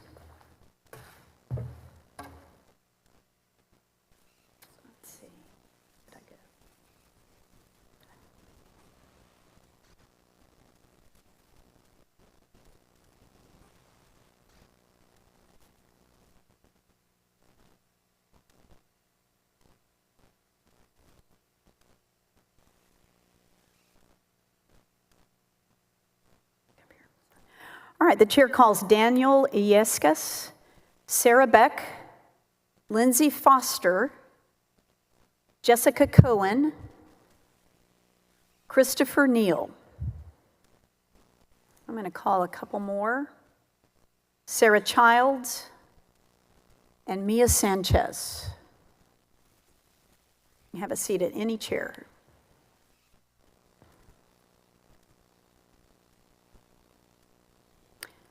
And Paige Wallace.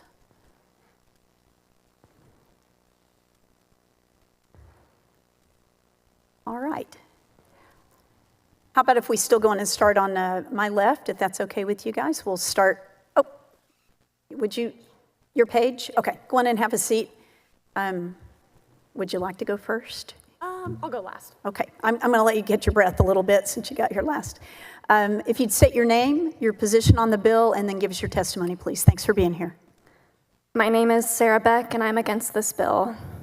I'm a commercial interior designer. Bathrooms and locker rooms are heavily designed and regulated spaces per ADA, IBC, TOS, etc. They are designed to be accessible to every person. Because single-user restrooms are not mandatory, this bill would ban gender-diverse folks from these essential spaces in public life, violating their human and civil rights. By defining sex based on genitals and chromosomes and mandating state agencies to take every reasonable step to ensure an individual whose biological sex is opposite does not enter, I fear that some will consider a reasonable approach to be physical or visual genital inspections. This bill is shameful, and naming it the Women's Privacy Act is a complete sham. It's a guise to allow easy accusations and subsequent penalization of public facilities like schools, libraries, parks, event spaces, and domestic violence shelters. We don't need police officers or staff members inspecting our bodies in order to use the bathroom, and we don't want to see these pillars of community fined out of existence due to the ridiculous task of verifying everyone's genitals. As it stands right now, on level E2, there are 2 family restrooms. If a family with one of their children older than 9, or even a co-ed group of friends were to enter this bathroom together, they would violate this bill. Embarrassingly, under section 3002.035, subsections 1 and 2A, a dad and his 4-year-old son could use the women's restroom together and not violate this bill. And who's going to verify which disabilities can use aid? About 80% of disabilities are hidden, such as PTSD, epilepsy, or chronic pain. This is ridiculous. This bill is so long just trying to explain who can use which bathroom and when, and it still doesn't make sense. Bathrooms are already clear enough, and we have laws against assault. If you want to protect women, then tell our judges to start holding abusers accountable and change the standards to require single-user restrooms, which would give fearful folks the autonomy to choose where and how they conduct their autonomy and private business without policing every single person who needs to use the restroom.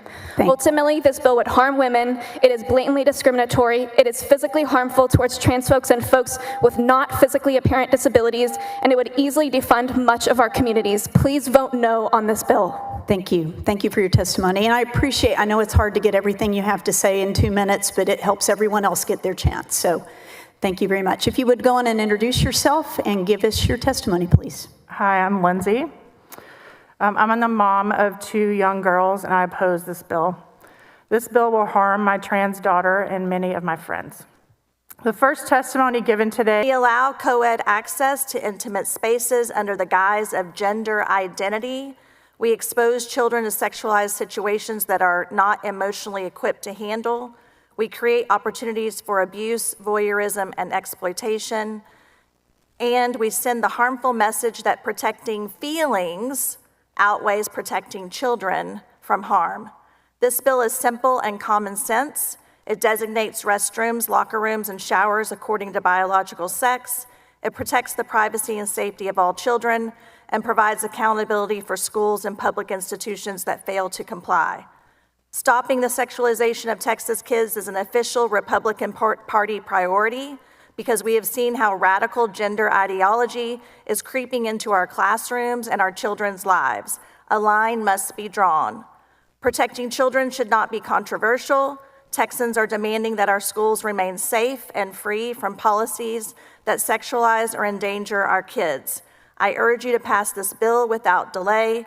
Thank you to both authors, Senator Middleton and Representative Swanson. Thank you. Thank you for your testimony. And before you begin, I'm going to go on and call a few more folks to make their way down to the chamber. If you don't mind, give me your patience for just a second. Ryan Pascarella, Sadie Hernandez, Molly Voiles, Mari Peterson, Carrie King, and Taylor Fox. Ryan Pascarella, Sadie Hernandez, Molly Voiles, Mari Peterson, Carrie King, and Taylor Fox.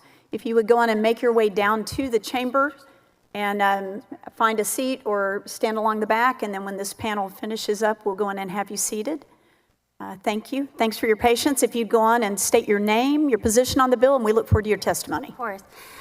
Good afternoon. My name is Emily Luba. I live in Senate District 14, and I'm asking you to vote no on Senate Bill 7.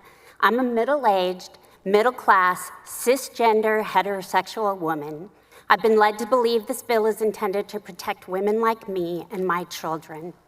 I'm married, and my husband and I both have very good jobs in the tech industry here in Austin. We have children in middle school, high school, and graduates of universities here in Austin. We donate to campaigns, and we pay property taxes in multiple counties in Texas. I'm also a cancer survivor who's had radical bilateral mastectomy and reconstruction, so I know a little something about gender affirmation as well. I was raised in a Christian community of faith. My sister's an Episcopal priest, and we have a belief that we should lead with love. But this bill and much of the legislation that comes out of the state of Texas leads with fear. It claims to be based on protecting individuals, but sets entire segments of our population up for discrimination and violence. This bill claims to want to protect women in prisons, in school, and in other public places. But if we were interested in protecting these people, we would focus on real reform, on how we manage our prisons, on how we prosecute sexual assault on campuses. We would enact real reform to child protective services here in Texas, which continues to leave our children behind. We've heard repeatedly here today that there is zero evidence of trans women attacking women in restrooms. And we have ample evidence of cisgender men attacking women. We know that suicide is a bigger issue than the ones you claim to be addressing here. We know bullying and violence are bigger issues than the ones you claim to be addressing by this bill. We know that gun violence is a bigger issue than the ones you claim to be addressing by this bill. But once again, the state of Texas is focused on legislating hate. I'm asking you, what would it look like if you led with love? Thank you. Thank you for your testimony. Members, are there any questions for this panel? All right, thank you. Thank you all for being here. You're dismissed. The chair calls Ryan Pascarella, Sadie Hernandez, Molly Voiles, Mari Peterson, Carrie King, and Taylor Fox.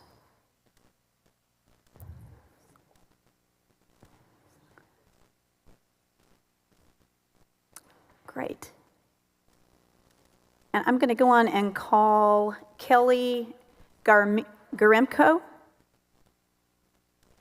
And I've got all my seats full now, but if you'll have a seat in the along the rail there, if I've called your name and there's not a seat at the table right now. All right. Well, thank you all for being here. Appreciate your patience.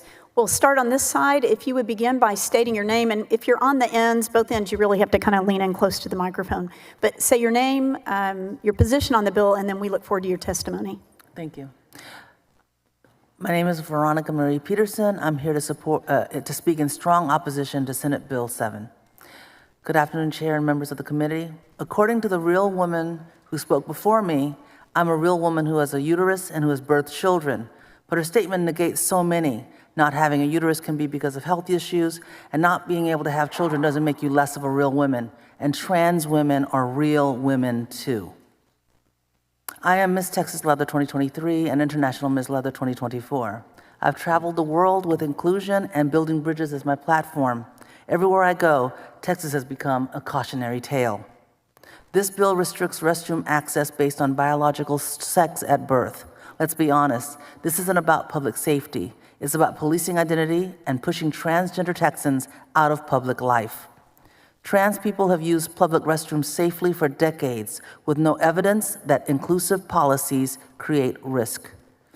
But research in pediatrics showed transgender youth denied restroom access experienced significantly higher anxiety, depression, and bullying. This bill isolates children, denies access to safety and public services, and manufactures a problem that doesn't exist. It tells every transgender Texan that their existence is a threat. Texas lawmakers can repeat past mistakes or lead with integrity. SB 7 is unnecessary, dangerous, and harmful. I urge you, vote no to SB 7, not because it's convenient, but because it's right. Thank you. Thank you for your testimony. Thanks for being here. If you would introduce yourself and give us your testimony, please. Good afternoon, everyone. My name is Molly Voiles. I'm the Director of Public Policy at the Texas Council on Family Violence. I have been an advocate standing with survivors of domestic violence for over 30 years. I'm here on the bill. I have a terrible voice, y'all. I'll get real close. So I have actually spent my entire life standing with survivors of domestic violence, over 30 years. We're here to testify on the bill today and be a resource. We know many of y'all had great questions. My colleague Jen offered some answers. I'm here to answer more.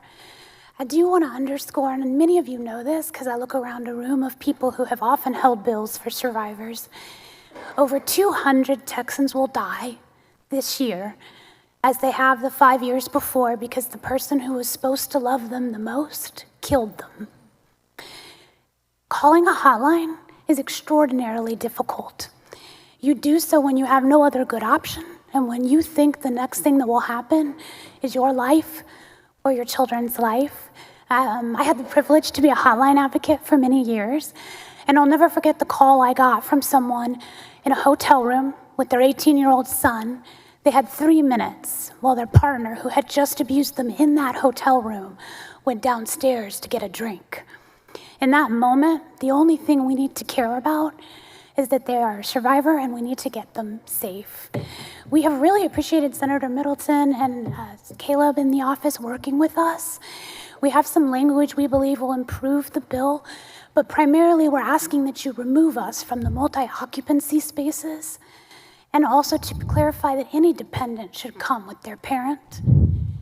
This means that survivors can stay with their children, and it will allow our programs to follow federal law, which asks that you serve everyone, and that you make sure that you have a protocol if you're choosing to be a sex-segregated facility, also in federal law. Happy to answer any of you guys' great questions, too. Thank you. Thanks for your testimony. Thanks for your work. Welcome. If you would state your name, your position on the bill, and we look forward to your testimony. My name is Carrie King, and I'm testifying against SB 7. I'm emotionally raw from recent events in this building. Many lingering gazes out there in the nation and world are wondering how long Texas government will deprioritize issues that most Texans care about: disaster relief and equitable access to representation, healthcare, and education, to name a few. The sheer fact that we're here proves that Texas government is officially deaf, dumb, and blind to their constituents. Stop attacking this most precious and vulnerable community. Trans people deserve the same respect and human rights as anyone else. Furthermore, as was stated by other constituents, those who care to learn anthropological history of the ancient world are well aware that transgender individuals have existed as long as people have existed. Stop this ludicrous and ignorant offense on people different than you. As a cisgender female who's used public bathrooms and showers my entire life, both here in Texas and in various locations across our country and abroad, I can attest to the fact that there is no credible threat instigated by trans women against cisgender women in public restrooms, showers, and locker rooms. I spent the bulk of my youth in the Montrose district, an area in downtown Houston, well known as a longtime sanctuary for the queer community. I grew up around those who don't fit into neat male or female boxes. Hands down, the queer folk I've had the pleasure to come across in my life have been the most nonviolent, the most inclusive, and the least threatening. This bill is built on fear and xenophobia, and nothing good ever comes from fear, ever. This continued waste of time and taxpayer dollars on these embarrassingly closed-minded attempts to treat trans people as though they are subhuman must stop. We know we can scream and cry about this until we're blue in the face and it won't change the imminent passage of this bill, but what you resist will persist. Trans friends, we see you, we love you, you are safe with us. Fear may prevail for now, but in the end, love wins. Thank you. Thank you for your testimony. Thank you for being here. If you would state your name and then give us your testimony. Hi, my name is Sadie Hernandez. I use she, her pronouns, and I am here to testify against SB 7. And this isn't the first time that I'm testifying against a bill like this. I've spent the last over 10 years working with the trans community, and I'm now proud to be part of the Transgender Education Network of Texas. And one thing I want to bring up is the history of this bill and the fact that nobody on this committee is trans, nobody who was involved in the writing process of this bill is trans, and nobody who is in favor of this is in community with trans folks. Why? Because in order to be in community with trans folks, you have to have compassion, empathy, and you just have to be a cool person, which unfortunately not everyone fits that bill. But what is going on with this is a witch hunt, a scapegoating of Texas leadership failures. And honestly, this bill and all of the bills like it before have been nothing but disrespectful and written in bad faith. All Texans need to use the bathroom. All Texans need support when it comes to disaster relief. And all Texans need to be left alone. We deserve our right to bodily autonomy with abortion, with trans issues, and honestly, just the ability to go to the bathroom without being harassed. I, as a cis person in this building, have been harassed by conservatives who are witch hunting in the bathroom, looking under stalls, and honestly fighting each other. And this is honestly really ridiculous, and these women should be embarrassed. So I don't want folks to be belittled by botched turfs or conservative chasers. Y'all aren't afraid of trans people. Y'all are afraid of accountability. Thank you. Thank you for your testimony. And if you don't mind holding for just a second, I'm going to call some more folks to go on and make their way down to the chamber. The chair calls CJ Grisham, Cindy Asmussen, Taylor Fox, Kelly Garemko, and Priscilla Johnson. CJ Grisham, Cindy Asmussen, Taylor Fox, Kelly Garemko, Priscilla Johnson. If you would go on and make your way down to the chamber, and we'll have you seated for the next panel.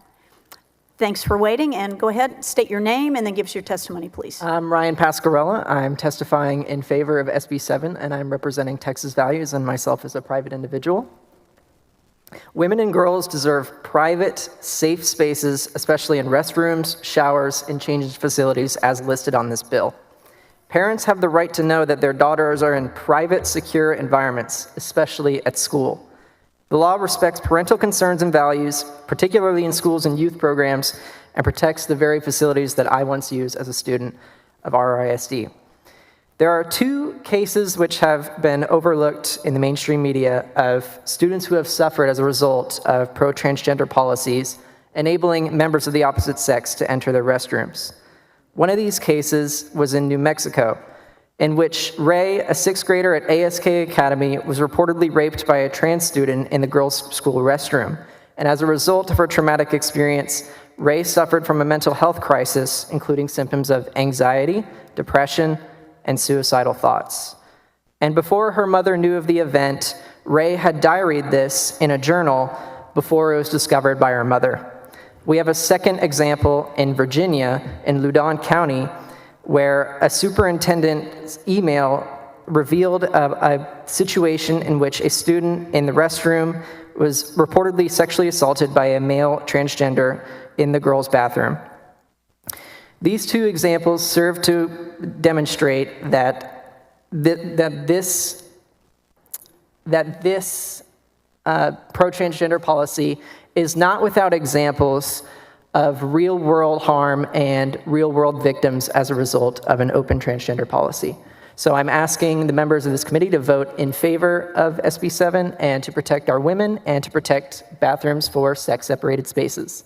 Thank you. Thank you for your testimony. Members, are there any questions for this panel? Thank you all so much for being here. You're dismissed. The chair calls CJ Grisham, Cindy Asmussen, Taylor Fox, Kelly Garemko, Priscilla Johnson,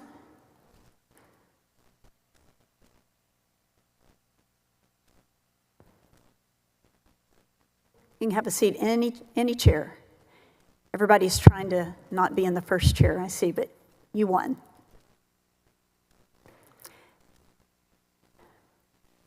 All right, and I'm going to go on and call, just so people can get ready to go on and come down. I'm going to call one more time. That it? Okay. I'm going to go on and call Fran Rhodes and Stephanie Burku. Fran Rhodes and Stephanie Burku. If you could go on and make your way down to the chamber, and you'll be on our next panel. Thank you all for your patience today, for being here, and if you would begin by stating your name, your position on the bill, and then we look forward to your testimony. Again, appreciate everyone keeping it to 2 minutes so that everyone has a chance to testify. We want to hear from everyone. Thank you. Go ahead. Thank you. My name is Priscilla Johnson. I'm here to oppose SB 7. I am your current Miss Texas Leather. I oppose this bill. I represent a community, a family of people who are bonded by their love of Texas and their passion for the safety that comes from human equality. You represent Texans. I also represent Texans. I am also the mother of 2 beautiful children, 12 and 15. They are happy, charismatic, intelligent beings that light up every conversation that they have. Neither of my children fit the bathroom gender expression requirements. They'll be set by passing SB 7. How do you plan to make my children prove what genitals they have when they go into the bathroom? I'm also the owner of a commercial utility company. The bread and butter of my company is spent repairing the failing infrastructure in Texas at the cost of federal funding from our taxpayers.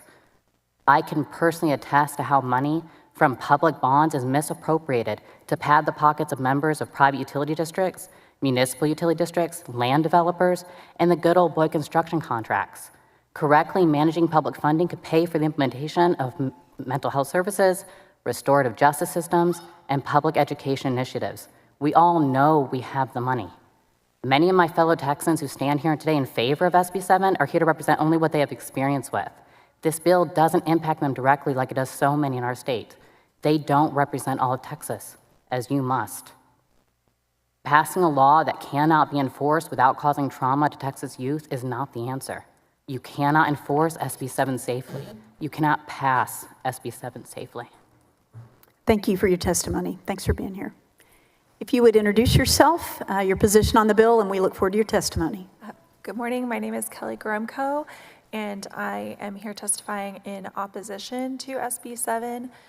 I am a lifelong Texan, a wife, a mom of a almost 7-year-old, and I've had the privilege of having my gender appearance, for the most part, conform to gender stereotypes that match my birth certificate. So I would like to share with you my perspective using the women's restroom.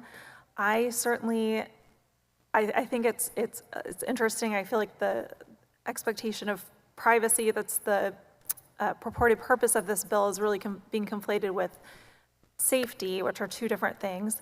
But in a multiple occupancy facility like a public restroom, I certainly have never had the expectation of having complete privacy, and I've always expected that I might see all kinds of people in that restroom, even though for the most part I might see people who present as being female.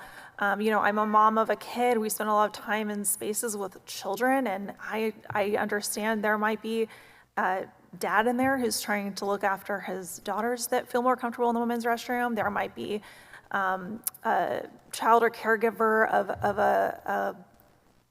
of a woman who wants to use the ladies' restroom, and maybe even like the men's restroom is out of order and a man needs to use the women's restroom.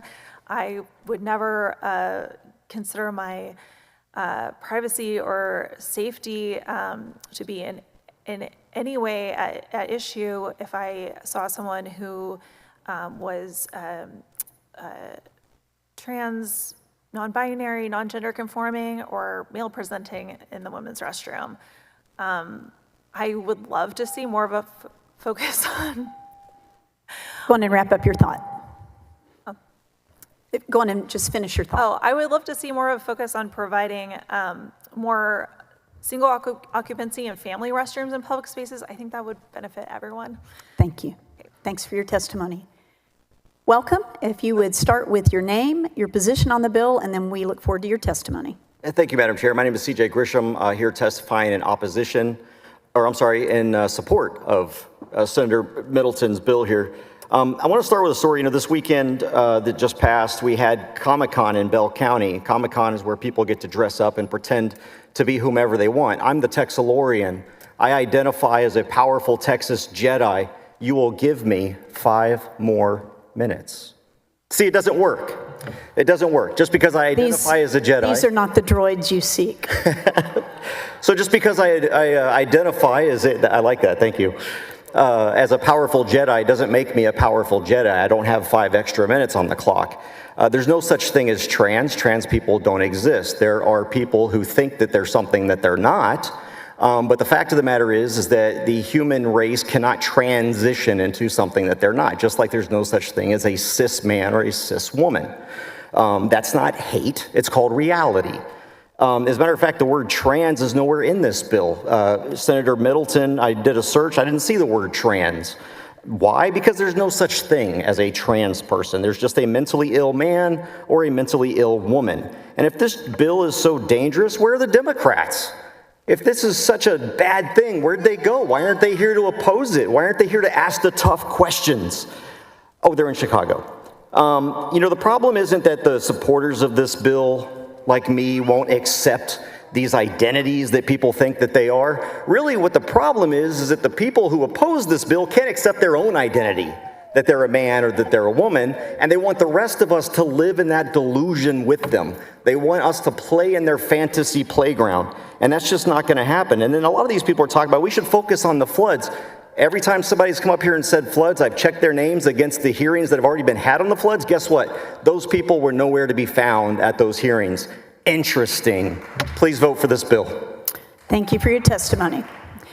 All right, go on and introduce yourself and your position on the bill and give us your testimony. My name is Cindy Asmussen. I'm the Public Policy Advisor for the Southern Baptists of Texas Convention, in which we have over 2,800 Texas churches, and we support SB 7. On behalf of the women and children in Texas, we implore you to pass SB 7 to keep intimate private spaces separate based on biological sex. It is dangerous and it is traumatizing for a child or woman to share a restroom, locker room, shelter, jail, sleeping quarter, or dressing room with the opposite sex. And while there are reported incidences to law enforcement or ones made public of women being forced to accept their privacy being violated in intimate facilities, there are many encounters that go unreported, such as my own family member who experienced a man that came into the women's restroom while she was in there alone. He entered the stall next to her, and it was a very startling experience for her that left her feeling very unsafe. I've also had friends that have experienced the same occurrence in dressing rooms, and it is a violation of privacy and safety to be in a state of undress with the opposite sex. I was contacted by a mom whose high school child was traumatized when a male student walked in while she was undressing in the girls' locker room, and without anyone knowing, the district had approved him to use the girls' locker room because he claimed to identify as a female. The young girl was forced to accept it or to go home to change each day on her lunch hour. Several years ago, right here in Austin, an 8-year-old child in the Austin Public Library was sexually assaulted by a man who entered the restroom without anyone attempting to stop him from entering that private space or even thinking that that was abnormal. So this ideology of fluid sexuality undermines science and the basic understanding that human God, distinctly male and female in reflecting an embodied existence with substantive differences, including at the objective scientific level of genetics, anatomy, physiology, psychology, and reproduction. The number one role of government is public safety, law, and order, and women and children must be protected. Thank you for SB 7. Thank you for your testimony. All right, before we go on to our last person on the panel, I'm going to go in and call a few more folks down.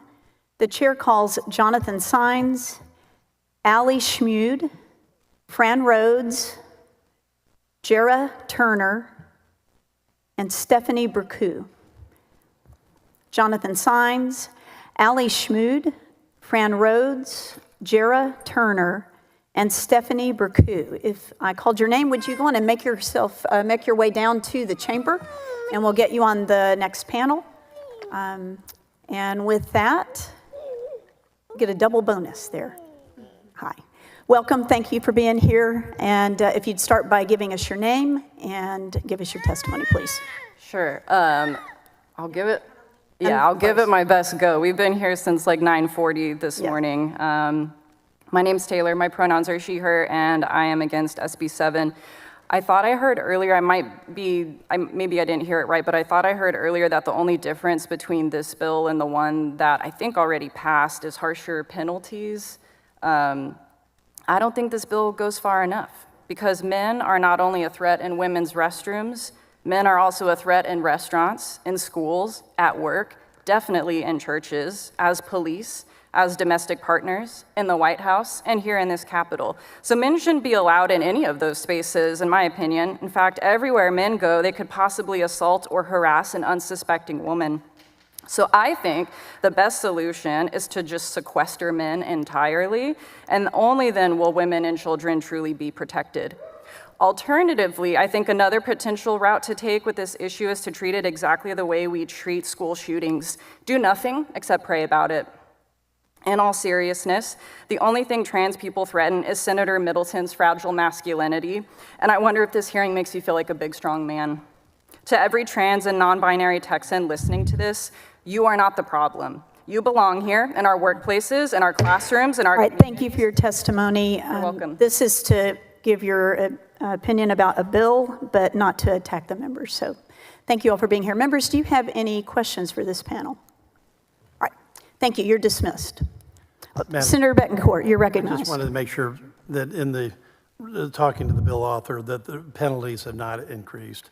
Okay, at least from the 240. Thank you. And that is probably the most patient child in the state of Texas. He's the most patient child after 940. That's right. All right, thank you. The chair calls Jonathan Sines, Allie Schmude, Fran Rhodes, Jara Turner, Stephanie Berque, David Rogers. Schmude is the right pronunciation? Sorry about that. All right.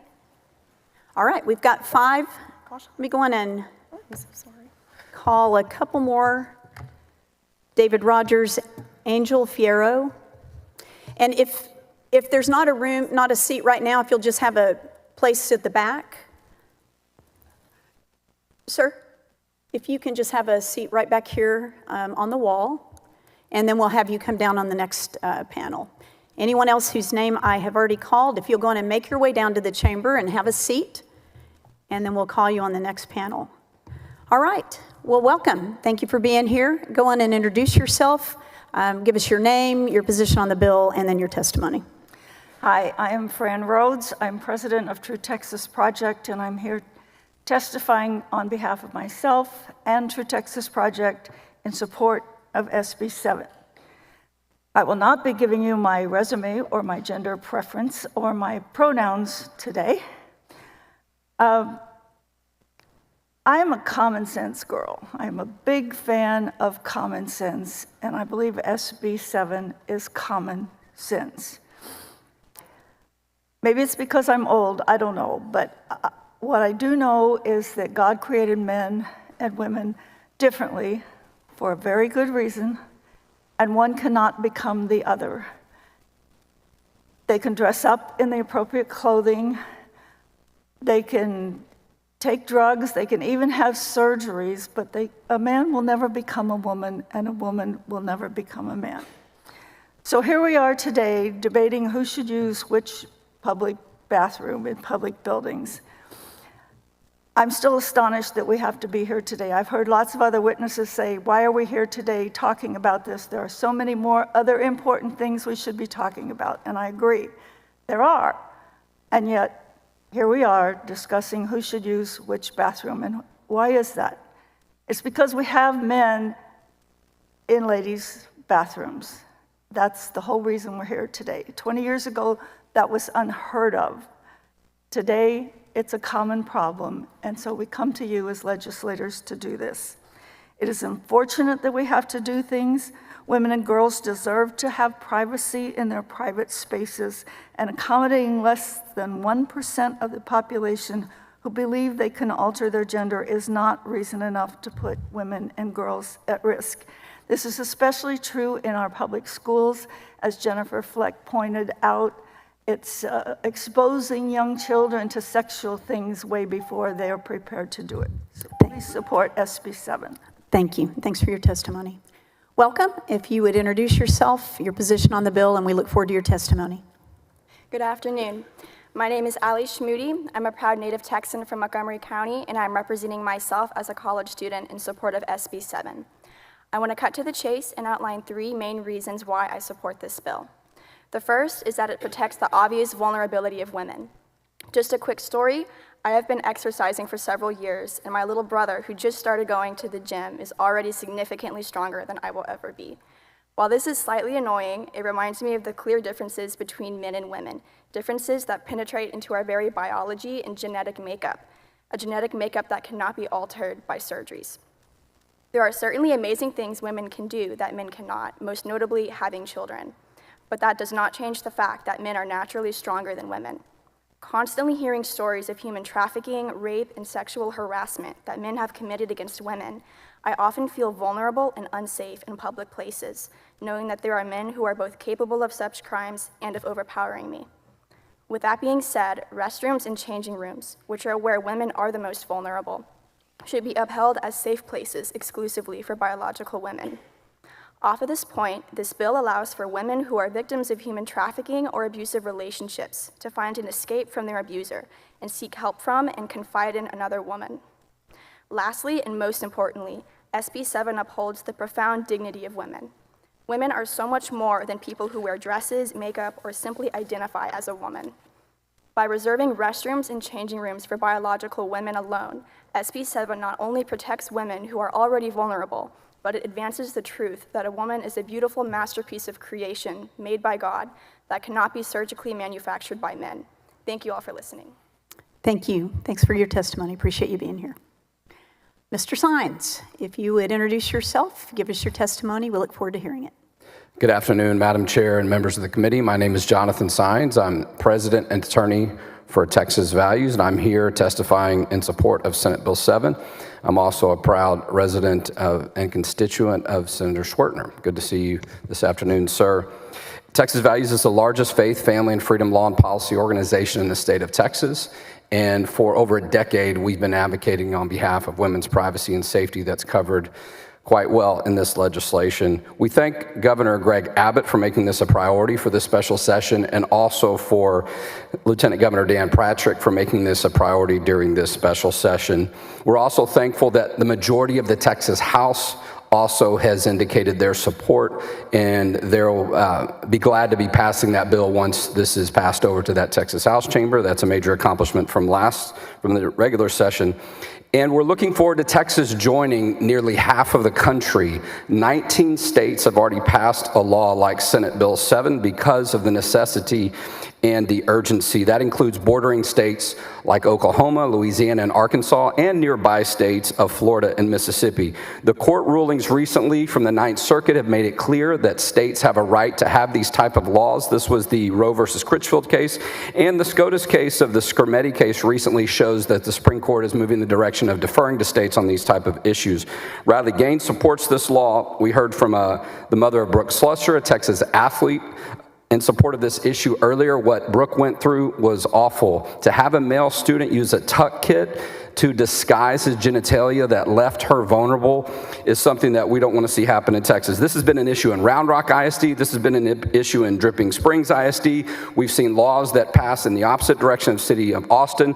It's clear that local governments are being met with this issue, and they need some guidance, and they need statewide support, not a patchwork. And I'm also the father of a 15-year-old daughter. So I ask you, do not erase women and girls, protect privacy. Thank you. And thank you for your testimony. Welcome, introduce yourself, go ahead. Hi, my name is Stephanie Burkew. I have the privilege of being a cisgender woman who almost everyone, if not everyone, will take me at my word that my identity matches my sex assigned at birth. I am an ally to my trans family members, friends, and strangers. I am strongly opposed to SB 7. The author of this bill has stated this is to protect women's privacy and dignity. I see this bill harming all women's privacy and dignity. Countless people before me have explained how it will do harm. Go back and listen to their testimony. All humans deserve privacy and dignity. If your goal is to protect privacy and dignity in public restrooms, it would be more helpful to change building codes to require single-person user restrooms with doors that seal fully. Women's privacy is violated by bathroom stalls with cracks between the doors and the material it is hinged to. As mentioned by a previous speaker, women's privacy is violated by curious children who peek under walls or through cracks in the door. No one is asking you to ban children from a restroom because that would be ridiculous. If your goal is to protect privacy and dignity, change the structure of the facility so it provides privacy and dignity. Everyone deserves the right to use the restroom facility with privacy and dignity. In the last 5 to 10 years, I've noticed a trend of general neutral single-stall restrooms in both private and public places. These spaces make restrooms more accessible and safe for all. This makes restrooms more accessible. There often is long lines in the women's restroom, and the men's restroom either has no line or no one in there. Having single-stall, single-use restrooms allows everyone access to that restroom. It allows people who don't feel comfortable in the restroom with people that are their same gender, same sex, to have a place to have privacy and dignity while they go to the restroom. And I, again, encourage you to vote against SB 7. And thank you for your testimony. Before we start, hold tight, we're going to call a few more witnesses to be ready for the next panel. So thank you for bearing with us. On the next panel, we'll be looking for David Rogers, Angel Fierro, Martha Fierro, Abby Fierro, Zulema Villalobos. And so if I've called your name, please make your way to the floor of the Senate or close by so that we can hear from you shortly. Thank you for waiting. Get close to the microphone, introduce yourself, and go ahead. Of course, thank you. I'm Jared Turner. I'm testifying for myself. I am for SB 7. I'm a sergeant in the Guard. I'm a firearms instructor, and I'm a rape survivor. I don't think, just to be clear, I don't think the trans community deserves any harm. As a matter of fact, I have defended a trans person from being bullied in a military setting, but I want to remind everyone that transgenderism is a choice. And I don't have to defend a lifestyle to defend a life, but that's where it ends. Because it is ridiculously audacious to wake up one day, decide you're a woman, and think you're owed automatic access to our spaces, and that I'm supposed to change my clothes in front of you without hesitation. Trans women are not women. I am tired of this lie. I don't get to go to the lion's den at the zoo because one day I decide I'm Mufasa. Like, I just don't get to do that. So you get to be...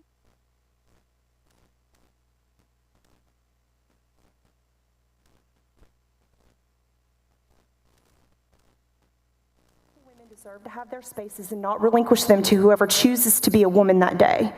The experiences of Riley Gaines and other collegiate athletes don't matter.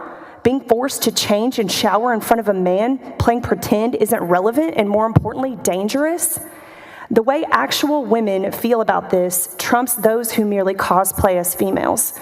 The fact that our legislature is even entertaining men in women's spaces as a conversation, and the fact that a bill even needs to be written regarding the most basic biological science we learned in elementary school is completely appalling and void of any common sense. I really hope you pass SB 7. And thank you for your testimony.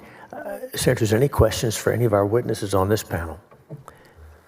Senator Middleton, you have the panel. Yeah, I appreciate it. Thank you, Chairman. Jonathan, you maybe talk a little bit about this law as it's passed in a number of other states, and how this is really, a lot of states have taken this action already, and how it's in effect, and some of the background on those successes that we've seen elsewhere and this implemented as well in those states? Well, absolutely. A lot of the states that are passing laws, it's a result of them already dealing with litigation on this issue, where students have been harmed, whether it's in the sports issue and other contexts, they've seen where the privacy has been violated or taken for granted. The Department of Justice has filed an action against the state of California, of all places, trying to enforce these type of measures. You heard from the mother of Brooke Slusser, Kim Slusser, earlier. She's involved in litigation at the NCAA. And when you get to this point when there's been litigation, and it seems like almost every state there's been a matter that's come up, it now falls on the states to do something. Because if we wait for a violation over and over, we know young ladies are going to continue to get harmed and there's going to be other privacy violations. And so you look at one circumstance when there's been a lawsuit. But I can tell you, Senator Middleton, we've worked on this issue for over a decade. There are hundreds, if not thousands, of parents out there and young people who are not coming forward, who are afraid to talk about these issues. I reference in my testimony the case in Round Rock ISD, where the young lady and her parents wanted to remain anonymous. Right? That issue drug on for over a year, and we never really got any relief from the school district. And so our concern is this issue is going to remain in the shadows in a lot of these circumstances. Local governments, they're making decisions on these issues. They're just not using a policy that they're public about. My colleague who testified early referenced this as a shadow policy, because that's what we find out. You don't know that it's actually happening as a parent. You don't know that your daughter is going to go into the locker room and there's going to be a male student in there, unless maybe you file a Public Information Act request and maybe you get the information. These things have been bubbling up for years in other states across the country. And one of the reasons I know that is Texas Values is a part of the Family Policy Council network throughout the country. There are 40 other states that have groups like ours, and we hear about these circumstances. And if you'll allow me, Senator Middleton, and I know this is a case from another state, but in West Virginia, there was a young lady who had a boy that was not only competing, they were allowing boys to compete against her in the sports, but also use the locker room. And the boy was making sexual advances, asking the girls in the locker room to send him nude photos. And in one of the circumstances, this is Adelia Cross, this is a case by Alliance Defending Freedom, our friends, where it got to that point that no one was doing anything and they had to threaten legal action. This male student was telling this young girl that he was going to put his male genitalia into her female genitalia. All right? These things we feel like are more likely to happen when you blur these lines and you open up these spaces for the males to be in the girls' locker rooms. Not only that, but these young ladies are afraid. It was after some time that this young lady told this to her parents. She used code words at the beginning because it was so difficult and sensitive. And we get these type of calls at our office. And so we know that there's been litigation on these issues, that it's happening more often than we're hearing about it publicly. And so I mentioned there being 19 other states because it's not as if this is the first that people are hearing about these matters. It's been a concern for a while. And I'll tell you, it is a major development that the Department of Justice that are getting involved and they're seeing through these violations of Title IX, and the U.S. Supreme Court stepping back and saying, we're going to allow the states to resolve these issues. And so I think it's time, and I'm grateful that we're in a special session. There's an opportunity to do it. But every day that goes by, particularly with school starting in a couple of weeks, we're leaving our young ladies vulnerable, and we're leaving parents without options. And if there's not a statewide protection in law, you're going to have people sitting back and saying, we're not sure what to do.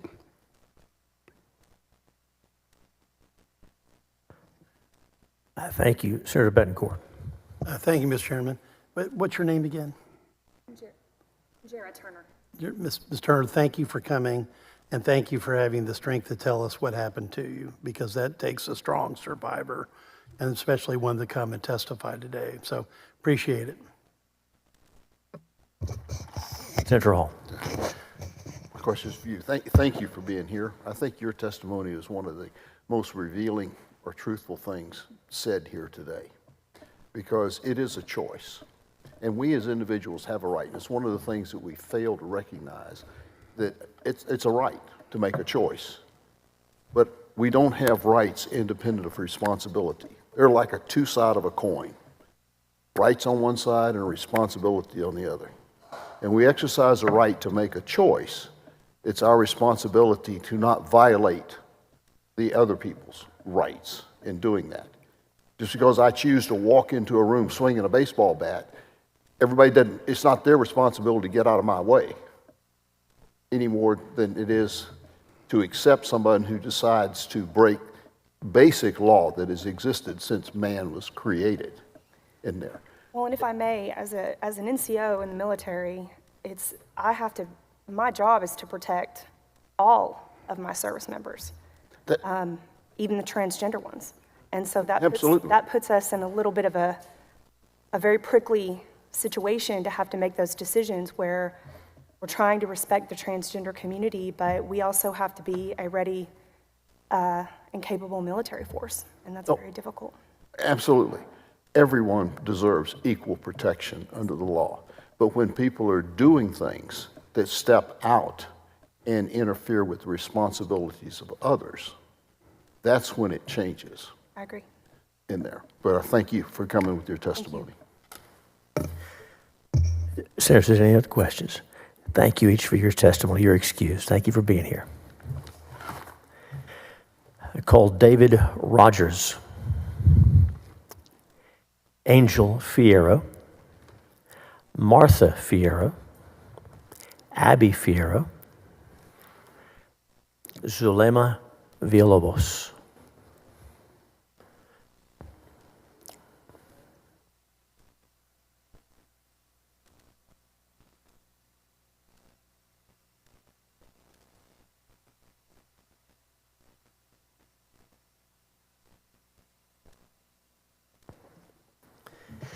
Welcome to each of you. If you're ready, we'll start over here. Get close to the microphone. Introduce yourself and go ahead. Hello, my name is Abby Micaela Fierro, and I'm in support for Senate Bill 7. I am an 18-year-old recent high school graduate from the class of 2025. Just 3 days ago, I turned 18. I am here today not just for myself, but young girls across Texas like me. When I was 13 years old, back in 21, I was part of an effort to support the Texas Save the Girls sports bill. I helped distribute research papers to legislators and was actively involved on the ground advocating for fairness in girls sports. That session was intense. There were many passionate voices on both sides. During one of those days at the Capitol, something happened that I will never forget. I had stepped into a girl's restroom near the Capitol Grill. I went to go use the restroom like any other girl would. And while I was inside, I noticed someone staring at me through the gap of the stall door. It was a biological man presenting as a woman, smiling and watching me. As a 13-year-old girl, I was terrified. I froze, and thankfully, a woman from our team came into the restroom just moments later. The individual quickly left after seeing her. I grabbed my things, told the woman what had happened, and went to find my mother and our group. I didn't want to say anything at first. I was embarrassed and shaken. But I'm so grateful those women listened to me, took me seriously, and went straight to the Capitol security. The man was found and removed from the Capitol the same day. I share this experience not to shame anyone, but to highlight a very real and personal reason why I'm protecting female spaces matters. This isn't a political thing for me, it's a personal thing. SB 7 isn't about hatred or exclusion, it's about ensuring safety and dignity and privacy for young girls like what I was. Please, I urge you to support and pass this bill. Thank you. And thanks for your testimony. Welcome. Introduce yourself and go ahead. Thank you. Good afternoon. My name is Angel Fierro, and I am here in support of SB 7. As a Latina woman and the oldest of 4 siblings and a youth mentor for over a decade, I come from a community where modesty, privacy, and protection are important, especially for our young girls They are the most important people that we care about, especially our young men that we mentor. In Texas and in the Latino culture, we're taught to honor our bodies and establish healthy boundaries. That's not hate, it's protection. 10 years ago, I was a camp counselor for a transgender student, and out of care for everyone involved, we created a private restroom and locker room just for them. It wasn't exclusion, it was dignity. We honored their needs without sacrificing the privacy for the rest of the students. That experience showed me that we can walk in compassion and in love while still recognizing the biological reality. This isn't a new debate. In 1972, Title IX gave girls equal opportunities in education and sports, but it did so while maintaining sex-based distinctions in the restrooms and locker rooms and teams. And in 1996, the U.S. Supreme Court in United States versus Virginia upheld that separating facilities of sex can serve important public interests, including safety and privacy, as Justice Ruth Bader Ginsburg wrote in the majority opinion, that sex classifications may be used to compensate for real differences between men and women, but not to create or perpetuate the legal and social and economic inferiority of women.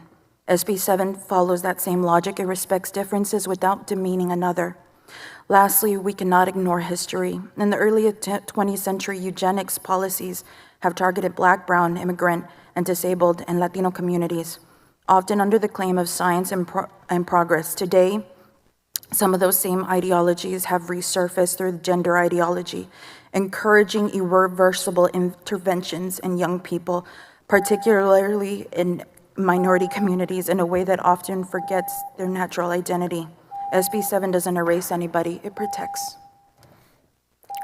Thank you for your testimony. Welcome. Introduce yourself and go ahead. Thank you. My name is Marta Fierro, and I am the mother of these two wonderful children, girls.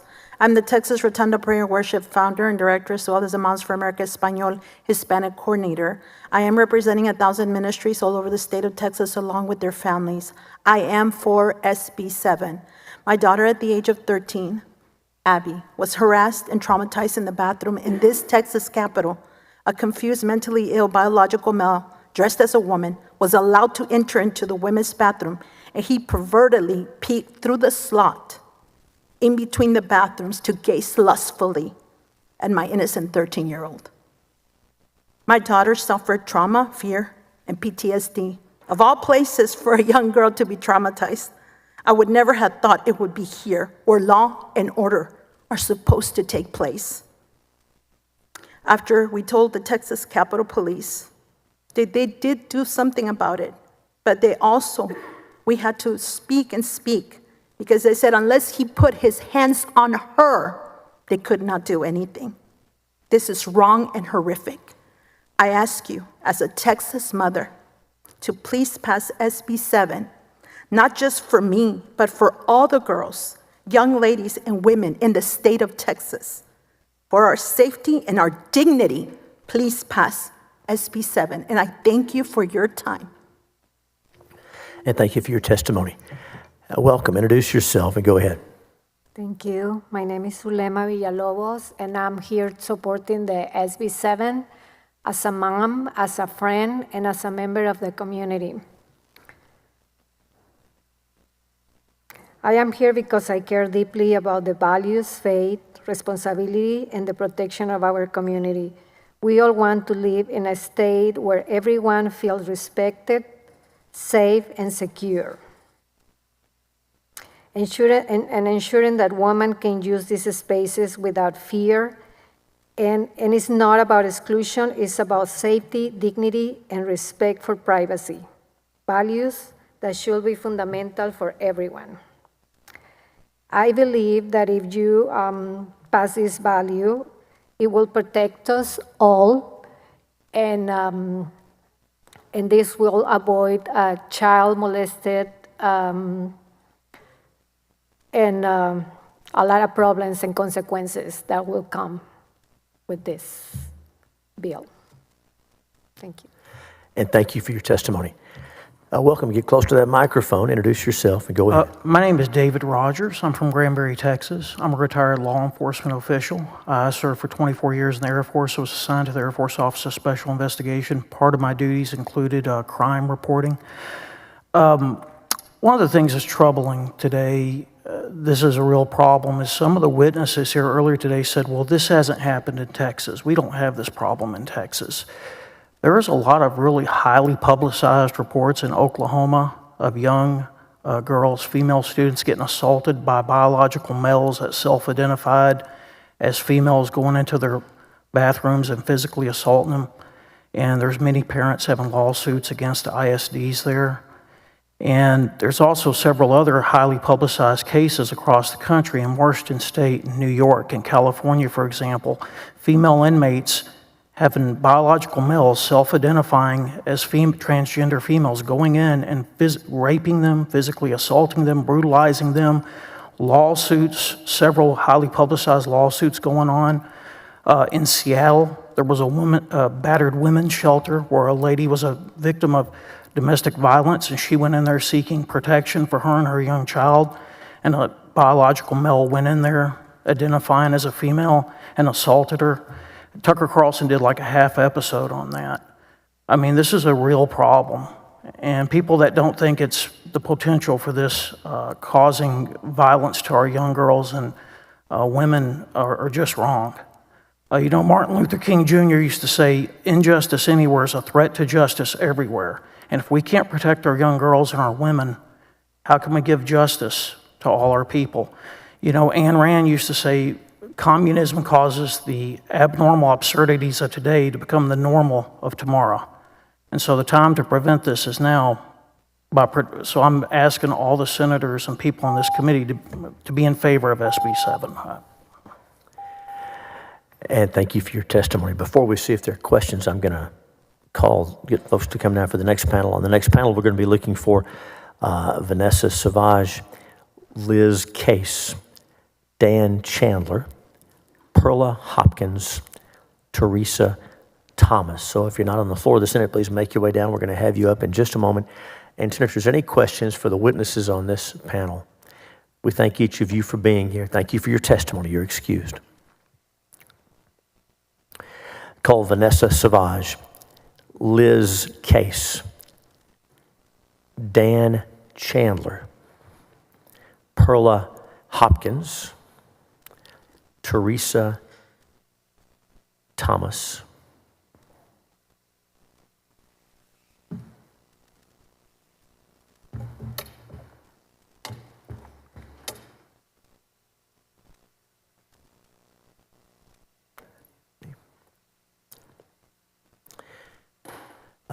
Lauren Pena,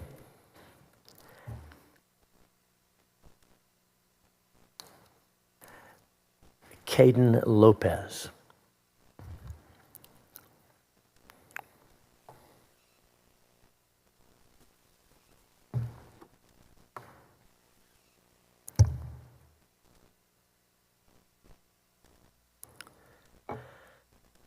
welcome to each of you. We'll start over here, and so get close to the microphone, introduce yourself, and go ahead.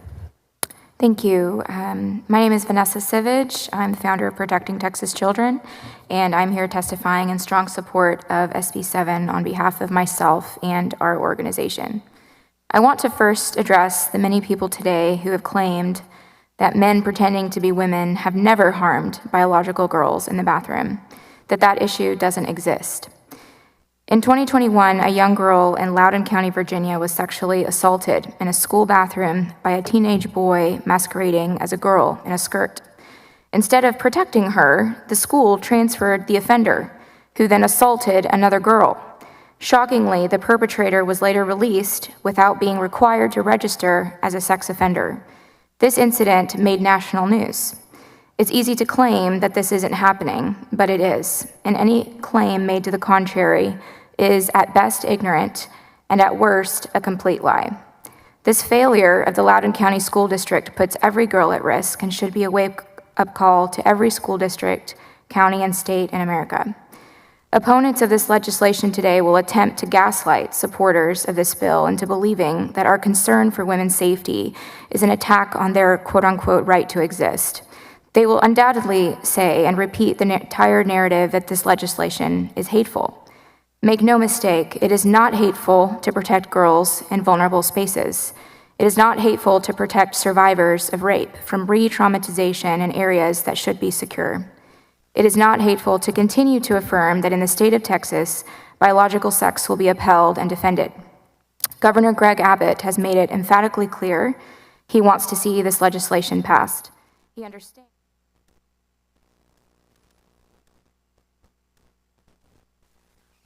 Children strongly urges support of SB 7, stand with women and girls, preserve their privacy, safeguard their dignity, and ensure Texas remains the safest place to raise a family.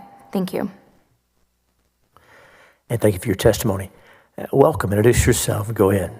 Good afternoon, Senators. I am Perla Hopkins, mother of 3, married 25 years, and we're a retired military family. Thank you for holding this hearing. I am testifying in strong and full support for Senate Bill 7, the Women's Privacy Act, because every woman and child deserves privacy and safety in every facility and environment.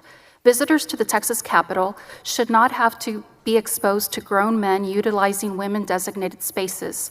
Little girls or a mother of young children should not have to check the Capitol bathrooms before entering completely. Thank you to this body and to other leaders for instituting a policy here on these very grounds to ensure safety and privacy. As a policy, education, and parental rights advocate, I am often notified by concerned parents throughout the state about the exploitation of children and discrimination.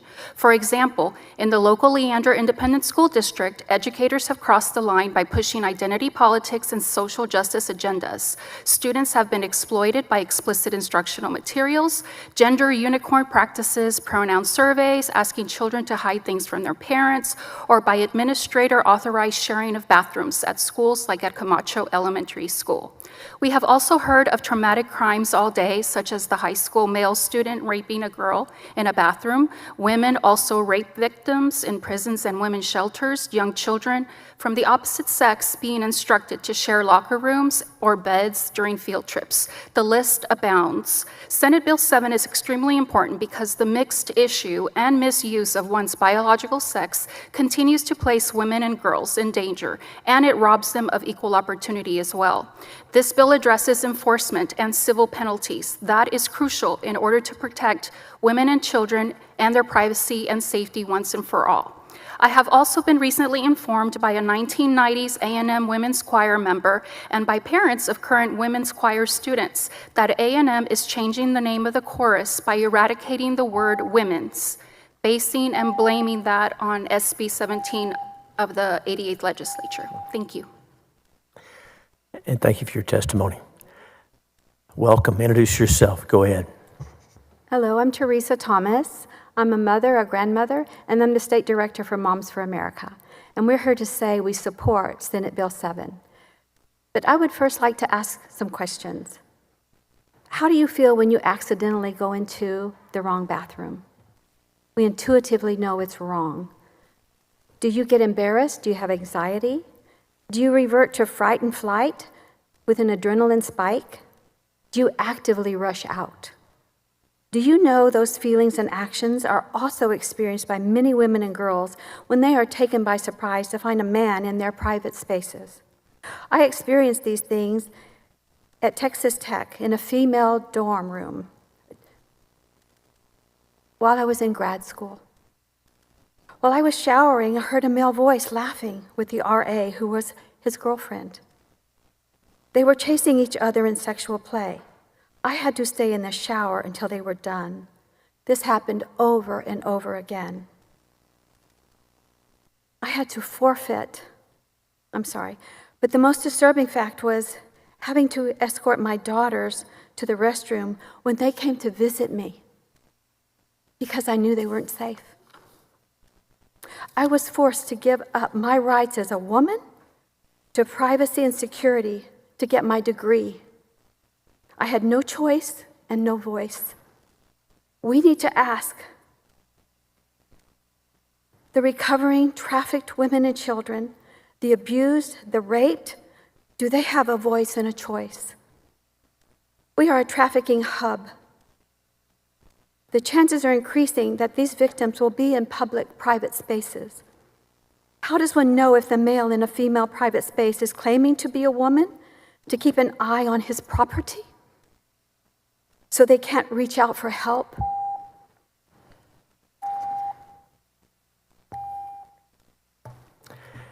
Thank you. Thank you for your testimony. Welcome. Introduce yourself. Go ahead.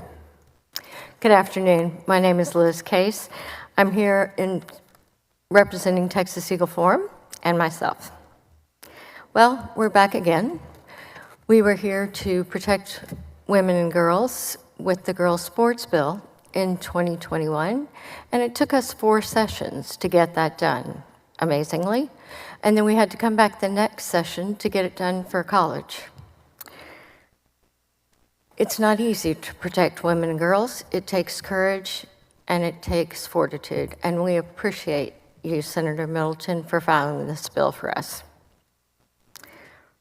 You know, I'm really happy that all 3 of my girls are grown because they were athletes.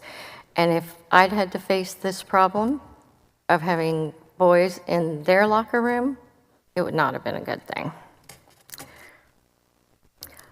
You know, we've heard a lot of talk today, but let's talk about some statistics, because the overwhelming majority of Republicans, Democrats, and independents, the voters agree that men and women are legally equal, but they're not biologically equal. That should be a fact that most people agree on. Separating the sexes in prisons has a 91% approval rating. Separating them in locker rooms is an 89% issue. And in bathrooms in schools, it's an 87% agreement. The numbers come from Republicans, Democrats, independents, men, and women. This is an issue that is clear for all of us. We just ask you to protect girls and women.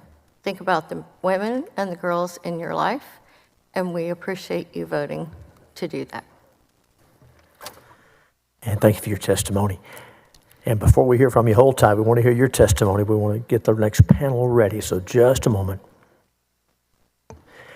On the next panel, we'll be looking for Lauren Pena, Caden Lopez, Gina Chavez, Janet Caldwell, Valentina Gomez. So if I called your name, please make your way to the Senate floor if you're not here already, so we can have you up on the next panel. That's going to be Lauren Pena, Caden Lopez, Gina Chavez, Janet Caswell, Valentina Gomez. And with that, thanks for your patience. Get close to that microphone, introduce yourself, and go ahead. Chair and members, my name is Caden Lopez. I'm the Executive Director of Texas Family Project, and I'm here testifying in support of Senate Bill 7 on behalf of both myself and Texas Family Project.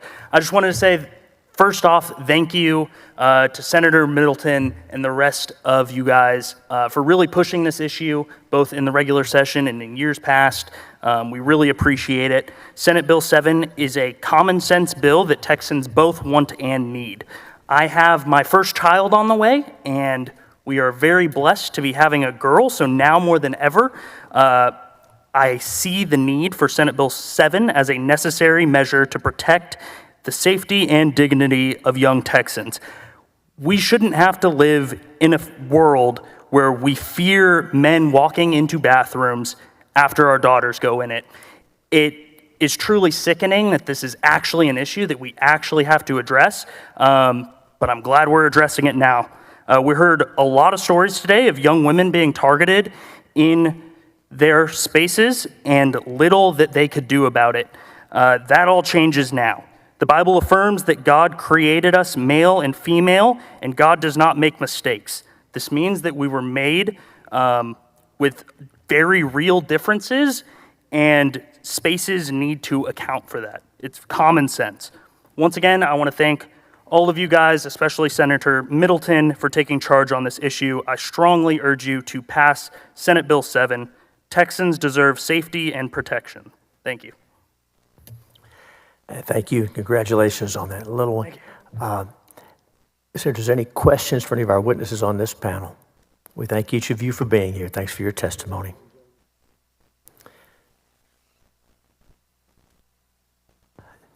Call Lauren Pena, Gina Chavez, Janet Caswell, Valentina Gomez, Dan Chandler. Again, looking for Lauren Pena, Gina Chavez, Janet Caswell, Dan Chandler,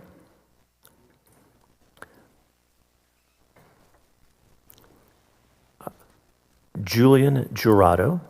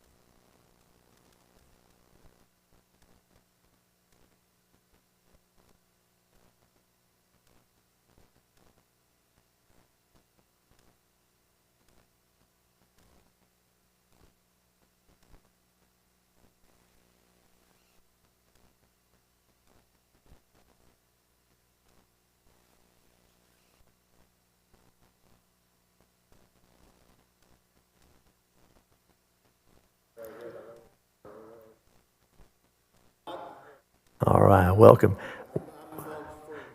Well, yeah, welcome to each one of you, Ms. Chandler. Okay, here we go. We're going to testify. Get close to the microphone, introduce yourself, and go ahead. Welcome. Okay. Can you hear me like that? Okay. My name is Dan Chandler, and I'm for Senate Bill 7. And you know, I've got a T-shirt. A lot of people have mentioned this. Why don't we do something about a flood?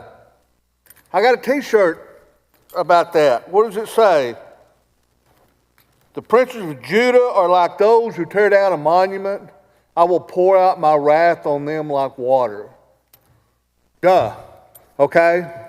So if tearing down the Confederate plaque or some of the other stuff that we've torn down is enough to make God do that to the Guadalupe River, what you going to do when we put these predators in these little kids' bathrooms?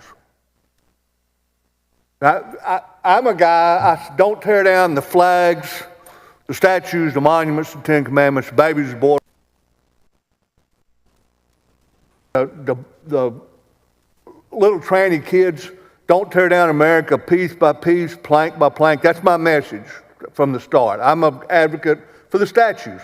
But it doesn't just stop with the statues. It's all this stuff that going against the Word of God, and some people have no fear. They could care less about this.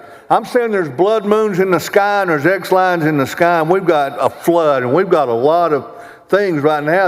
You do what you want. But I'm telling you what, you better start looking up. And that's what this is right here. That's what's wrong. And they talk about, oh, well, I've had all these surgeries, and now I got a real problem because I'm like a woman, but how am I going to go in a man's restroom? You know what I've got to say about this? You made some bad choices. You followed after the devil himself. And you know what? You got some real problems now. But you want the society to change to accommodate you and forget it and put your problems on everybody else. Can't do it. I got to go. Thanks for your testimony. You know what? You guys take a lot of heat. And I've been watching this today, and you know what? I want to thank you because every time you go, well, we appreciate you very much. Thank you for your comment. You're very nice. I appreciate you. Oh, thank you for testifying. Thank you very much. Welcome. Introduce yourself. Go ahead. I'm sorry. We normally just go right down the line. So go ahead unless I was going to skip my breath. Oh, it's okay. Should go latest. If you'd prefer to go next, that's fine with me. Go right ahead. Go ahead. Perfect. Good afternoon, ladies and gentlemen. I'm Valentina Gomez. I'm a former NCAA Division I swimmer. Graduated college at 19 and earned my MBA in finance from Tulane University at 21 with full athletic scholarships. And I want to be perfectly clear. There's no such thing as a chick with a dick. It doesn't matter how many surgeries, hormones, or makeup you give to yourself. A man will never become a woman, and a woman will never become a man. Nobody likes those trans things anyways. And if you're a parent that transitioned its child, then you're a groomer. You failed as a parent, and you failed society. And to all of the pedophiles that hide under the LGBTQ flag, I catch pedophiles, and I cannot wait to put you behind bars. Thank you. Thanks for your testimony. Go ahead, sir. Welcome. Introduce yourself. Go ahead. Hey, good afternoon. I'm Michael Gomez. I'm an NCAA Division I swimmer, soldier, and American, proud American of this great nation, because a lot of people here, I know that they love this country. And man, it's sad to see that there's a bunch of pedophiles out here today testifying, trying to get into the little kids' bathrooms, and that just shows how sick they are. These people are not even happy with themselves. That's why they keep getting more surgeries. And look, then a lot of times they end up self-deleting because they don't have Jesus Christ. They go down a path of self-destruction that is not helpful for them or anyone else. If you look at our children in our schools, the last school shootings have been by trans. The Aberdeen school shooter was trans. Multiple of the Tennessee school shooter was trans. All of these things are happening because of the trans movement and all the gay stuff that it's happening with our children. I'm a proud soldier. I took an oath to defend life. But these people that are pushing for pedophiles to get into other bathrooms shouldn't be taking place. And yeah, we have the supermajority here in Texas. We can make this happen right away. And yeah, like my sister said, there's no such thing as a chick with a dick. And I look forward to having her be my next congresswoman, because she will do right for the kids. She will do right for our service members, for my brothers and sisters that put on the uniform. And one thing is different. She is someone who speaks the truth and walks the talk and talks the talk. She knows if we go into a conflict, the measures that it takes, apologies. But either way, God bless America, God bless our troops, and God bless our children. That's all. Well, thank you for your testimony. And if you'll do me a favor, before you leave, will you fill out this card just so we have a record of your attendance and we have everybody down? We're glad you're here. Thankful for your testimony. Thank you, sir. We already got you in the system. We already got you. And so, welcome. Introduce yourself. Give us your testimony.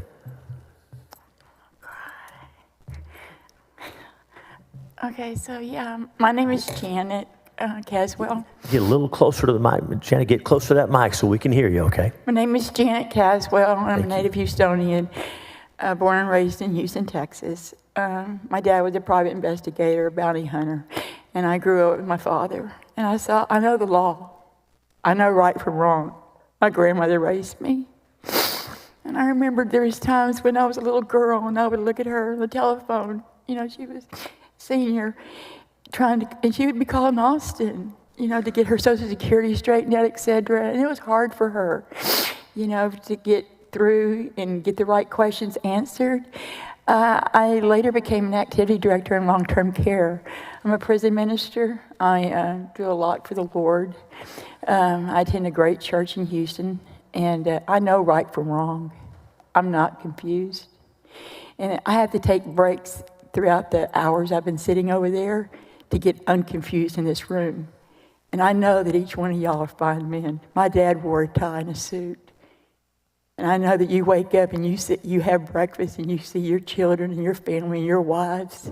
I had one husband 31 years. And I have 2 daughters. And I was physically raped at 16. I am 70 years old and I still live with that violation. And I don't understand what is going on with society. My grandmother raised me. There's a word called boundaries.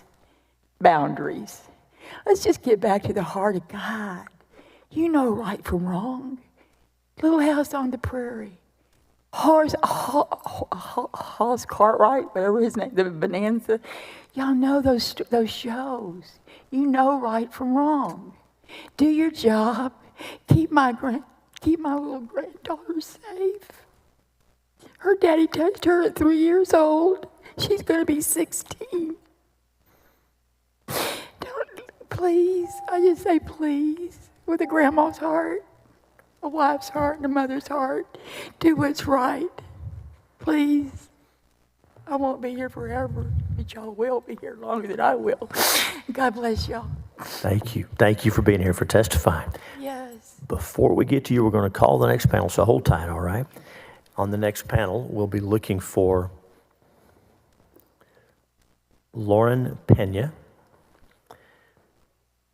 Lindsay Fallberg, June Benyon, Candace Holloway, Francisco Fierro. So on the next panel, we're going to be looking for Lauren Pena, Francisco Fierro, Lindsay Fallberg, June Benyon, and Candace Holloway. And so thank you for waiting. Get close to that microphone. Introduce yourself and go ahead. Thank you very much. My name is Julian Dorado, and I'm here on behalf of Texas Return to Prayer. And also, I'm on behalf of today's voice strong to support and make my voice heard to support the Senate Bill 7. I'm pro for it. I support this bill because I believe women and girls, including my mother and my sisters and my nieces, deserve to feel safe, respected, and comfortable in private spaces like restrooms and locker rooms. Their space exists for a reason, to give women and girls a privacy they need, especially in a vulnerable situation. No woman or girl should expose when using restrooms or changing facilities. It shouldn't be controversial or say that men do not belong on women's restrooms or locker rooms. This is not about hate or discrimination.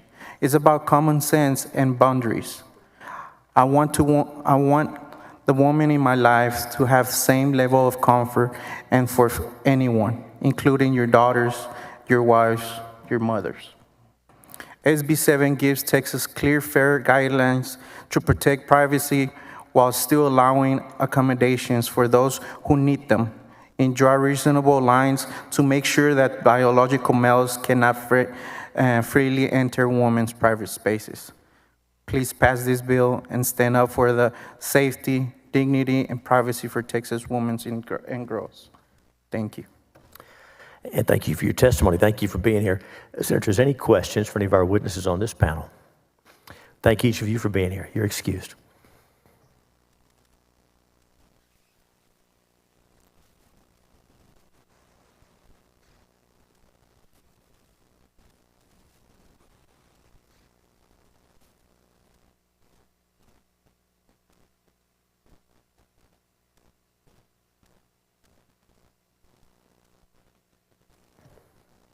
Call Lauren Pena, Francisco Fierro, Lindsay Fallberg, June Benyon, Candace Holloway,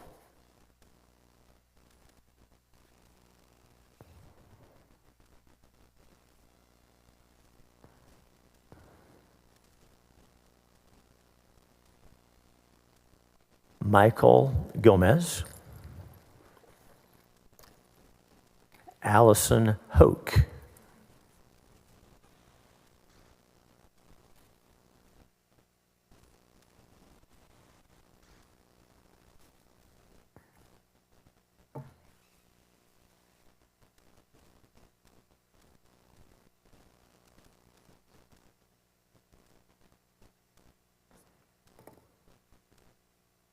call Brenda Behringer. Brenda Behringer.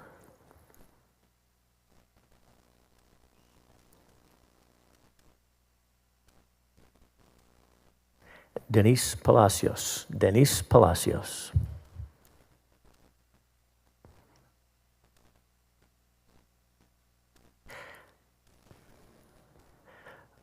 Looking for Lauren Pena, Francisco Fierro, thank you, Brenda Behringer, Denise Palacios, Lindsay Fallberg, June Benyon, Candace Holloway, Michael Gomez, Allison Hoke. Those are all the witnesses we have registered have expressed a desire to testify on, for, or against Senate Bill 7. If anyone wishes to testify, please make your way to the Senate floor now so we can get you on this panel. We have one seat left or the next. This is getting close to the last call to testify on, for, or against Senate Bill 7.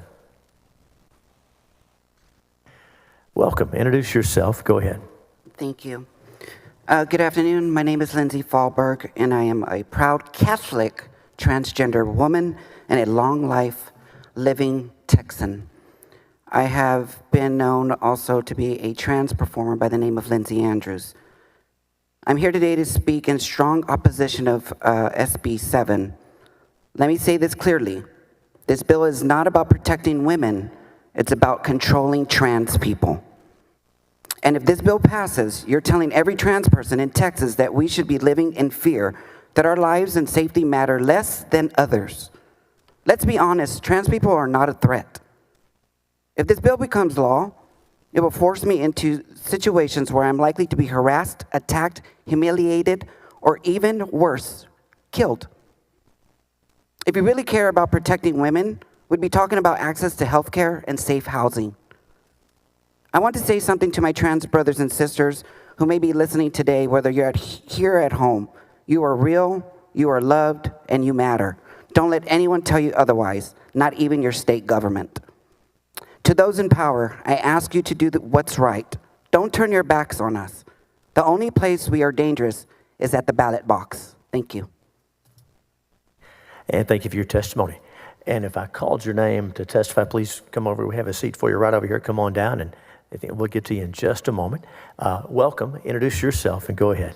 Hello, my name is Lauren Pena. Thank you so much, Senator. Lauren, get a little closer so we can hear you, okay? Hi, my name is Lauren Pena. Thank you guys so much for being here. I can say, she's beautiful to me. I would not have understood that she was a trans male. I had no idea. And so I think that one of the common things we've seen today is a lot of the people that have testified, they're normal people.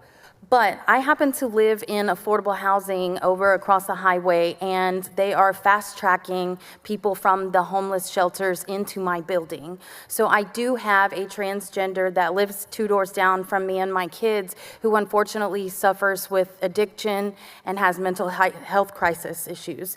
And so instead of her getting treatment before being put into housing where there's family, elderly, disabled, and it's a HUD property, they were not given treatment. And so my children have had to witness them walking up and down the stairs in stripper clothes. And they're also bringing in other people from the community and having them come use drugs inside my facility. And so I just want to point out that I have nothing against the transgender community, because overall I believe that they're normal. There's nothing different. But there are some that are having significant health care issues, and they're being fast-tracked into public housing and affordable housing, and it needs to be addressed because it's not safe, especially if they have drug addiction problems. And thank you for your testimony. Welcome. Introduce yourself. We'll come back to her. We'll keep going. Thank you so much. Introduce yourself and go ahead. Yes, ma'am. Hello, Senators. It's a privilege to be here with you today. I honor and revere the positions that you all have and the holding, the standing that you have, and how your decisions ripple effect so many people for generations. And so humbly, I come before you. My name is Brenda Behringer, and I am for the bill that we're speaking of today. And I just wanted to take the opportunity, because I feel so inadequate to be able to state what I need to state, that our forefathers wrote the Declaration of Independence, and they fought with prayer, and they fought with the Word of God. They stood on it, and our military was second to none. There were people that would not even think to look in our direction because of putting God first. And as we began to take him out of everything, we took the 10 Commandments out. Rules are very important. They keep us safe. A stop sign is octagon. It says STOP if we stop. And we look both ways. It might save us or our children from getting hit by a Mack truck. If it's the train, from getting run over by a train. Rules keep us safe. In our society, we have my father-in-law is a retired captain of the Upland Police Department in California. I'm so grateful that he was just a little boy who was a candle lighter in his church, but that he grew up and he was a light in his community, and he led men. And I could go on to tell you about my husband, but we don't have time. We were married 45 years, and he got called home 2020, but he was an ordained minister. One of the things that I'm the most proud of, because he gave his heart to Jesus on Valentine's Day. And when people would say he's the nicest man that anybody ever met, they didn't know it wasn't his heart, but it was God's heart that God put inside of him. So I have a word to read today. It's very short, but it's true, and we can stand on it. And so it's in James, and it says, "Pray for us, for we trust we have a good conscience, in all things willing to live honestly. But I beseech you, the rather to do this, that I may be restored to you the sooner.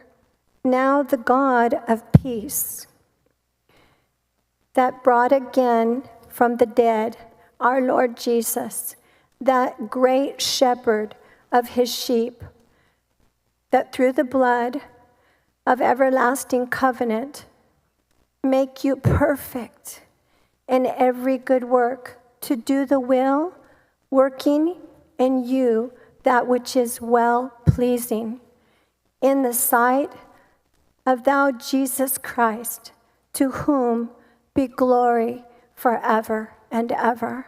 So I want to thank him today for the opportunity to have breath and to have the opportunity to stand as our forefathers did.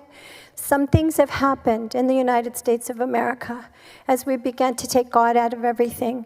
And what has happened is compromise. And what has happened is that other people are allowed to come here and they're allowed to say what they want to say, but we don't tell them, look, you can come, but you uphold the policies and standards of the Lord Jesus Christ, because he's why we're great. And so now we're in a position where we don't know what is right and we don't know what's wrong. Well, you know what? We can stand on this because it never changes. Thank you for your testimony. Thank you for being here. Welcome. Introduce yourself. Go ahead. No, ma'am, we've gone way over time. We're glad you're here, but we want to respect everybody's time, so we're going to move on. Thank you so much. No, ma'am, your testimony is closed. Thank you for being here. We're going to let the next witness testify. Thank you for being here. Can you hear me good? I can hear you good. Thank you. Introduce yourself and go ahead. Yo, what's up? My name is Francisco Fiera. I am from H-Town, aka Houston, Texas. I am 16 years old. I'm representing for Texas Rotunda Prayer and Worship as a minister. I'm also volunteer for Kids Life, 4th to 5th graders as a volunteer. But right now I'm representing on myself and on behalf of the Texas Rotunda Prayer and Worship as a minister. Right before I give facts and also I am for SB 7 bill. Before I speak facts about Christianity and biology, I just want to say thank you. Thank you so much for giving us the time, the opportunity, the privilege to talk to you guys. I am so grateful. All of us are grateful that you're giving us your time. So thank you. Thank you. So what is a woman? In the CDC and ChatGPT, the difference of a male and a female is male has XY chromosomes, female got XX chromosomes. Reproductive organs is testes, penis for male. Female is ovary, uterus, vagina. Male is produce sperm, produce eggs, that type of stuff. There's a difference already in biological. And hormonal is testosterone is 20 times higher than women, biologically. And estrogen is higher in females. And for physical difference is the average. So like there's a 5-inch difference, 27 pounds heavier, 50% more muscle, especially in the arms. This is the average. Of course, some of us are going to be different, 6'2", some of us are going to be 5'4", that type of difference. But there's already a difference. And in the Bible, which I am so sad that I've seen people saying that they are Christians, but they believe that they can make their own image of themselves than letting God. Because in the book of Genesis, chapter 1, verses 26 to 27, Then God said, let us make mankind in our image, rule over the fish in the sea and the birds in the sky, over the livestock and all wild animals, and over all the creatures that move along the ground. So God created mankind in his own image, and the image of God he created them, male and female he created them. I have a request to make. May I have more time, or? No, sir, we're going to keep going. We may have questions for you at the end, but we've kept everybody close to these time, but we have to treat everybody the same way. So thank you for your testimony. Thank you for being here. We're going to move on, and we may have questions for you at the end. Thank you so much. Welcome. Get close to the microphone. Introduce yourself, and go ahead. Good afternoon. My name is Haley Green, and I am here today to speak in opposition of Senate Bill 7 on behalf of myself. I am a born and raised Texan, current resident of Fort Worth, and a proud faculty member of a public university in North Texas in the Department of Theater Arts and Dance. If Senate Bill 7 is passed into law, many of my students that do not subscribe to their gender assigned at birth will become unsafe and subject to legal action using restrooms, living in dormitories, and existing in other binary public spaces on our university's campus. Higher education should be a time of self-discovery and relationship building. It should not be a time of fearing for personal safety for simply existing. I am inspired by my trans and gender nonconforming students every day who continue to strive to make art in a political climate that repeatedly tells them that their existence is not valid, that they are not safe, and that they will not be protected. It is a privilege to love and care for trans and gender nonconforming individuals both in my professional and my personal life. And truly, it is an embarrassment for the authors of this bill to hide behind the protection of women as a way to blatantly discriminate against trans Texans. After sitting in this room since 9 a.m. today, it is very clear to me that the stances of most members of this committee are made up. And I am under no disillusion that anything that I say to you today is going to change that. But what I am here to do is tell you in plain language that just because you hold the legal power doesn't mean you speak for all Texans. There has never been a Texas without trans and gender nonconforming people, and there never will be. Y'all means all. And as long as you continue to pin bills targeting these marginalized groups, those who love them will keep showing up. Thank you. And thank you for your testimony. And will you do me a favor? We couldn't find you in the system. You were glad you're here. Would you mind filling out a card just so we have a record of your testimony? I did register this morning, but I can do it again if you'd like. Not your fault. Sometimes it doesn't go through, or I may have lost it. But if you don't mind. Thank you. Yes, ma'am. Hang on just a moment. Senators, is there any questions for any of our witnesses? Okay, go ahead. Yes, ma'am. Go ahead. I'm sorry. Miss Behringer, what were you going to ask? Yes, and so I'm here for testimony, and so I just wanted to appeal for a little moment to give a testimony. May I please, very quickly? No, unfortunately, the Senate is going to be in session here in a few minutes, and we have more witnesses. I'm so sorry, but we're glad you're here, and anything you want to give us in writing, we'll take it. We can also visit with you later, but we do have to keep moving on public testimony on this bill. Thank you. Any members, any questions for any of these witnesses? Listen, we thank each of you for being here. And did you have one more thought you can keep? Ms. Fierro, you were trying to say something at the very end. If you can give us just that, we can let you do that. If you have anything else. It's okay if you don't. Your testimony was great. Okay. I just want to say thank you. And once again, the Bible says the government has been appointed by God, that you guys are meant to serve us. Like Jesus said in book of Matthew, chapter 20, verses 28, the Son of Man was not supposed to be served, but to serve. So please serve us. If you're not able to serve us, we will find someone that is better. So please serve us, because that's how God appointed you guys. God appointed you guys to represent us, to be righteous. So please consider this bill. Thank you so much for listening to us on our testimonies. I know how hard it is. Very good. We thank you for being here. We thank each one of you for being here. Your testimony is important, whether you're for it or against it. Thank you for being here. Your excuse. Thank you so much. Chair calls Aaron Aldridge. Aaron Aldridge. Okay, come on down. We'll give you some time. And we'll ask, is there anyone else present wishing to testify on, for, or against Senate Bill 7? No, ma'am, just one time. You just get one turn. I'm sorry.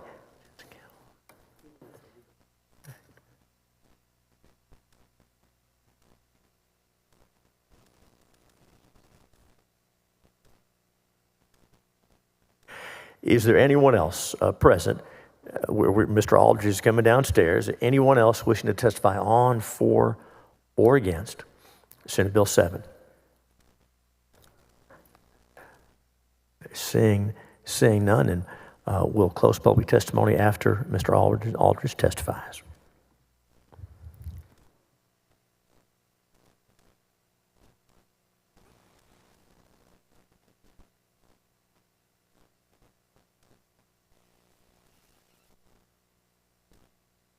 Any seat is fine. Make yourself comfortable. Catch your breath. I'm sure you're in better shape than me, but get ready. And when you're ready, introduce yourself and give us your testimony. Welcome.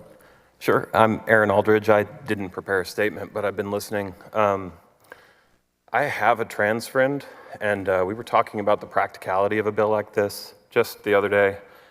And he was weighing whether or not it just, I just misgendered, sorry. She was weighing Okay.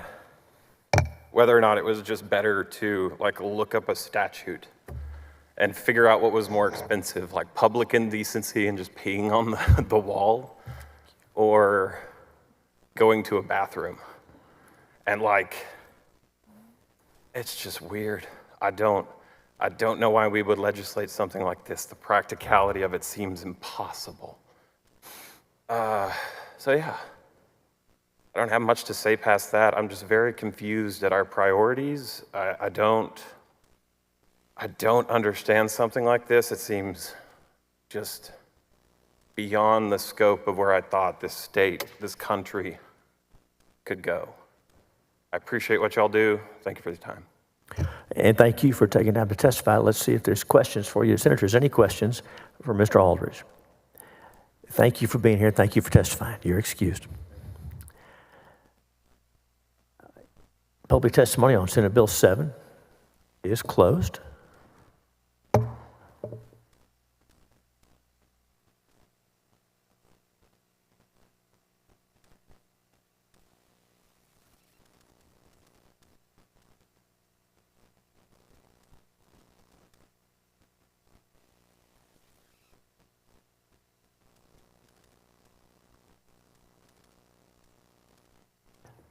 Senator Middleton moves that Senate Bill 7 be reported favorably to the full Senate. Thank you. I should have looked at my script over here. Senator Middleton. So we've already brought this committee substitute. It's been laid out. And Senator Middleton moves that we adopt the committee substitute. Is there objection to the adoption of the substitute? Hearing none, it's adopted. Substitute's now before. Senator Middleton now moves that the committee substitute, Senate Bill 7, be reported favorably to the full Senate with the recommendation that it do pass and be printed. Will the clerk call the roll? Betancourt. Aye. Birdwell. Hall. Aye. Hinojosa. Middleton. Aye. Parker. Perry. Schwertner. Zaffarini. Paxton. Hughes. Aye. There being 7 ayes and no nays. And noting that there will be motions in writing from a couple of members who have, because our folks have been in and out with other matters. Senate Bill 7 will be reported favorably. The motion is adopted. And oh, we're going to have to amend it, aren't we? We're going to have. Mr. Chairman, we do have a favorable amendment. We're going to work that it'll need to come to the floor. That so. It's administration. That's the joke. When Mays is bill. Oh, okay, okay. All right. The chair now lays out Senate Bill 14 and recognizes our colleague, the vice chair, to explain the bill on behalf of its author. Thank you, Mr. Chairman. Thank you, members, for the opportunity to lay out Senate Bill 14 on behalf of the author, Senator King. Currently, Texas law enforcement agencies do not follow a standardized procedure for determining the confidentiality and release of peace officer information found outside their personnel files. Instead, the confidentiality of peace officers' personal information, such as background hiring information and unsubstantiated complaints, is determined by the policies of the employing local political subdivision. Consequently, peace officers' personal files may not remain confidential unless a city has adopted policies clarifying the peace officers' files, which are not expressly subject to public disclosure, must remain confidential. While many Texas cities have adopted these policies, the majority of Texas cities have not. State-level Department of Public Safety troopers and over 20,000 peace officers employed across the state already have these protections. Senate Bill 14 extends these protections to all Texas peace officers by, one, establishing a departmental file to house documents related to peace officers that are not otherwise required to be included in their personnel file, and two, mandating that the contents of this file remain confidential.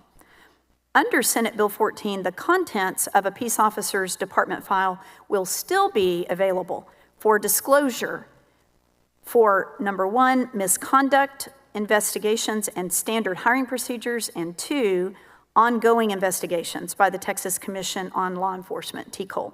And this was actually a recommendation of the TCOLE sunset review.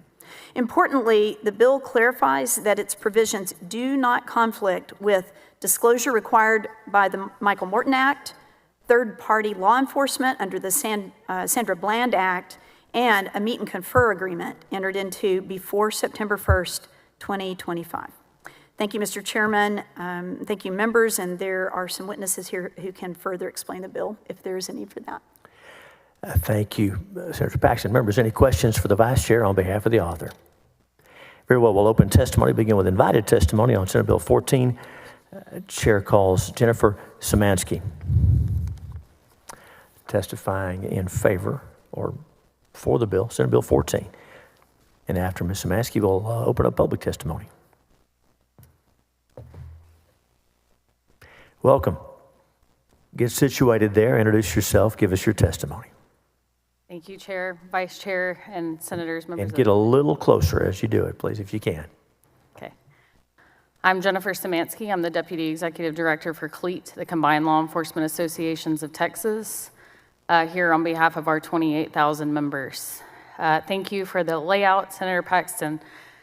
This all began back after the 88th legislative session, where the TCOLE sunset bill actually mandated in state law that TCOLE form committees of stakeholders, and those committees of stakeholders were to develop model policies in several different areas. One of the areas that they were mandated to focus on was personnel files, thus the model policy, which is now the bill in front of you. There were several other areas that they were required to develop model policies in. This is just one of those. One of the reasons in the legislative intent, as being part of the conversations with Senator Paxton's staff, Representative Goldman's staff, the legislative intent behind these model policies was to establish a standardization of the way we do things in law enforcement in certain areas where we lack standardization. And this was one of those areas. CLEAT, labor, chiefs, sheriffs, as well as civilians, HR directors, city managers were part of the committee of stakeholders. These stakeholders met between the months of September and all the way through January to develop the model policy that was then voted on by all of the TCOLE commissioners unanimously on all policies, including the personnel files policy, again, which is before you today. As the senator mentioned, this needs to be codified, and the committee, the way that we developed this model policy was we started with Chapter 143 Civil Service. So Chapter 143 Civil Service is the only form of standardization out there currently. That's why we started with that. As you can see in the memo that we've circulated, 26,000 plus peace officers currently enjoy the language in the bill. This would bring the remainder of those officers into the same confidentiality standards. And that's exactly, again, what this bill does. As Senator Paxton mentioned, it is in state law currently, and the default that the Attorney General's office would use if they were asked for an opinion, which they are many times on these types of files and requests, have to default to not policies, but state law, which would be Chapter 552. So either you fall under 143, state law, or 552, the other state law governing FOIA requests. Again, the adoption of Chapter 143 Civil Service is extremely cumbersome. That is the only reason why several of our agencies have not adopted it. And you can see that it's evident in the way that they are, in the way that they do business today, because they're mimicking civil service. If you look at cities who do not have civil service, they are mimicking those standards. Much easier to do that than to hold an election and have to put something on a ballot. That's how we came up with the model policy. It needs to, unlike the other model policies, this one needs to be codified because, again, 552 is the default. So this must go into state law. The model policy went into effect June 1st of this year. We were hoping to have this through. It passed the Senate, but died in the House. We were hoping to have this through so that there is no conflicting information between the model policy and the current state law. There were 3 amendments that the Senate took on, and the bill today you see before you is the bill as it passed the Senate. And again, as the Senator mentioned, those amendments were to clarify what's currently in state law already, but again, further clarifies that this bill does not prevent the disclosure of any records on an officer when it comes to the Michael Morton Act, Sandra Bland Act, and again, any meet and confer contract that is executed does supersede state law, and that's in current 143 policy today. I'm happy to answer any questions. And thank you for your testimony. Members, any questions for our invited witness? Thank you. Thank you.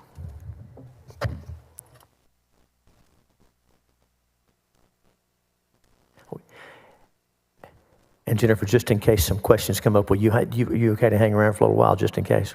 Thank you very much. We'll open public testimony. And the chair calls Mike Swanson.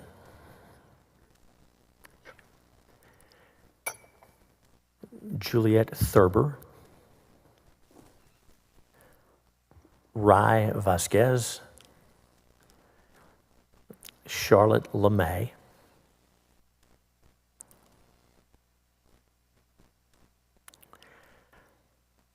Jonathan Blanchard, Lieutenant Jonathan Blanchard.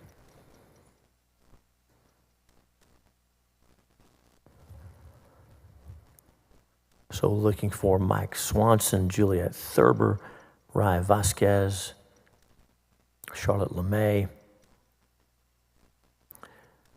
Lieutenant Jonathan Blanchard, C.J. Grisham. I saw C.J. earlier. Brent McCain.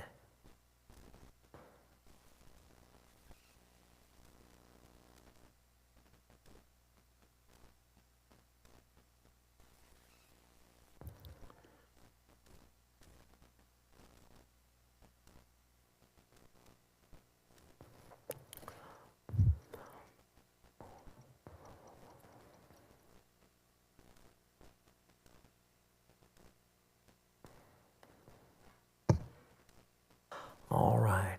Have a seat, make yourself comfortable there, and get close to that microphone. We'll normally start on your end, so get close to the microphone, introduce yourself, and go ahead. Welcome. All right, my name is Brent McCain. I'm representing myself, and I am in opposition to SB 14. So on September 15th of 2020, during the height of COVID, I entered a convenience store in Central Texas. While inside, I was confronted by a city police officer who demanded to know why I was not wearing a mask. I informed him that I did not have one, at which point he stated that I must leave or be cited. I tried to explain to him Governor Abbott's executive order GA-29, and he ignored that. And basically, I exited the building only to turn around and find out he was pointing a taser straight at my head. I was detained while he called for backup. 6 officers arrived for a mask violation that, according to Governor Abbott, I should not have been detained nor arrested for. I was arrested, handcuffed, put in the back of a police car, So fast forward a little bit, I submitted a number of open records requests. A lot of that was delayed because of like body cam video. I did eventually get it all. However, it was difficult to get a lot of the information. Luckily, I had my own body camera on, and I did that because of all the madness surrounding the mask mandates. And without that, it would have been even more difficult. So basically, without that, I wouldn't have been able to.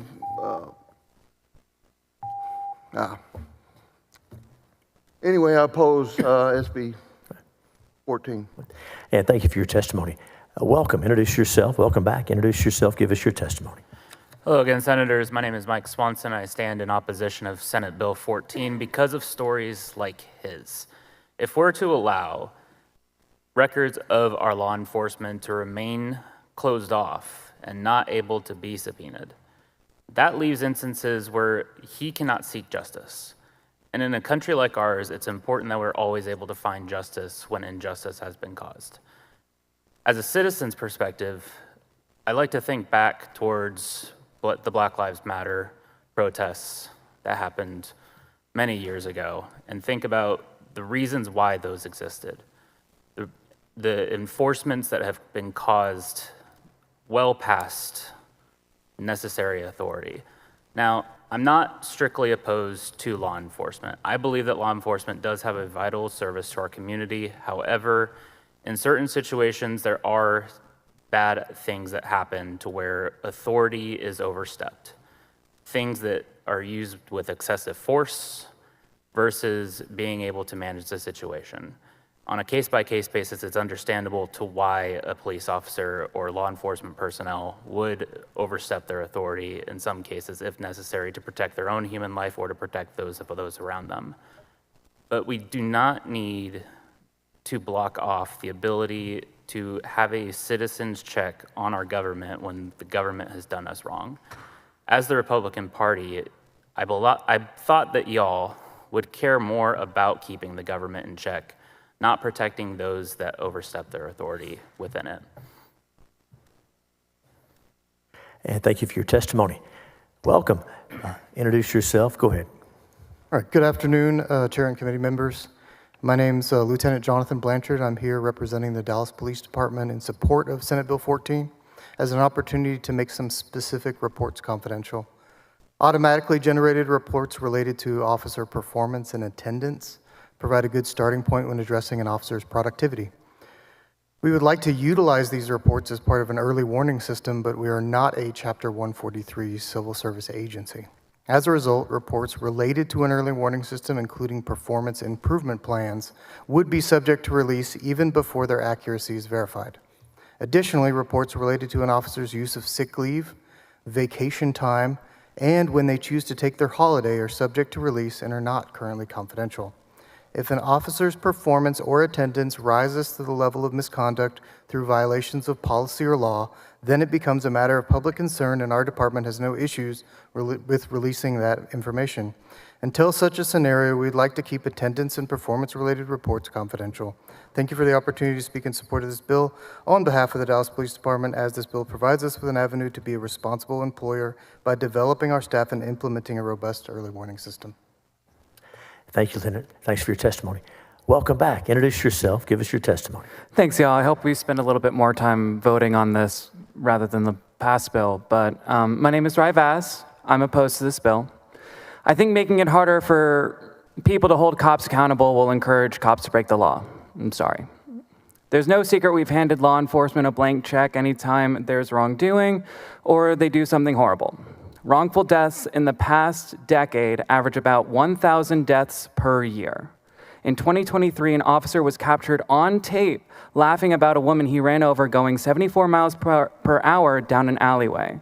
How did we know about him laughing about this? Released body cam footage. And now you want to give information to a private company or license holder who, under your law, could ignore FOIA requests. I don't know, the bill was about a page long. There were no carve-outs for that or any kinds of guidelines. Your bill also includes that documents related to alleged misconduct by the license holder for which the agency determines there is insufficient evidence to sustain the charge of misconduct be included. Now, I don't know about you, and I don't have any real background in law enforcement, but from what I've seen about this is that holding those things, even if there's any alleged wrongdoing, will disadvantage people who are seeking justice from those things. I mean, how is a lawyer going to defend someone who faced police brutality? How is this going to do anything but disadvantage the public at large? I mean, recently a man was pulled out of his car and his car seat belt was ripped off, and we only really knew it because he was filming. We didn't see it until later when there was public outcry that the body cams were released. Much like the panelists in front of me today, law enforcement officers are public servants. They're not above the laws they protect. I don't know what Orwellian fascist wet dream you're seeking to create with this bill, but I know when it comes to the rights being taken away, it only takes small bills like this to pile up into a hellscape where secret police can or just get away with murder. It's not good. Don't pass the bill. Thanks for your testimony. And hold tight. I'm going to call the next panel, and we'll be ready for you. So hang on just a second. I won't take it personal. I didn't think you would. Thanks. So we'll, on the next panel, we're going to be looking for Juliet Thurber, Charlotte LeMay, Melody Tremalo, Emily Gogol, also for Chief Deputy Jason Warren, Kathy Mitchell, Ananda Tomas. I've called a few extra names because some folks have left. But if I called your name, please be on the Senate floor so we can get you on the next panel or the one after that. And welcome back. You know how to do this, and you don't need to get close to the mic, but I don't have to remind you of that. You're welcome to. Introduce yourself for the record. Give us your testimony. Thanks. I got that first sergeant voice. My name is CJ Grisham. I'm here in opposition to SB 14 on my own behalf because as a civil rights attorney, SB 14 is perhaps one of the most dangerous bills I've seen since I began coming to the Capitol and advocating for and against legislation. SB 14 should be named the Protect Bad Cops and Let the People Eat Cake Act. I feel this body needs to be reminded that Article 1, Section 2 of our Constitution says that, quote, all political power is inherent in the people, and all free governments are founded on their authority and instituted for their benefit, not the benefit of government agents who violate that trust that we, the people, placed in them. I'm a retired special agent, federal agent. I've got my retired credentials here. I've got my TCOL certification, so I'm not anti-cop. As my website suggests, ISueBadCops.com, that's what I do. I sue bad cops. This is going to protect bad cops. It's going to make it harder. As a civil rights attorney, I can't tell you how many times I've got somebody that comes to me and they want to file a lawsuit, and I can't access through open records, okay, well, has this officer done this before? Because as we all know, the police investigate themselves and find no wrongdoing. This happens more often than not. And they want to protect this. Good cops are not afraid of having their records exposed on discipline, attendance. You know what, if my cops that I pay for taxpayers aren't showing up to work, I deserve to know they're not showing up for work. If they're taking extra vacation, I deserve to know that they're taking extra vacation. I don't need to know their addresses and their social media and their private information. I'm talking about when they're on the clock. And it is difficult as a civil rights attorney, as it is under the current law, to be able to get information. And it forces people like Mr. McCain here to pay thousands of dollars to an attorney to find out what we should be able to get anyway. We're moving in the wrong direction. 552 covers up way too much. This is going to cover up even more. And we need to be more open and transparent with how our law enforcement act and not hide stuff. Good cops aren't afraid of sunshine. And I ask you to vote against this bill. Thank you for your testimony. Senator Perry, you have the panel. Thank you, Mr. Chair, and I'm not sure this is why I wanted the resource witness to hang around. It may be more appropriate. She had laid out kind of how we got here, but not actually what the bill did.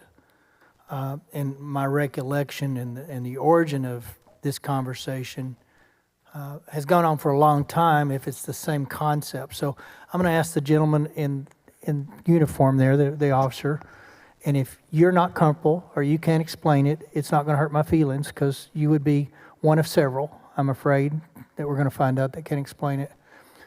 And maybe I'm wrong on the background, but this started kind of as an employment issue several sessions ago, and it'd been ongoing. I remember I've been here 15 years. It was old conversations, and I'm going to reference things, and if they're not applicable, to say this doesn't have anything to do with it. I remember there was something referred to as a G file. Is that relevant to this conversation? Yes. Okay. And the origin or the conversation that ensued back when I was looking at this, because we had some bad police people. They're human, right? We get good ones and we get great ones, and then we get one or two bad ones. And what we found was no different than our school systems, et cetera. We're, quote, passing the trash. And so we opened up the G file as a required conversation between one department and the next when they were looking at hiring someone. So that if you're a bad guy here, that G file was absolutely required for the person talking about hiring you so that we would stop passing the trash. So with that as a background, is this the G file that we're talking about prohibiting from public disclosures? And if it is, great. If it's not, and then I'll probably have a conversation for CJ to follow up on. But is it that file? From my understanding, this is the file that contains allegations of misconduct or any other information that is not substantiated, the exonerated, false reports, such information such as that is prohibited from public release. So what I hear you saying is we don't have a problem going after bad cops with full disclosure, but what we don't want to do is go full disclosure of something that has not been vetted and proved. Yes. All right. CJ. So here's the problem with that. It sounds good, and that would be great if that's how it worked. But what happens is a police officer gets accused of misconduct. Rather than go through the process of an investigation, that police officer resigns. Guess what the police department does? And I'm talking these are cases I've had. The department drops any substantiated or any investigation because the person no longer works there. So once that officer quits because he's been accused of doing something, the department no longer investigates it, and it's unsubstantiated. But the people deserve to know if I'm the fifth, the sixth, the first person who was accused this officer of something. I know it's just an accusation, and as an attorney, I will look at that as only an accusation. But when you start seeing patterns, that's what we're looking for. That's what people want to know about is, are there patterns? And if this guy's getting accused of something and then he quits so he doesn't get investigated, so he doesn't get into the G file, and then he goes to another police department, and that police department doesn't see anything because there's no, that's what we're talking about. So back to the officer, there's an F form, there was some form. What was it, F something? Something like that, I don't remember. So on that form, there was very general, let's just say very nondescript reasons for termination or retirements or whatever that is. So has that form been modified to be more detailed? So yes, at the end of an officer's exit of employment, we're required to finish all pending investigations to complete this. And that's part of us adopting that TCOL model policy on misconduct. So once we complete all those, all that information is sent to TCOL. With or without, so if I did something and I quit, does the form reflect a full investigation even after I quit? Yes. So the concern that you're a bad guy, you quit so that it won't get out and you'll go to the next place and there'll be no record of it is not true Right. under today's reforms. Under today's reforms that were just active a month ago. Okay, so I'll go back to CJ a minute. Couple of questions. Yes. There's this really fine line, and this came up through a trial lawyer's bill during session, and after I understood the context, it made sense to me. And it was the trucker's bill. And effectively, the first stage was whereby I'd just call smart lawing. They would bring in previous information into the first stage that would prejudice or bias the jury. And once they made their case at that level, then they would go into award damages. Well, the whole law was about taking the prejudice of a historical context off the table and look at that individual on that instant and that issue. And I use the example, right, wrong, or indifferent. If I'm a murderer 20 years ago, and I served my time, did my crime, and I walked out on the streets today under a justice system, and then I got called in for something else, it's the something else that I should be tried on first, and then if I'm found guilty of that, then I should be punished accordingly with all the back history. So what concerns me in what you're saying is, one, if it's never been vindicated, but there is a documentation of the final investigation, be it internal, but I have to trust internal affairs and people at that point that are delegated that responsibility, that if that was a public disclosure that you bias or taint or possibly prejudiced before that person was actually dealt with on the issue of the present. So is ultimately all that stuff, if you were to go to a court, is all that stuff going to be discoverable and pulled out anyway once you've done your job as an attorney? So yeah, that's where the difference is, where right now, if I want to get that information as an attorney for my client, I can do that if I file a lawsuit and then in the discovery process that my client's going to be paying for. What we're talking about, and I don't know if the new legislation that hasn't gone into effect yet is going to fix some of these problems, like as was just discussed, but I can tell you right now that here's the thing. I've been arrested 5 times. That's why I became an attorney late in life. I'm tired of being arrested falsely. But you know what? If you go and you look it up, you're going to see 5 arrests from CJ, even though CJ never got convicted. Why? And that's good for me, because that shows that I'm not a lawbreaker, that my charges were dismissed. I would think it would be a good thing, whether charges or claims against an officer, if they were dismissed as unfounded, I'd want to know that as an attorney, because if a client came to me and I did my pre-litigation work through an open records request and found out, well, this guy's been accused, but he hasn't done anything wrong. I just don't see where we can do it. That's a good thing. It helps the officer to show that, hey, I'm clear, I'm good, but we want to hide that. And it's not just the bad, but it's also the good.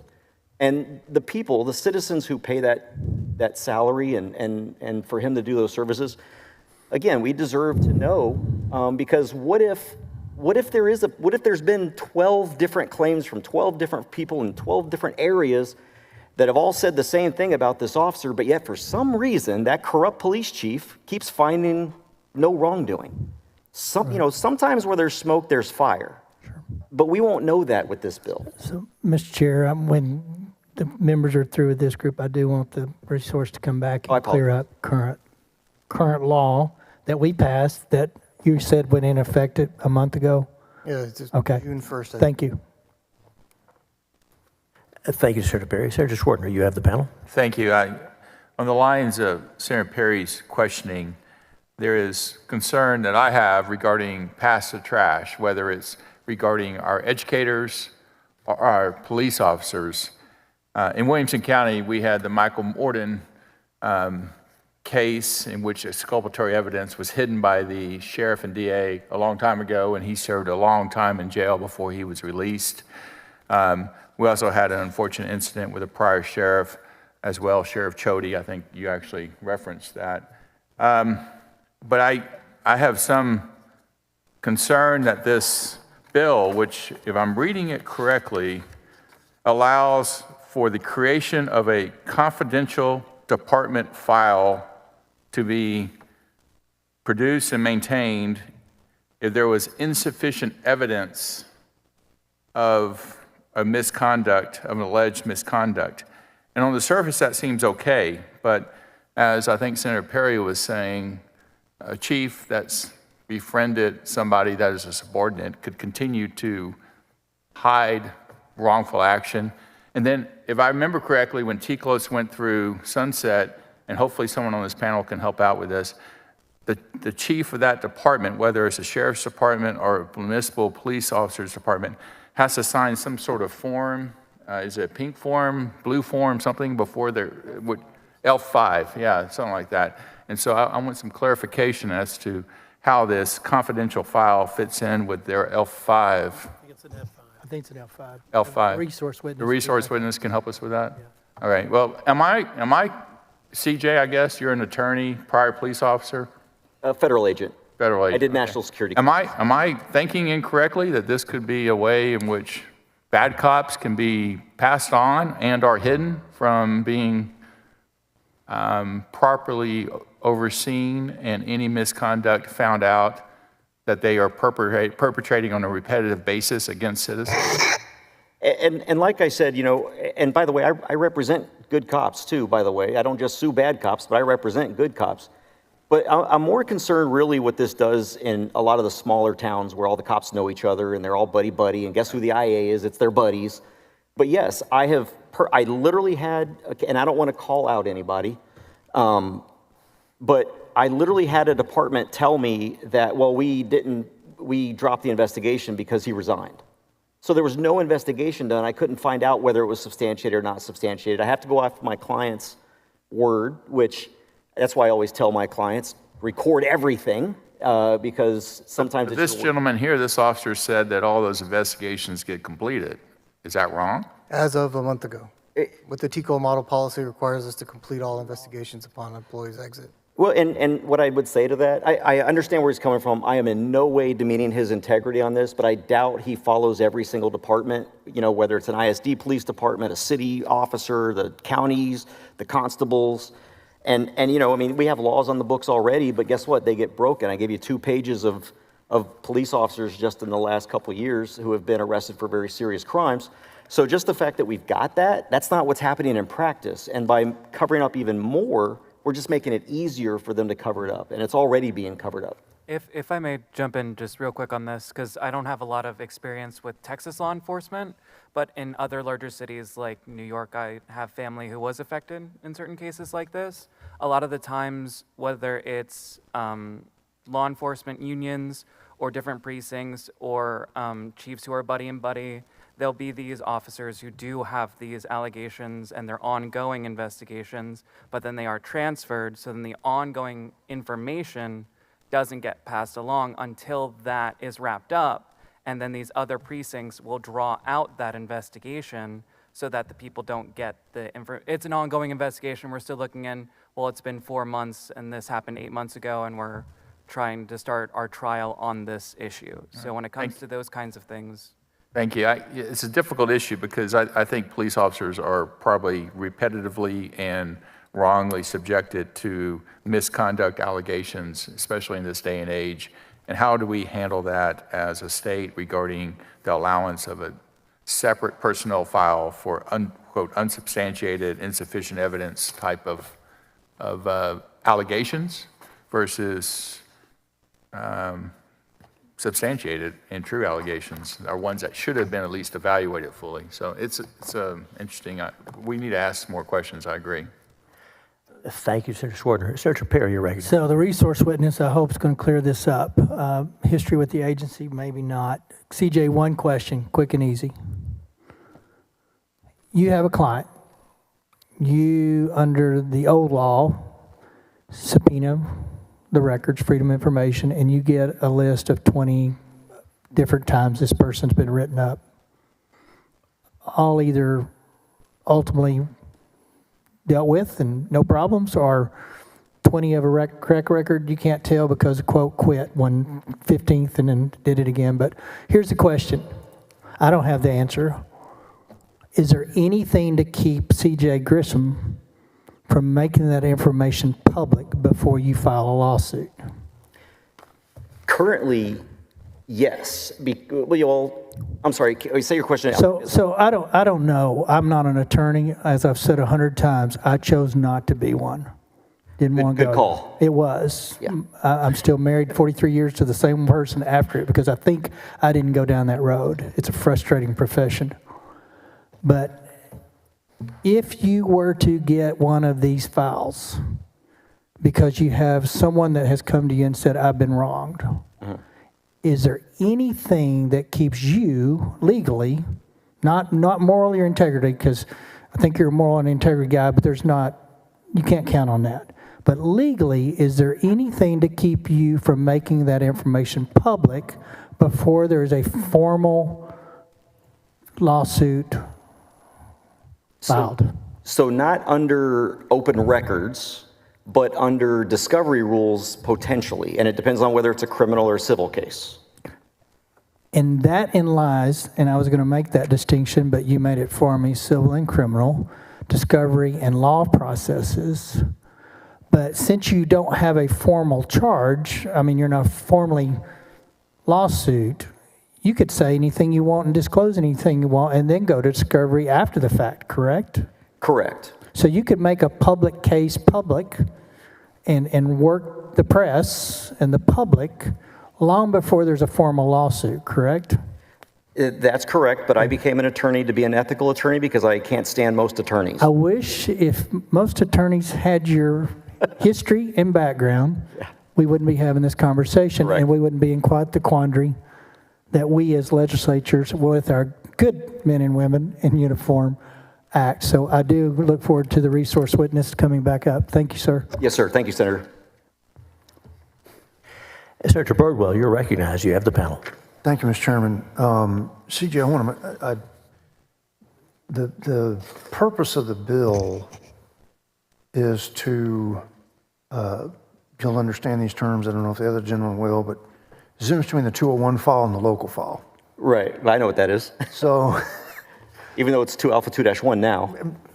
Yeah, I've been retired longer than I served, so they changed the names to confuse the retirees. Right. But anyway, so the 201 file is a permanent record, local file is kept only locally. So I think that's probably what we're dealing with here in analogy-wise, and that now, the difference is that the local file in a military unit is still an official record, but not permanent record, only for while the individual is in that organization. And it doesn't follow So it's not exactly congruent, the question I'm asking here. But I think, according to Lieutenant Blanchard,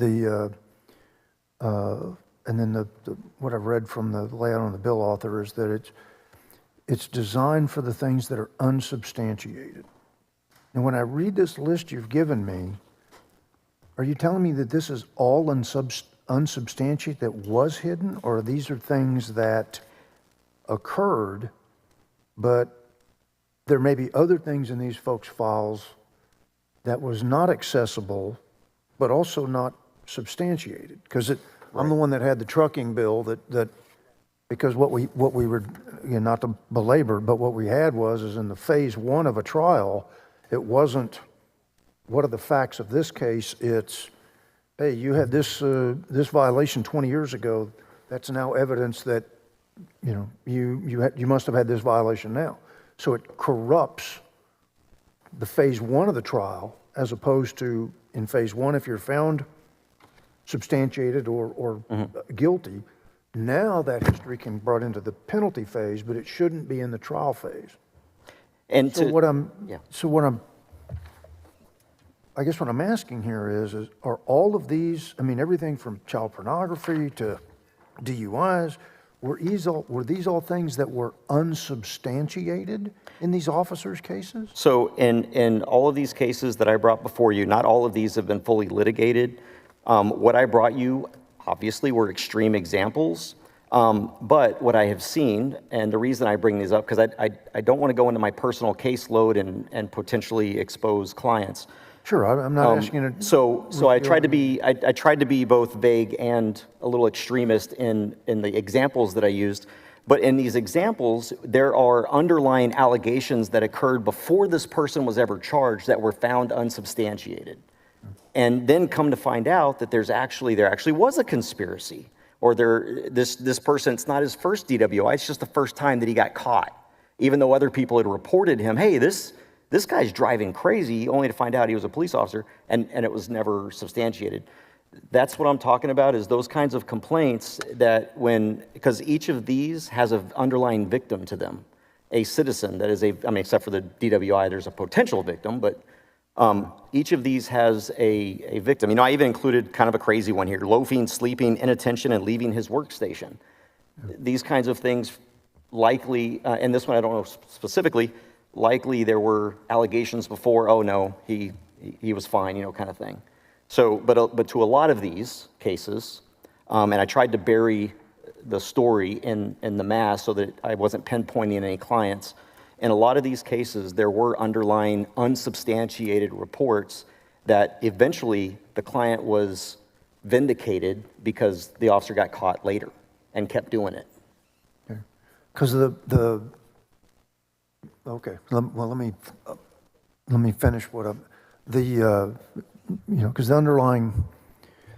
underlying pretense, and to Mr. McCain's concern, and I'll ask you a question here in a moment, but is that, innocent till proven guilty. Now, administrative procedures aren't necessarily criminal or civil procedures, so you don't get as high a rigor of formality in those circumstances. But we're trying to afford the police officer the same assumption of innocence that we expect law enforcement and our criminal justice system to assume of the citizen. Let me ask this, Mr. McCain, if I may. Did you file I'm not sure, I assume the word is complaint, but was there a formal complaint against the officer that Yes, sir, there was. That is now in the record, that is searchable, that is not set aside? But, again, Solomon tells us he who speaks first seems wise, till the second comes and examines him. So I only have your side of the story here, not the officer's. But is your experience that you detailed in here in your testimony, your written testimony, is that case in an unsubstantiated file in the Waco PD, or is it in a substantiated It has file? been substantiated. Okay. And That has would- been litigated. That would tell me that because, look, given the COVID stuff, don't like you having to go through this, but that would tell me that the system worked for you, that you had an experience that was not just unpleasant, but outside the bounds of what the officer should have done. As a citizen, you filed that complaint, I assume, with the police department. Correct. It was, I filed it with the interim police chief. Okay. Actually, the assistant police chief, but it was difficult in order to file the initial complaint. And the information that I was able to obtain showed that the responding officers, the commanders and sergeants, tried their best to put the officer that basically assaulted me favorably. Okay. Let me ask this. The way you said that is, in making the complaint, did you try to access previous events to substantiate your complaint, or did your complaint stand on its own with the facts specifically of your experience from walking into that convenience store to being arrested and then filing a complaint? Because I think what I think the bill's trying to do is kind of like my trucking bill. The complaint ought to be based upon the experience with that officer, not taking, if you were, convicted of murder 20 years ago, get out, and then there's a murder and you're charged with it, does the fact that you were convicted 20 years ago mean that you're guilty now? The answer is no.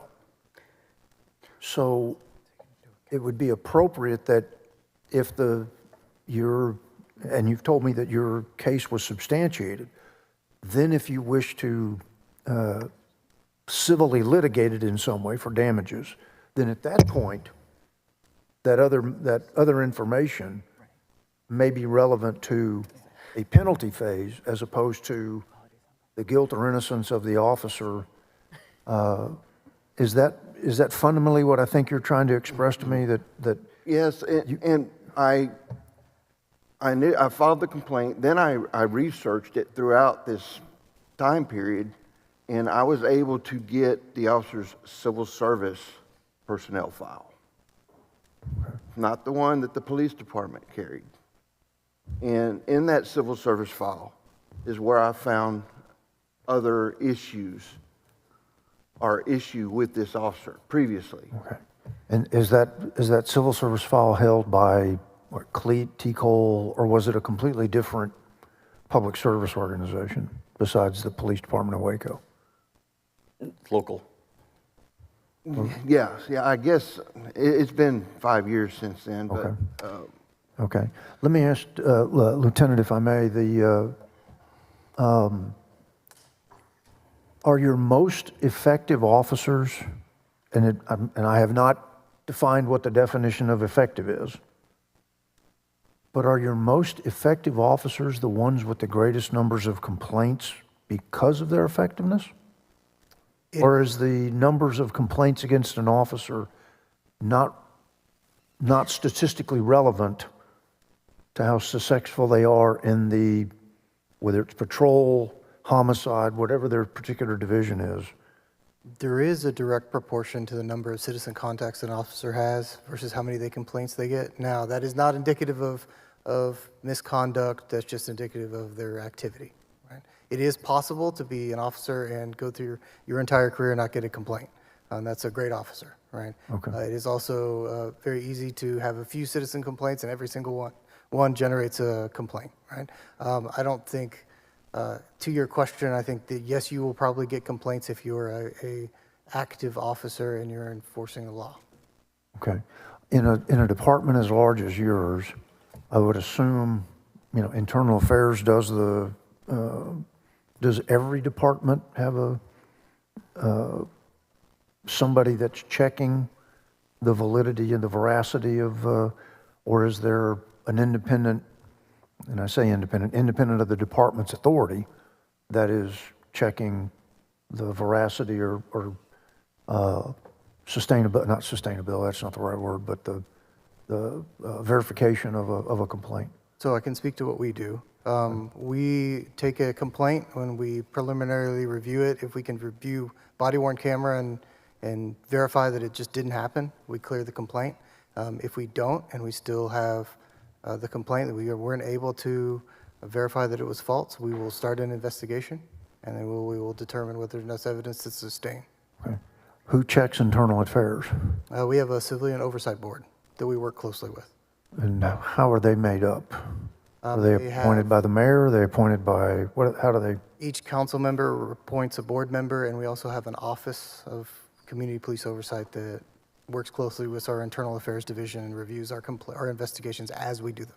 Okay, all right, thank you. Senator, can I make one quick, and just a legal aspect of it? One of the reasons why it's important, because there's something called Monell liability. I don't know if you know what that is, but if I, as a civil attorney, want to sue the county or the city or whatever that entity is, I have to overcome what's called Monell liability. I have to show that there's a policy, practice, or procedure. And that policy, practice, or procedure would show an act or an omission of an act. And so I would need to know, okay, that's why it's important to know, is there a policy, practice, and procedure to allow all these things and find them unsubstantiated? Because then I know when I've got my litigant that comes to me, am I only suing that officer, or am I also suing the county or the city or the school district or whatever it is? And so that's where the unsubstantiated stuff comes in, because it helps us to determine whether or not there's Monell liability. Thank you. Thank you, Mr. Chairman. Thank you, members. Thank you, Senator. Thank each member of this panel for your testimony. Thanks for being here, and you're excused. Thank you. Thank you each for being here. We do have a resource witness from the Texas Commission on Law Enforcement. Chair calls Gretchen Grigsby, who will be able to answer all of our questions and help us make sure we have the right baseline knowledge. Thanks for being here. introduce yourself, tell us who you represent, and then we're going to have some questions for you. Welcome. Yes, sir. Good afternoon, Mr. Chairman and members. My name is Gretchen Grigsby. I'm the Director of Government and External Relations for the Texas Commission on Law Enforcement. And I certainly hope I'm able to answer most, if not all, of your questions, because the sunset process is one that I've been living for about 5 years now. Thank you for that and for being here. We'll recognize Senator Perry. Thank you for being here. I hope you can answer them. And is my recollection somewhat familiar, and was it accurate? Absolutely. Okay, so a couple of things.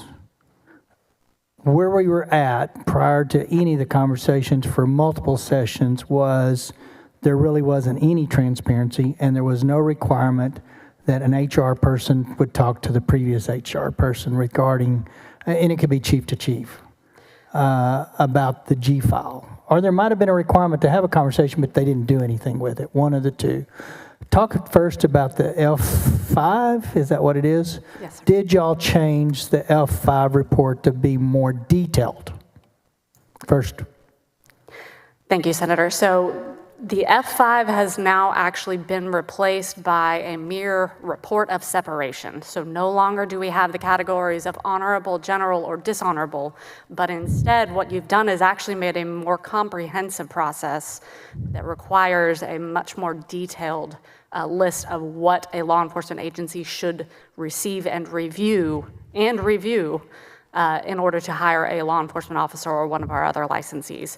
That includes the background confirmation form that was passed actually in the 87th legislative session through Senate Bill 24 that ensures under penalty of TCOL disciplinary action and up to and potentially including disciplinary action of the chief administrator's peace officer license, that they have reviewed all of the documents provided to them by the previous law enforcement agencies, each one of them, for every law enforcement hire that they make.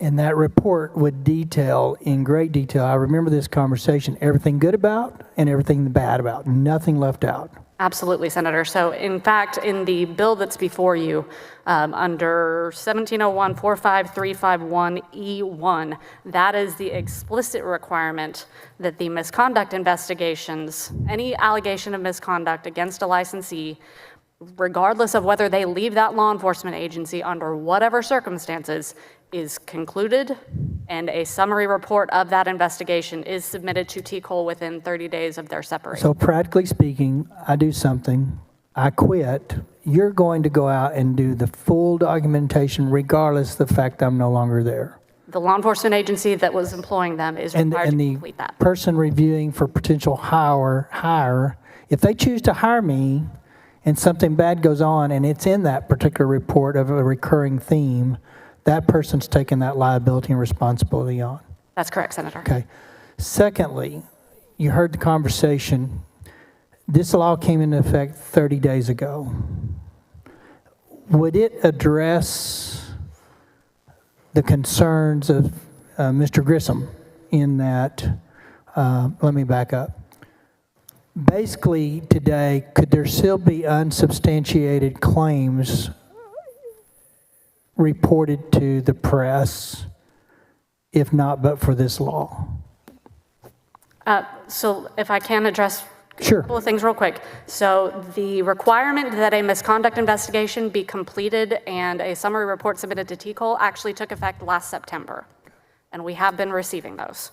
The scenario that Mr. Grisham laid out regarding an officer leaving to escape bad conduct, that previously, prior to the sunset requirements that went into place last session, previously, yes, that could have happened. But now today, you cannot just leave to try to escape bad conduct. That must be, the investigation must be completed and submitted to TCOL. So let's talk about the concept of this bill. Yes, sir. It wants to not necessarily hide or anything. It's just not wanting things to get out that are biased or prejudicial before they're unsubstantiated. But in this current system, if I quit and the report's done, that would be subject to Freedom of Information Act. Under the current scenario for a law enforcement agency that is not subject to 143 of the Local Government Code and civil service protections, theoretically that could be released to the public, yes. If this bill's passed, would that information be available? If the bill passed, that information would go into a department file, which would then no longer be available for public information requests.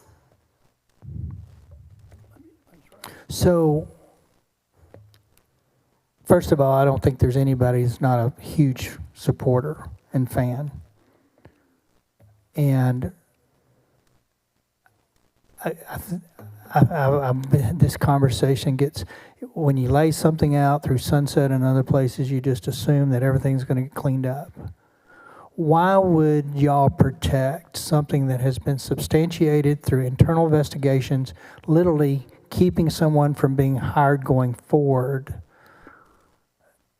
I'll put it this way. If it's substantiated and I'm a good guy, why not let it loose? If it's substantiated and I'm a bad guy, why wouldn't the public need to know that? If it is substantiated, then it is already public and should be. And that the information in this bill, the legislation before you does not change that. So qualify that. How is something that's in an internal report that reports everything that I've done, good and bad, that could keep me from being futurely employed, public knowledge? So let's differentiate really quickly. You hear it called in terms of the A file and the G file, or the personnel file and the department file. The personnel file contains everything good and everything that is substantiated that is misconduct. What we're talking about here is the unsubstantiated information. And in context, is that what used to be referred to the G file that's unsubstantiated, but over here for internal review, but not for public because it wasn't proved? Correct. But there is a personnel file that'll look just like that G file on everything that was proved. Correct. And that's not prohibitive from someone getting access to it, a CJ? Absolutely not. Okay, thank you. Thank you, Senator Perry. Senator Birdwell, and we have a few minutes before the Senate has to gavel in. You may have to bring the resource witness back, but go ahead. And thank you. Thank you, Mr. Chairman. Is there any report that TCOL collects from every law enforcement agency in the state annually, whatever it may be, that chief of police of town A says, I've received this many reports, this percentage were substantiated, this percentage was not substantiated, and when you look at total number of officers, again, size of a small town versus a large town, that you can draw any statistical, maybe not conclusions, but assumptions, that we have a structural problem with too many unsubstantiated?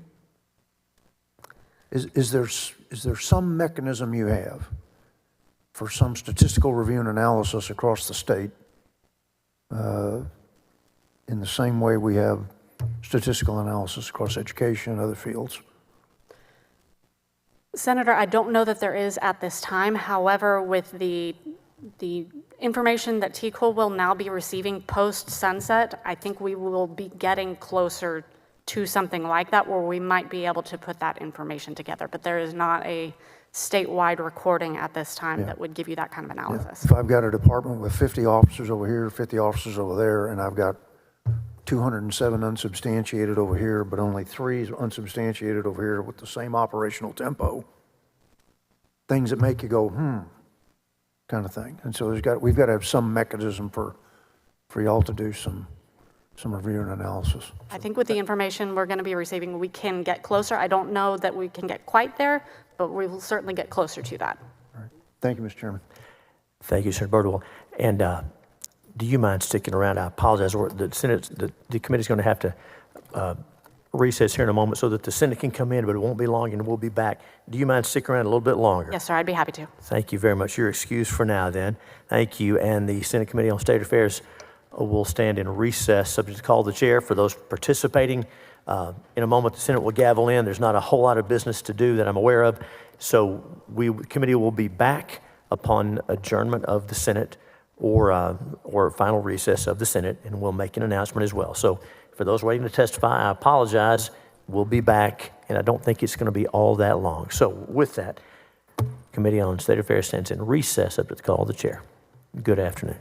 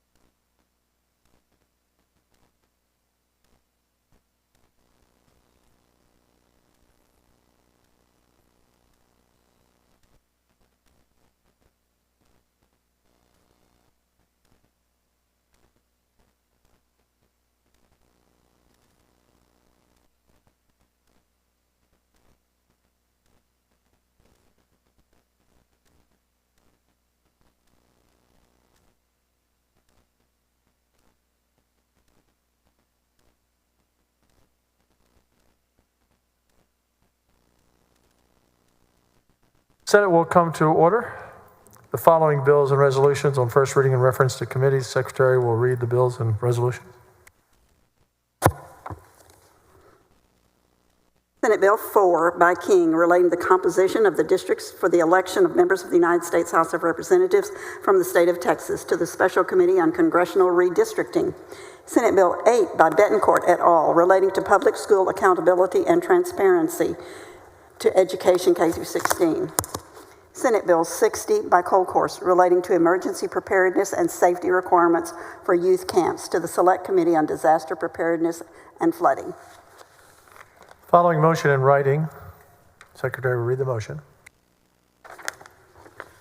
Motion in writing. Mr. President, I move that the Senate recess until 9:00 a.m. Wednesday, August 16th. Motion by Zaffarini.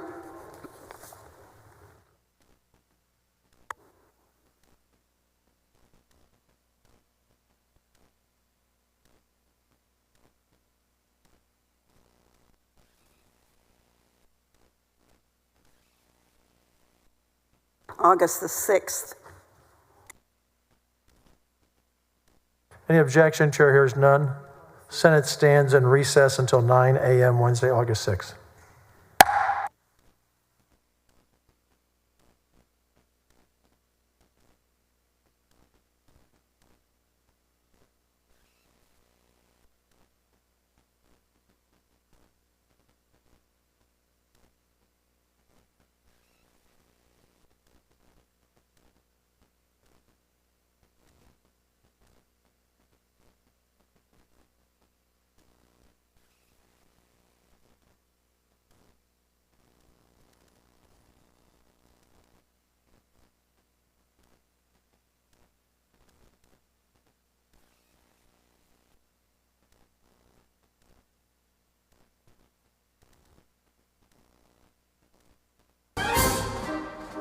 The Texas Senate has concluded its deliberations for the day.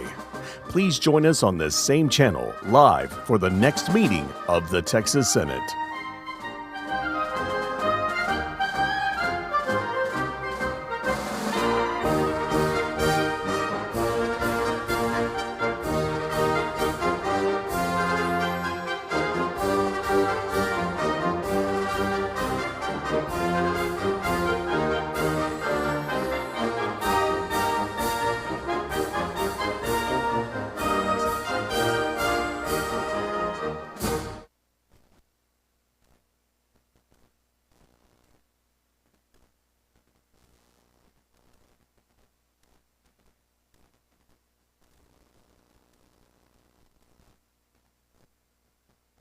Members, just a clarification on that.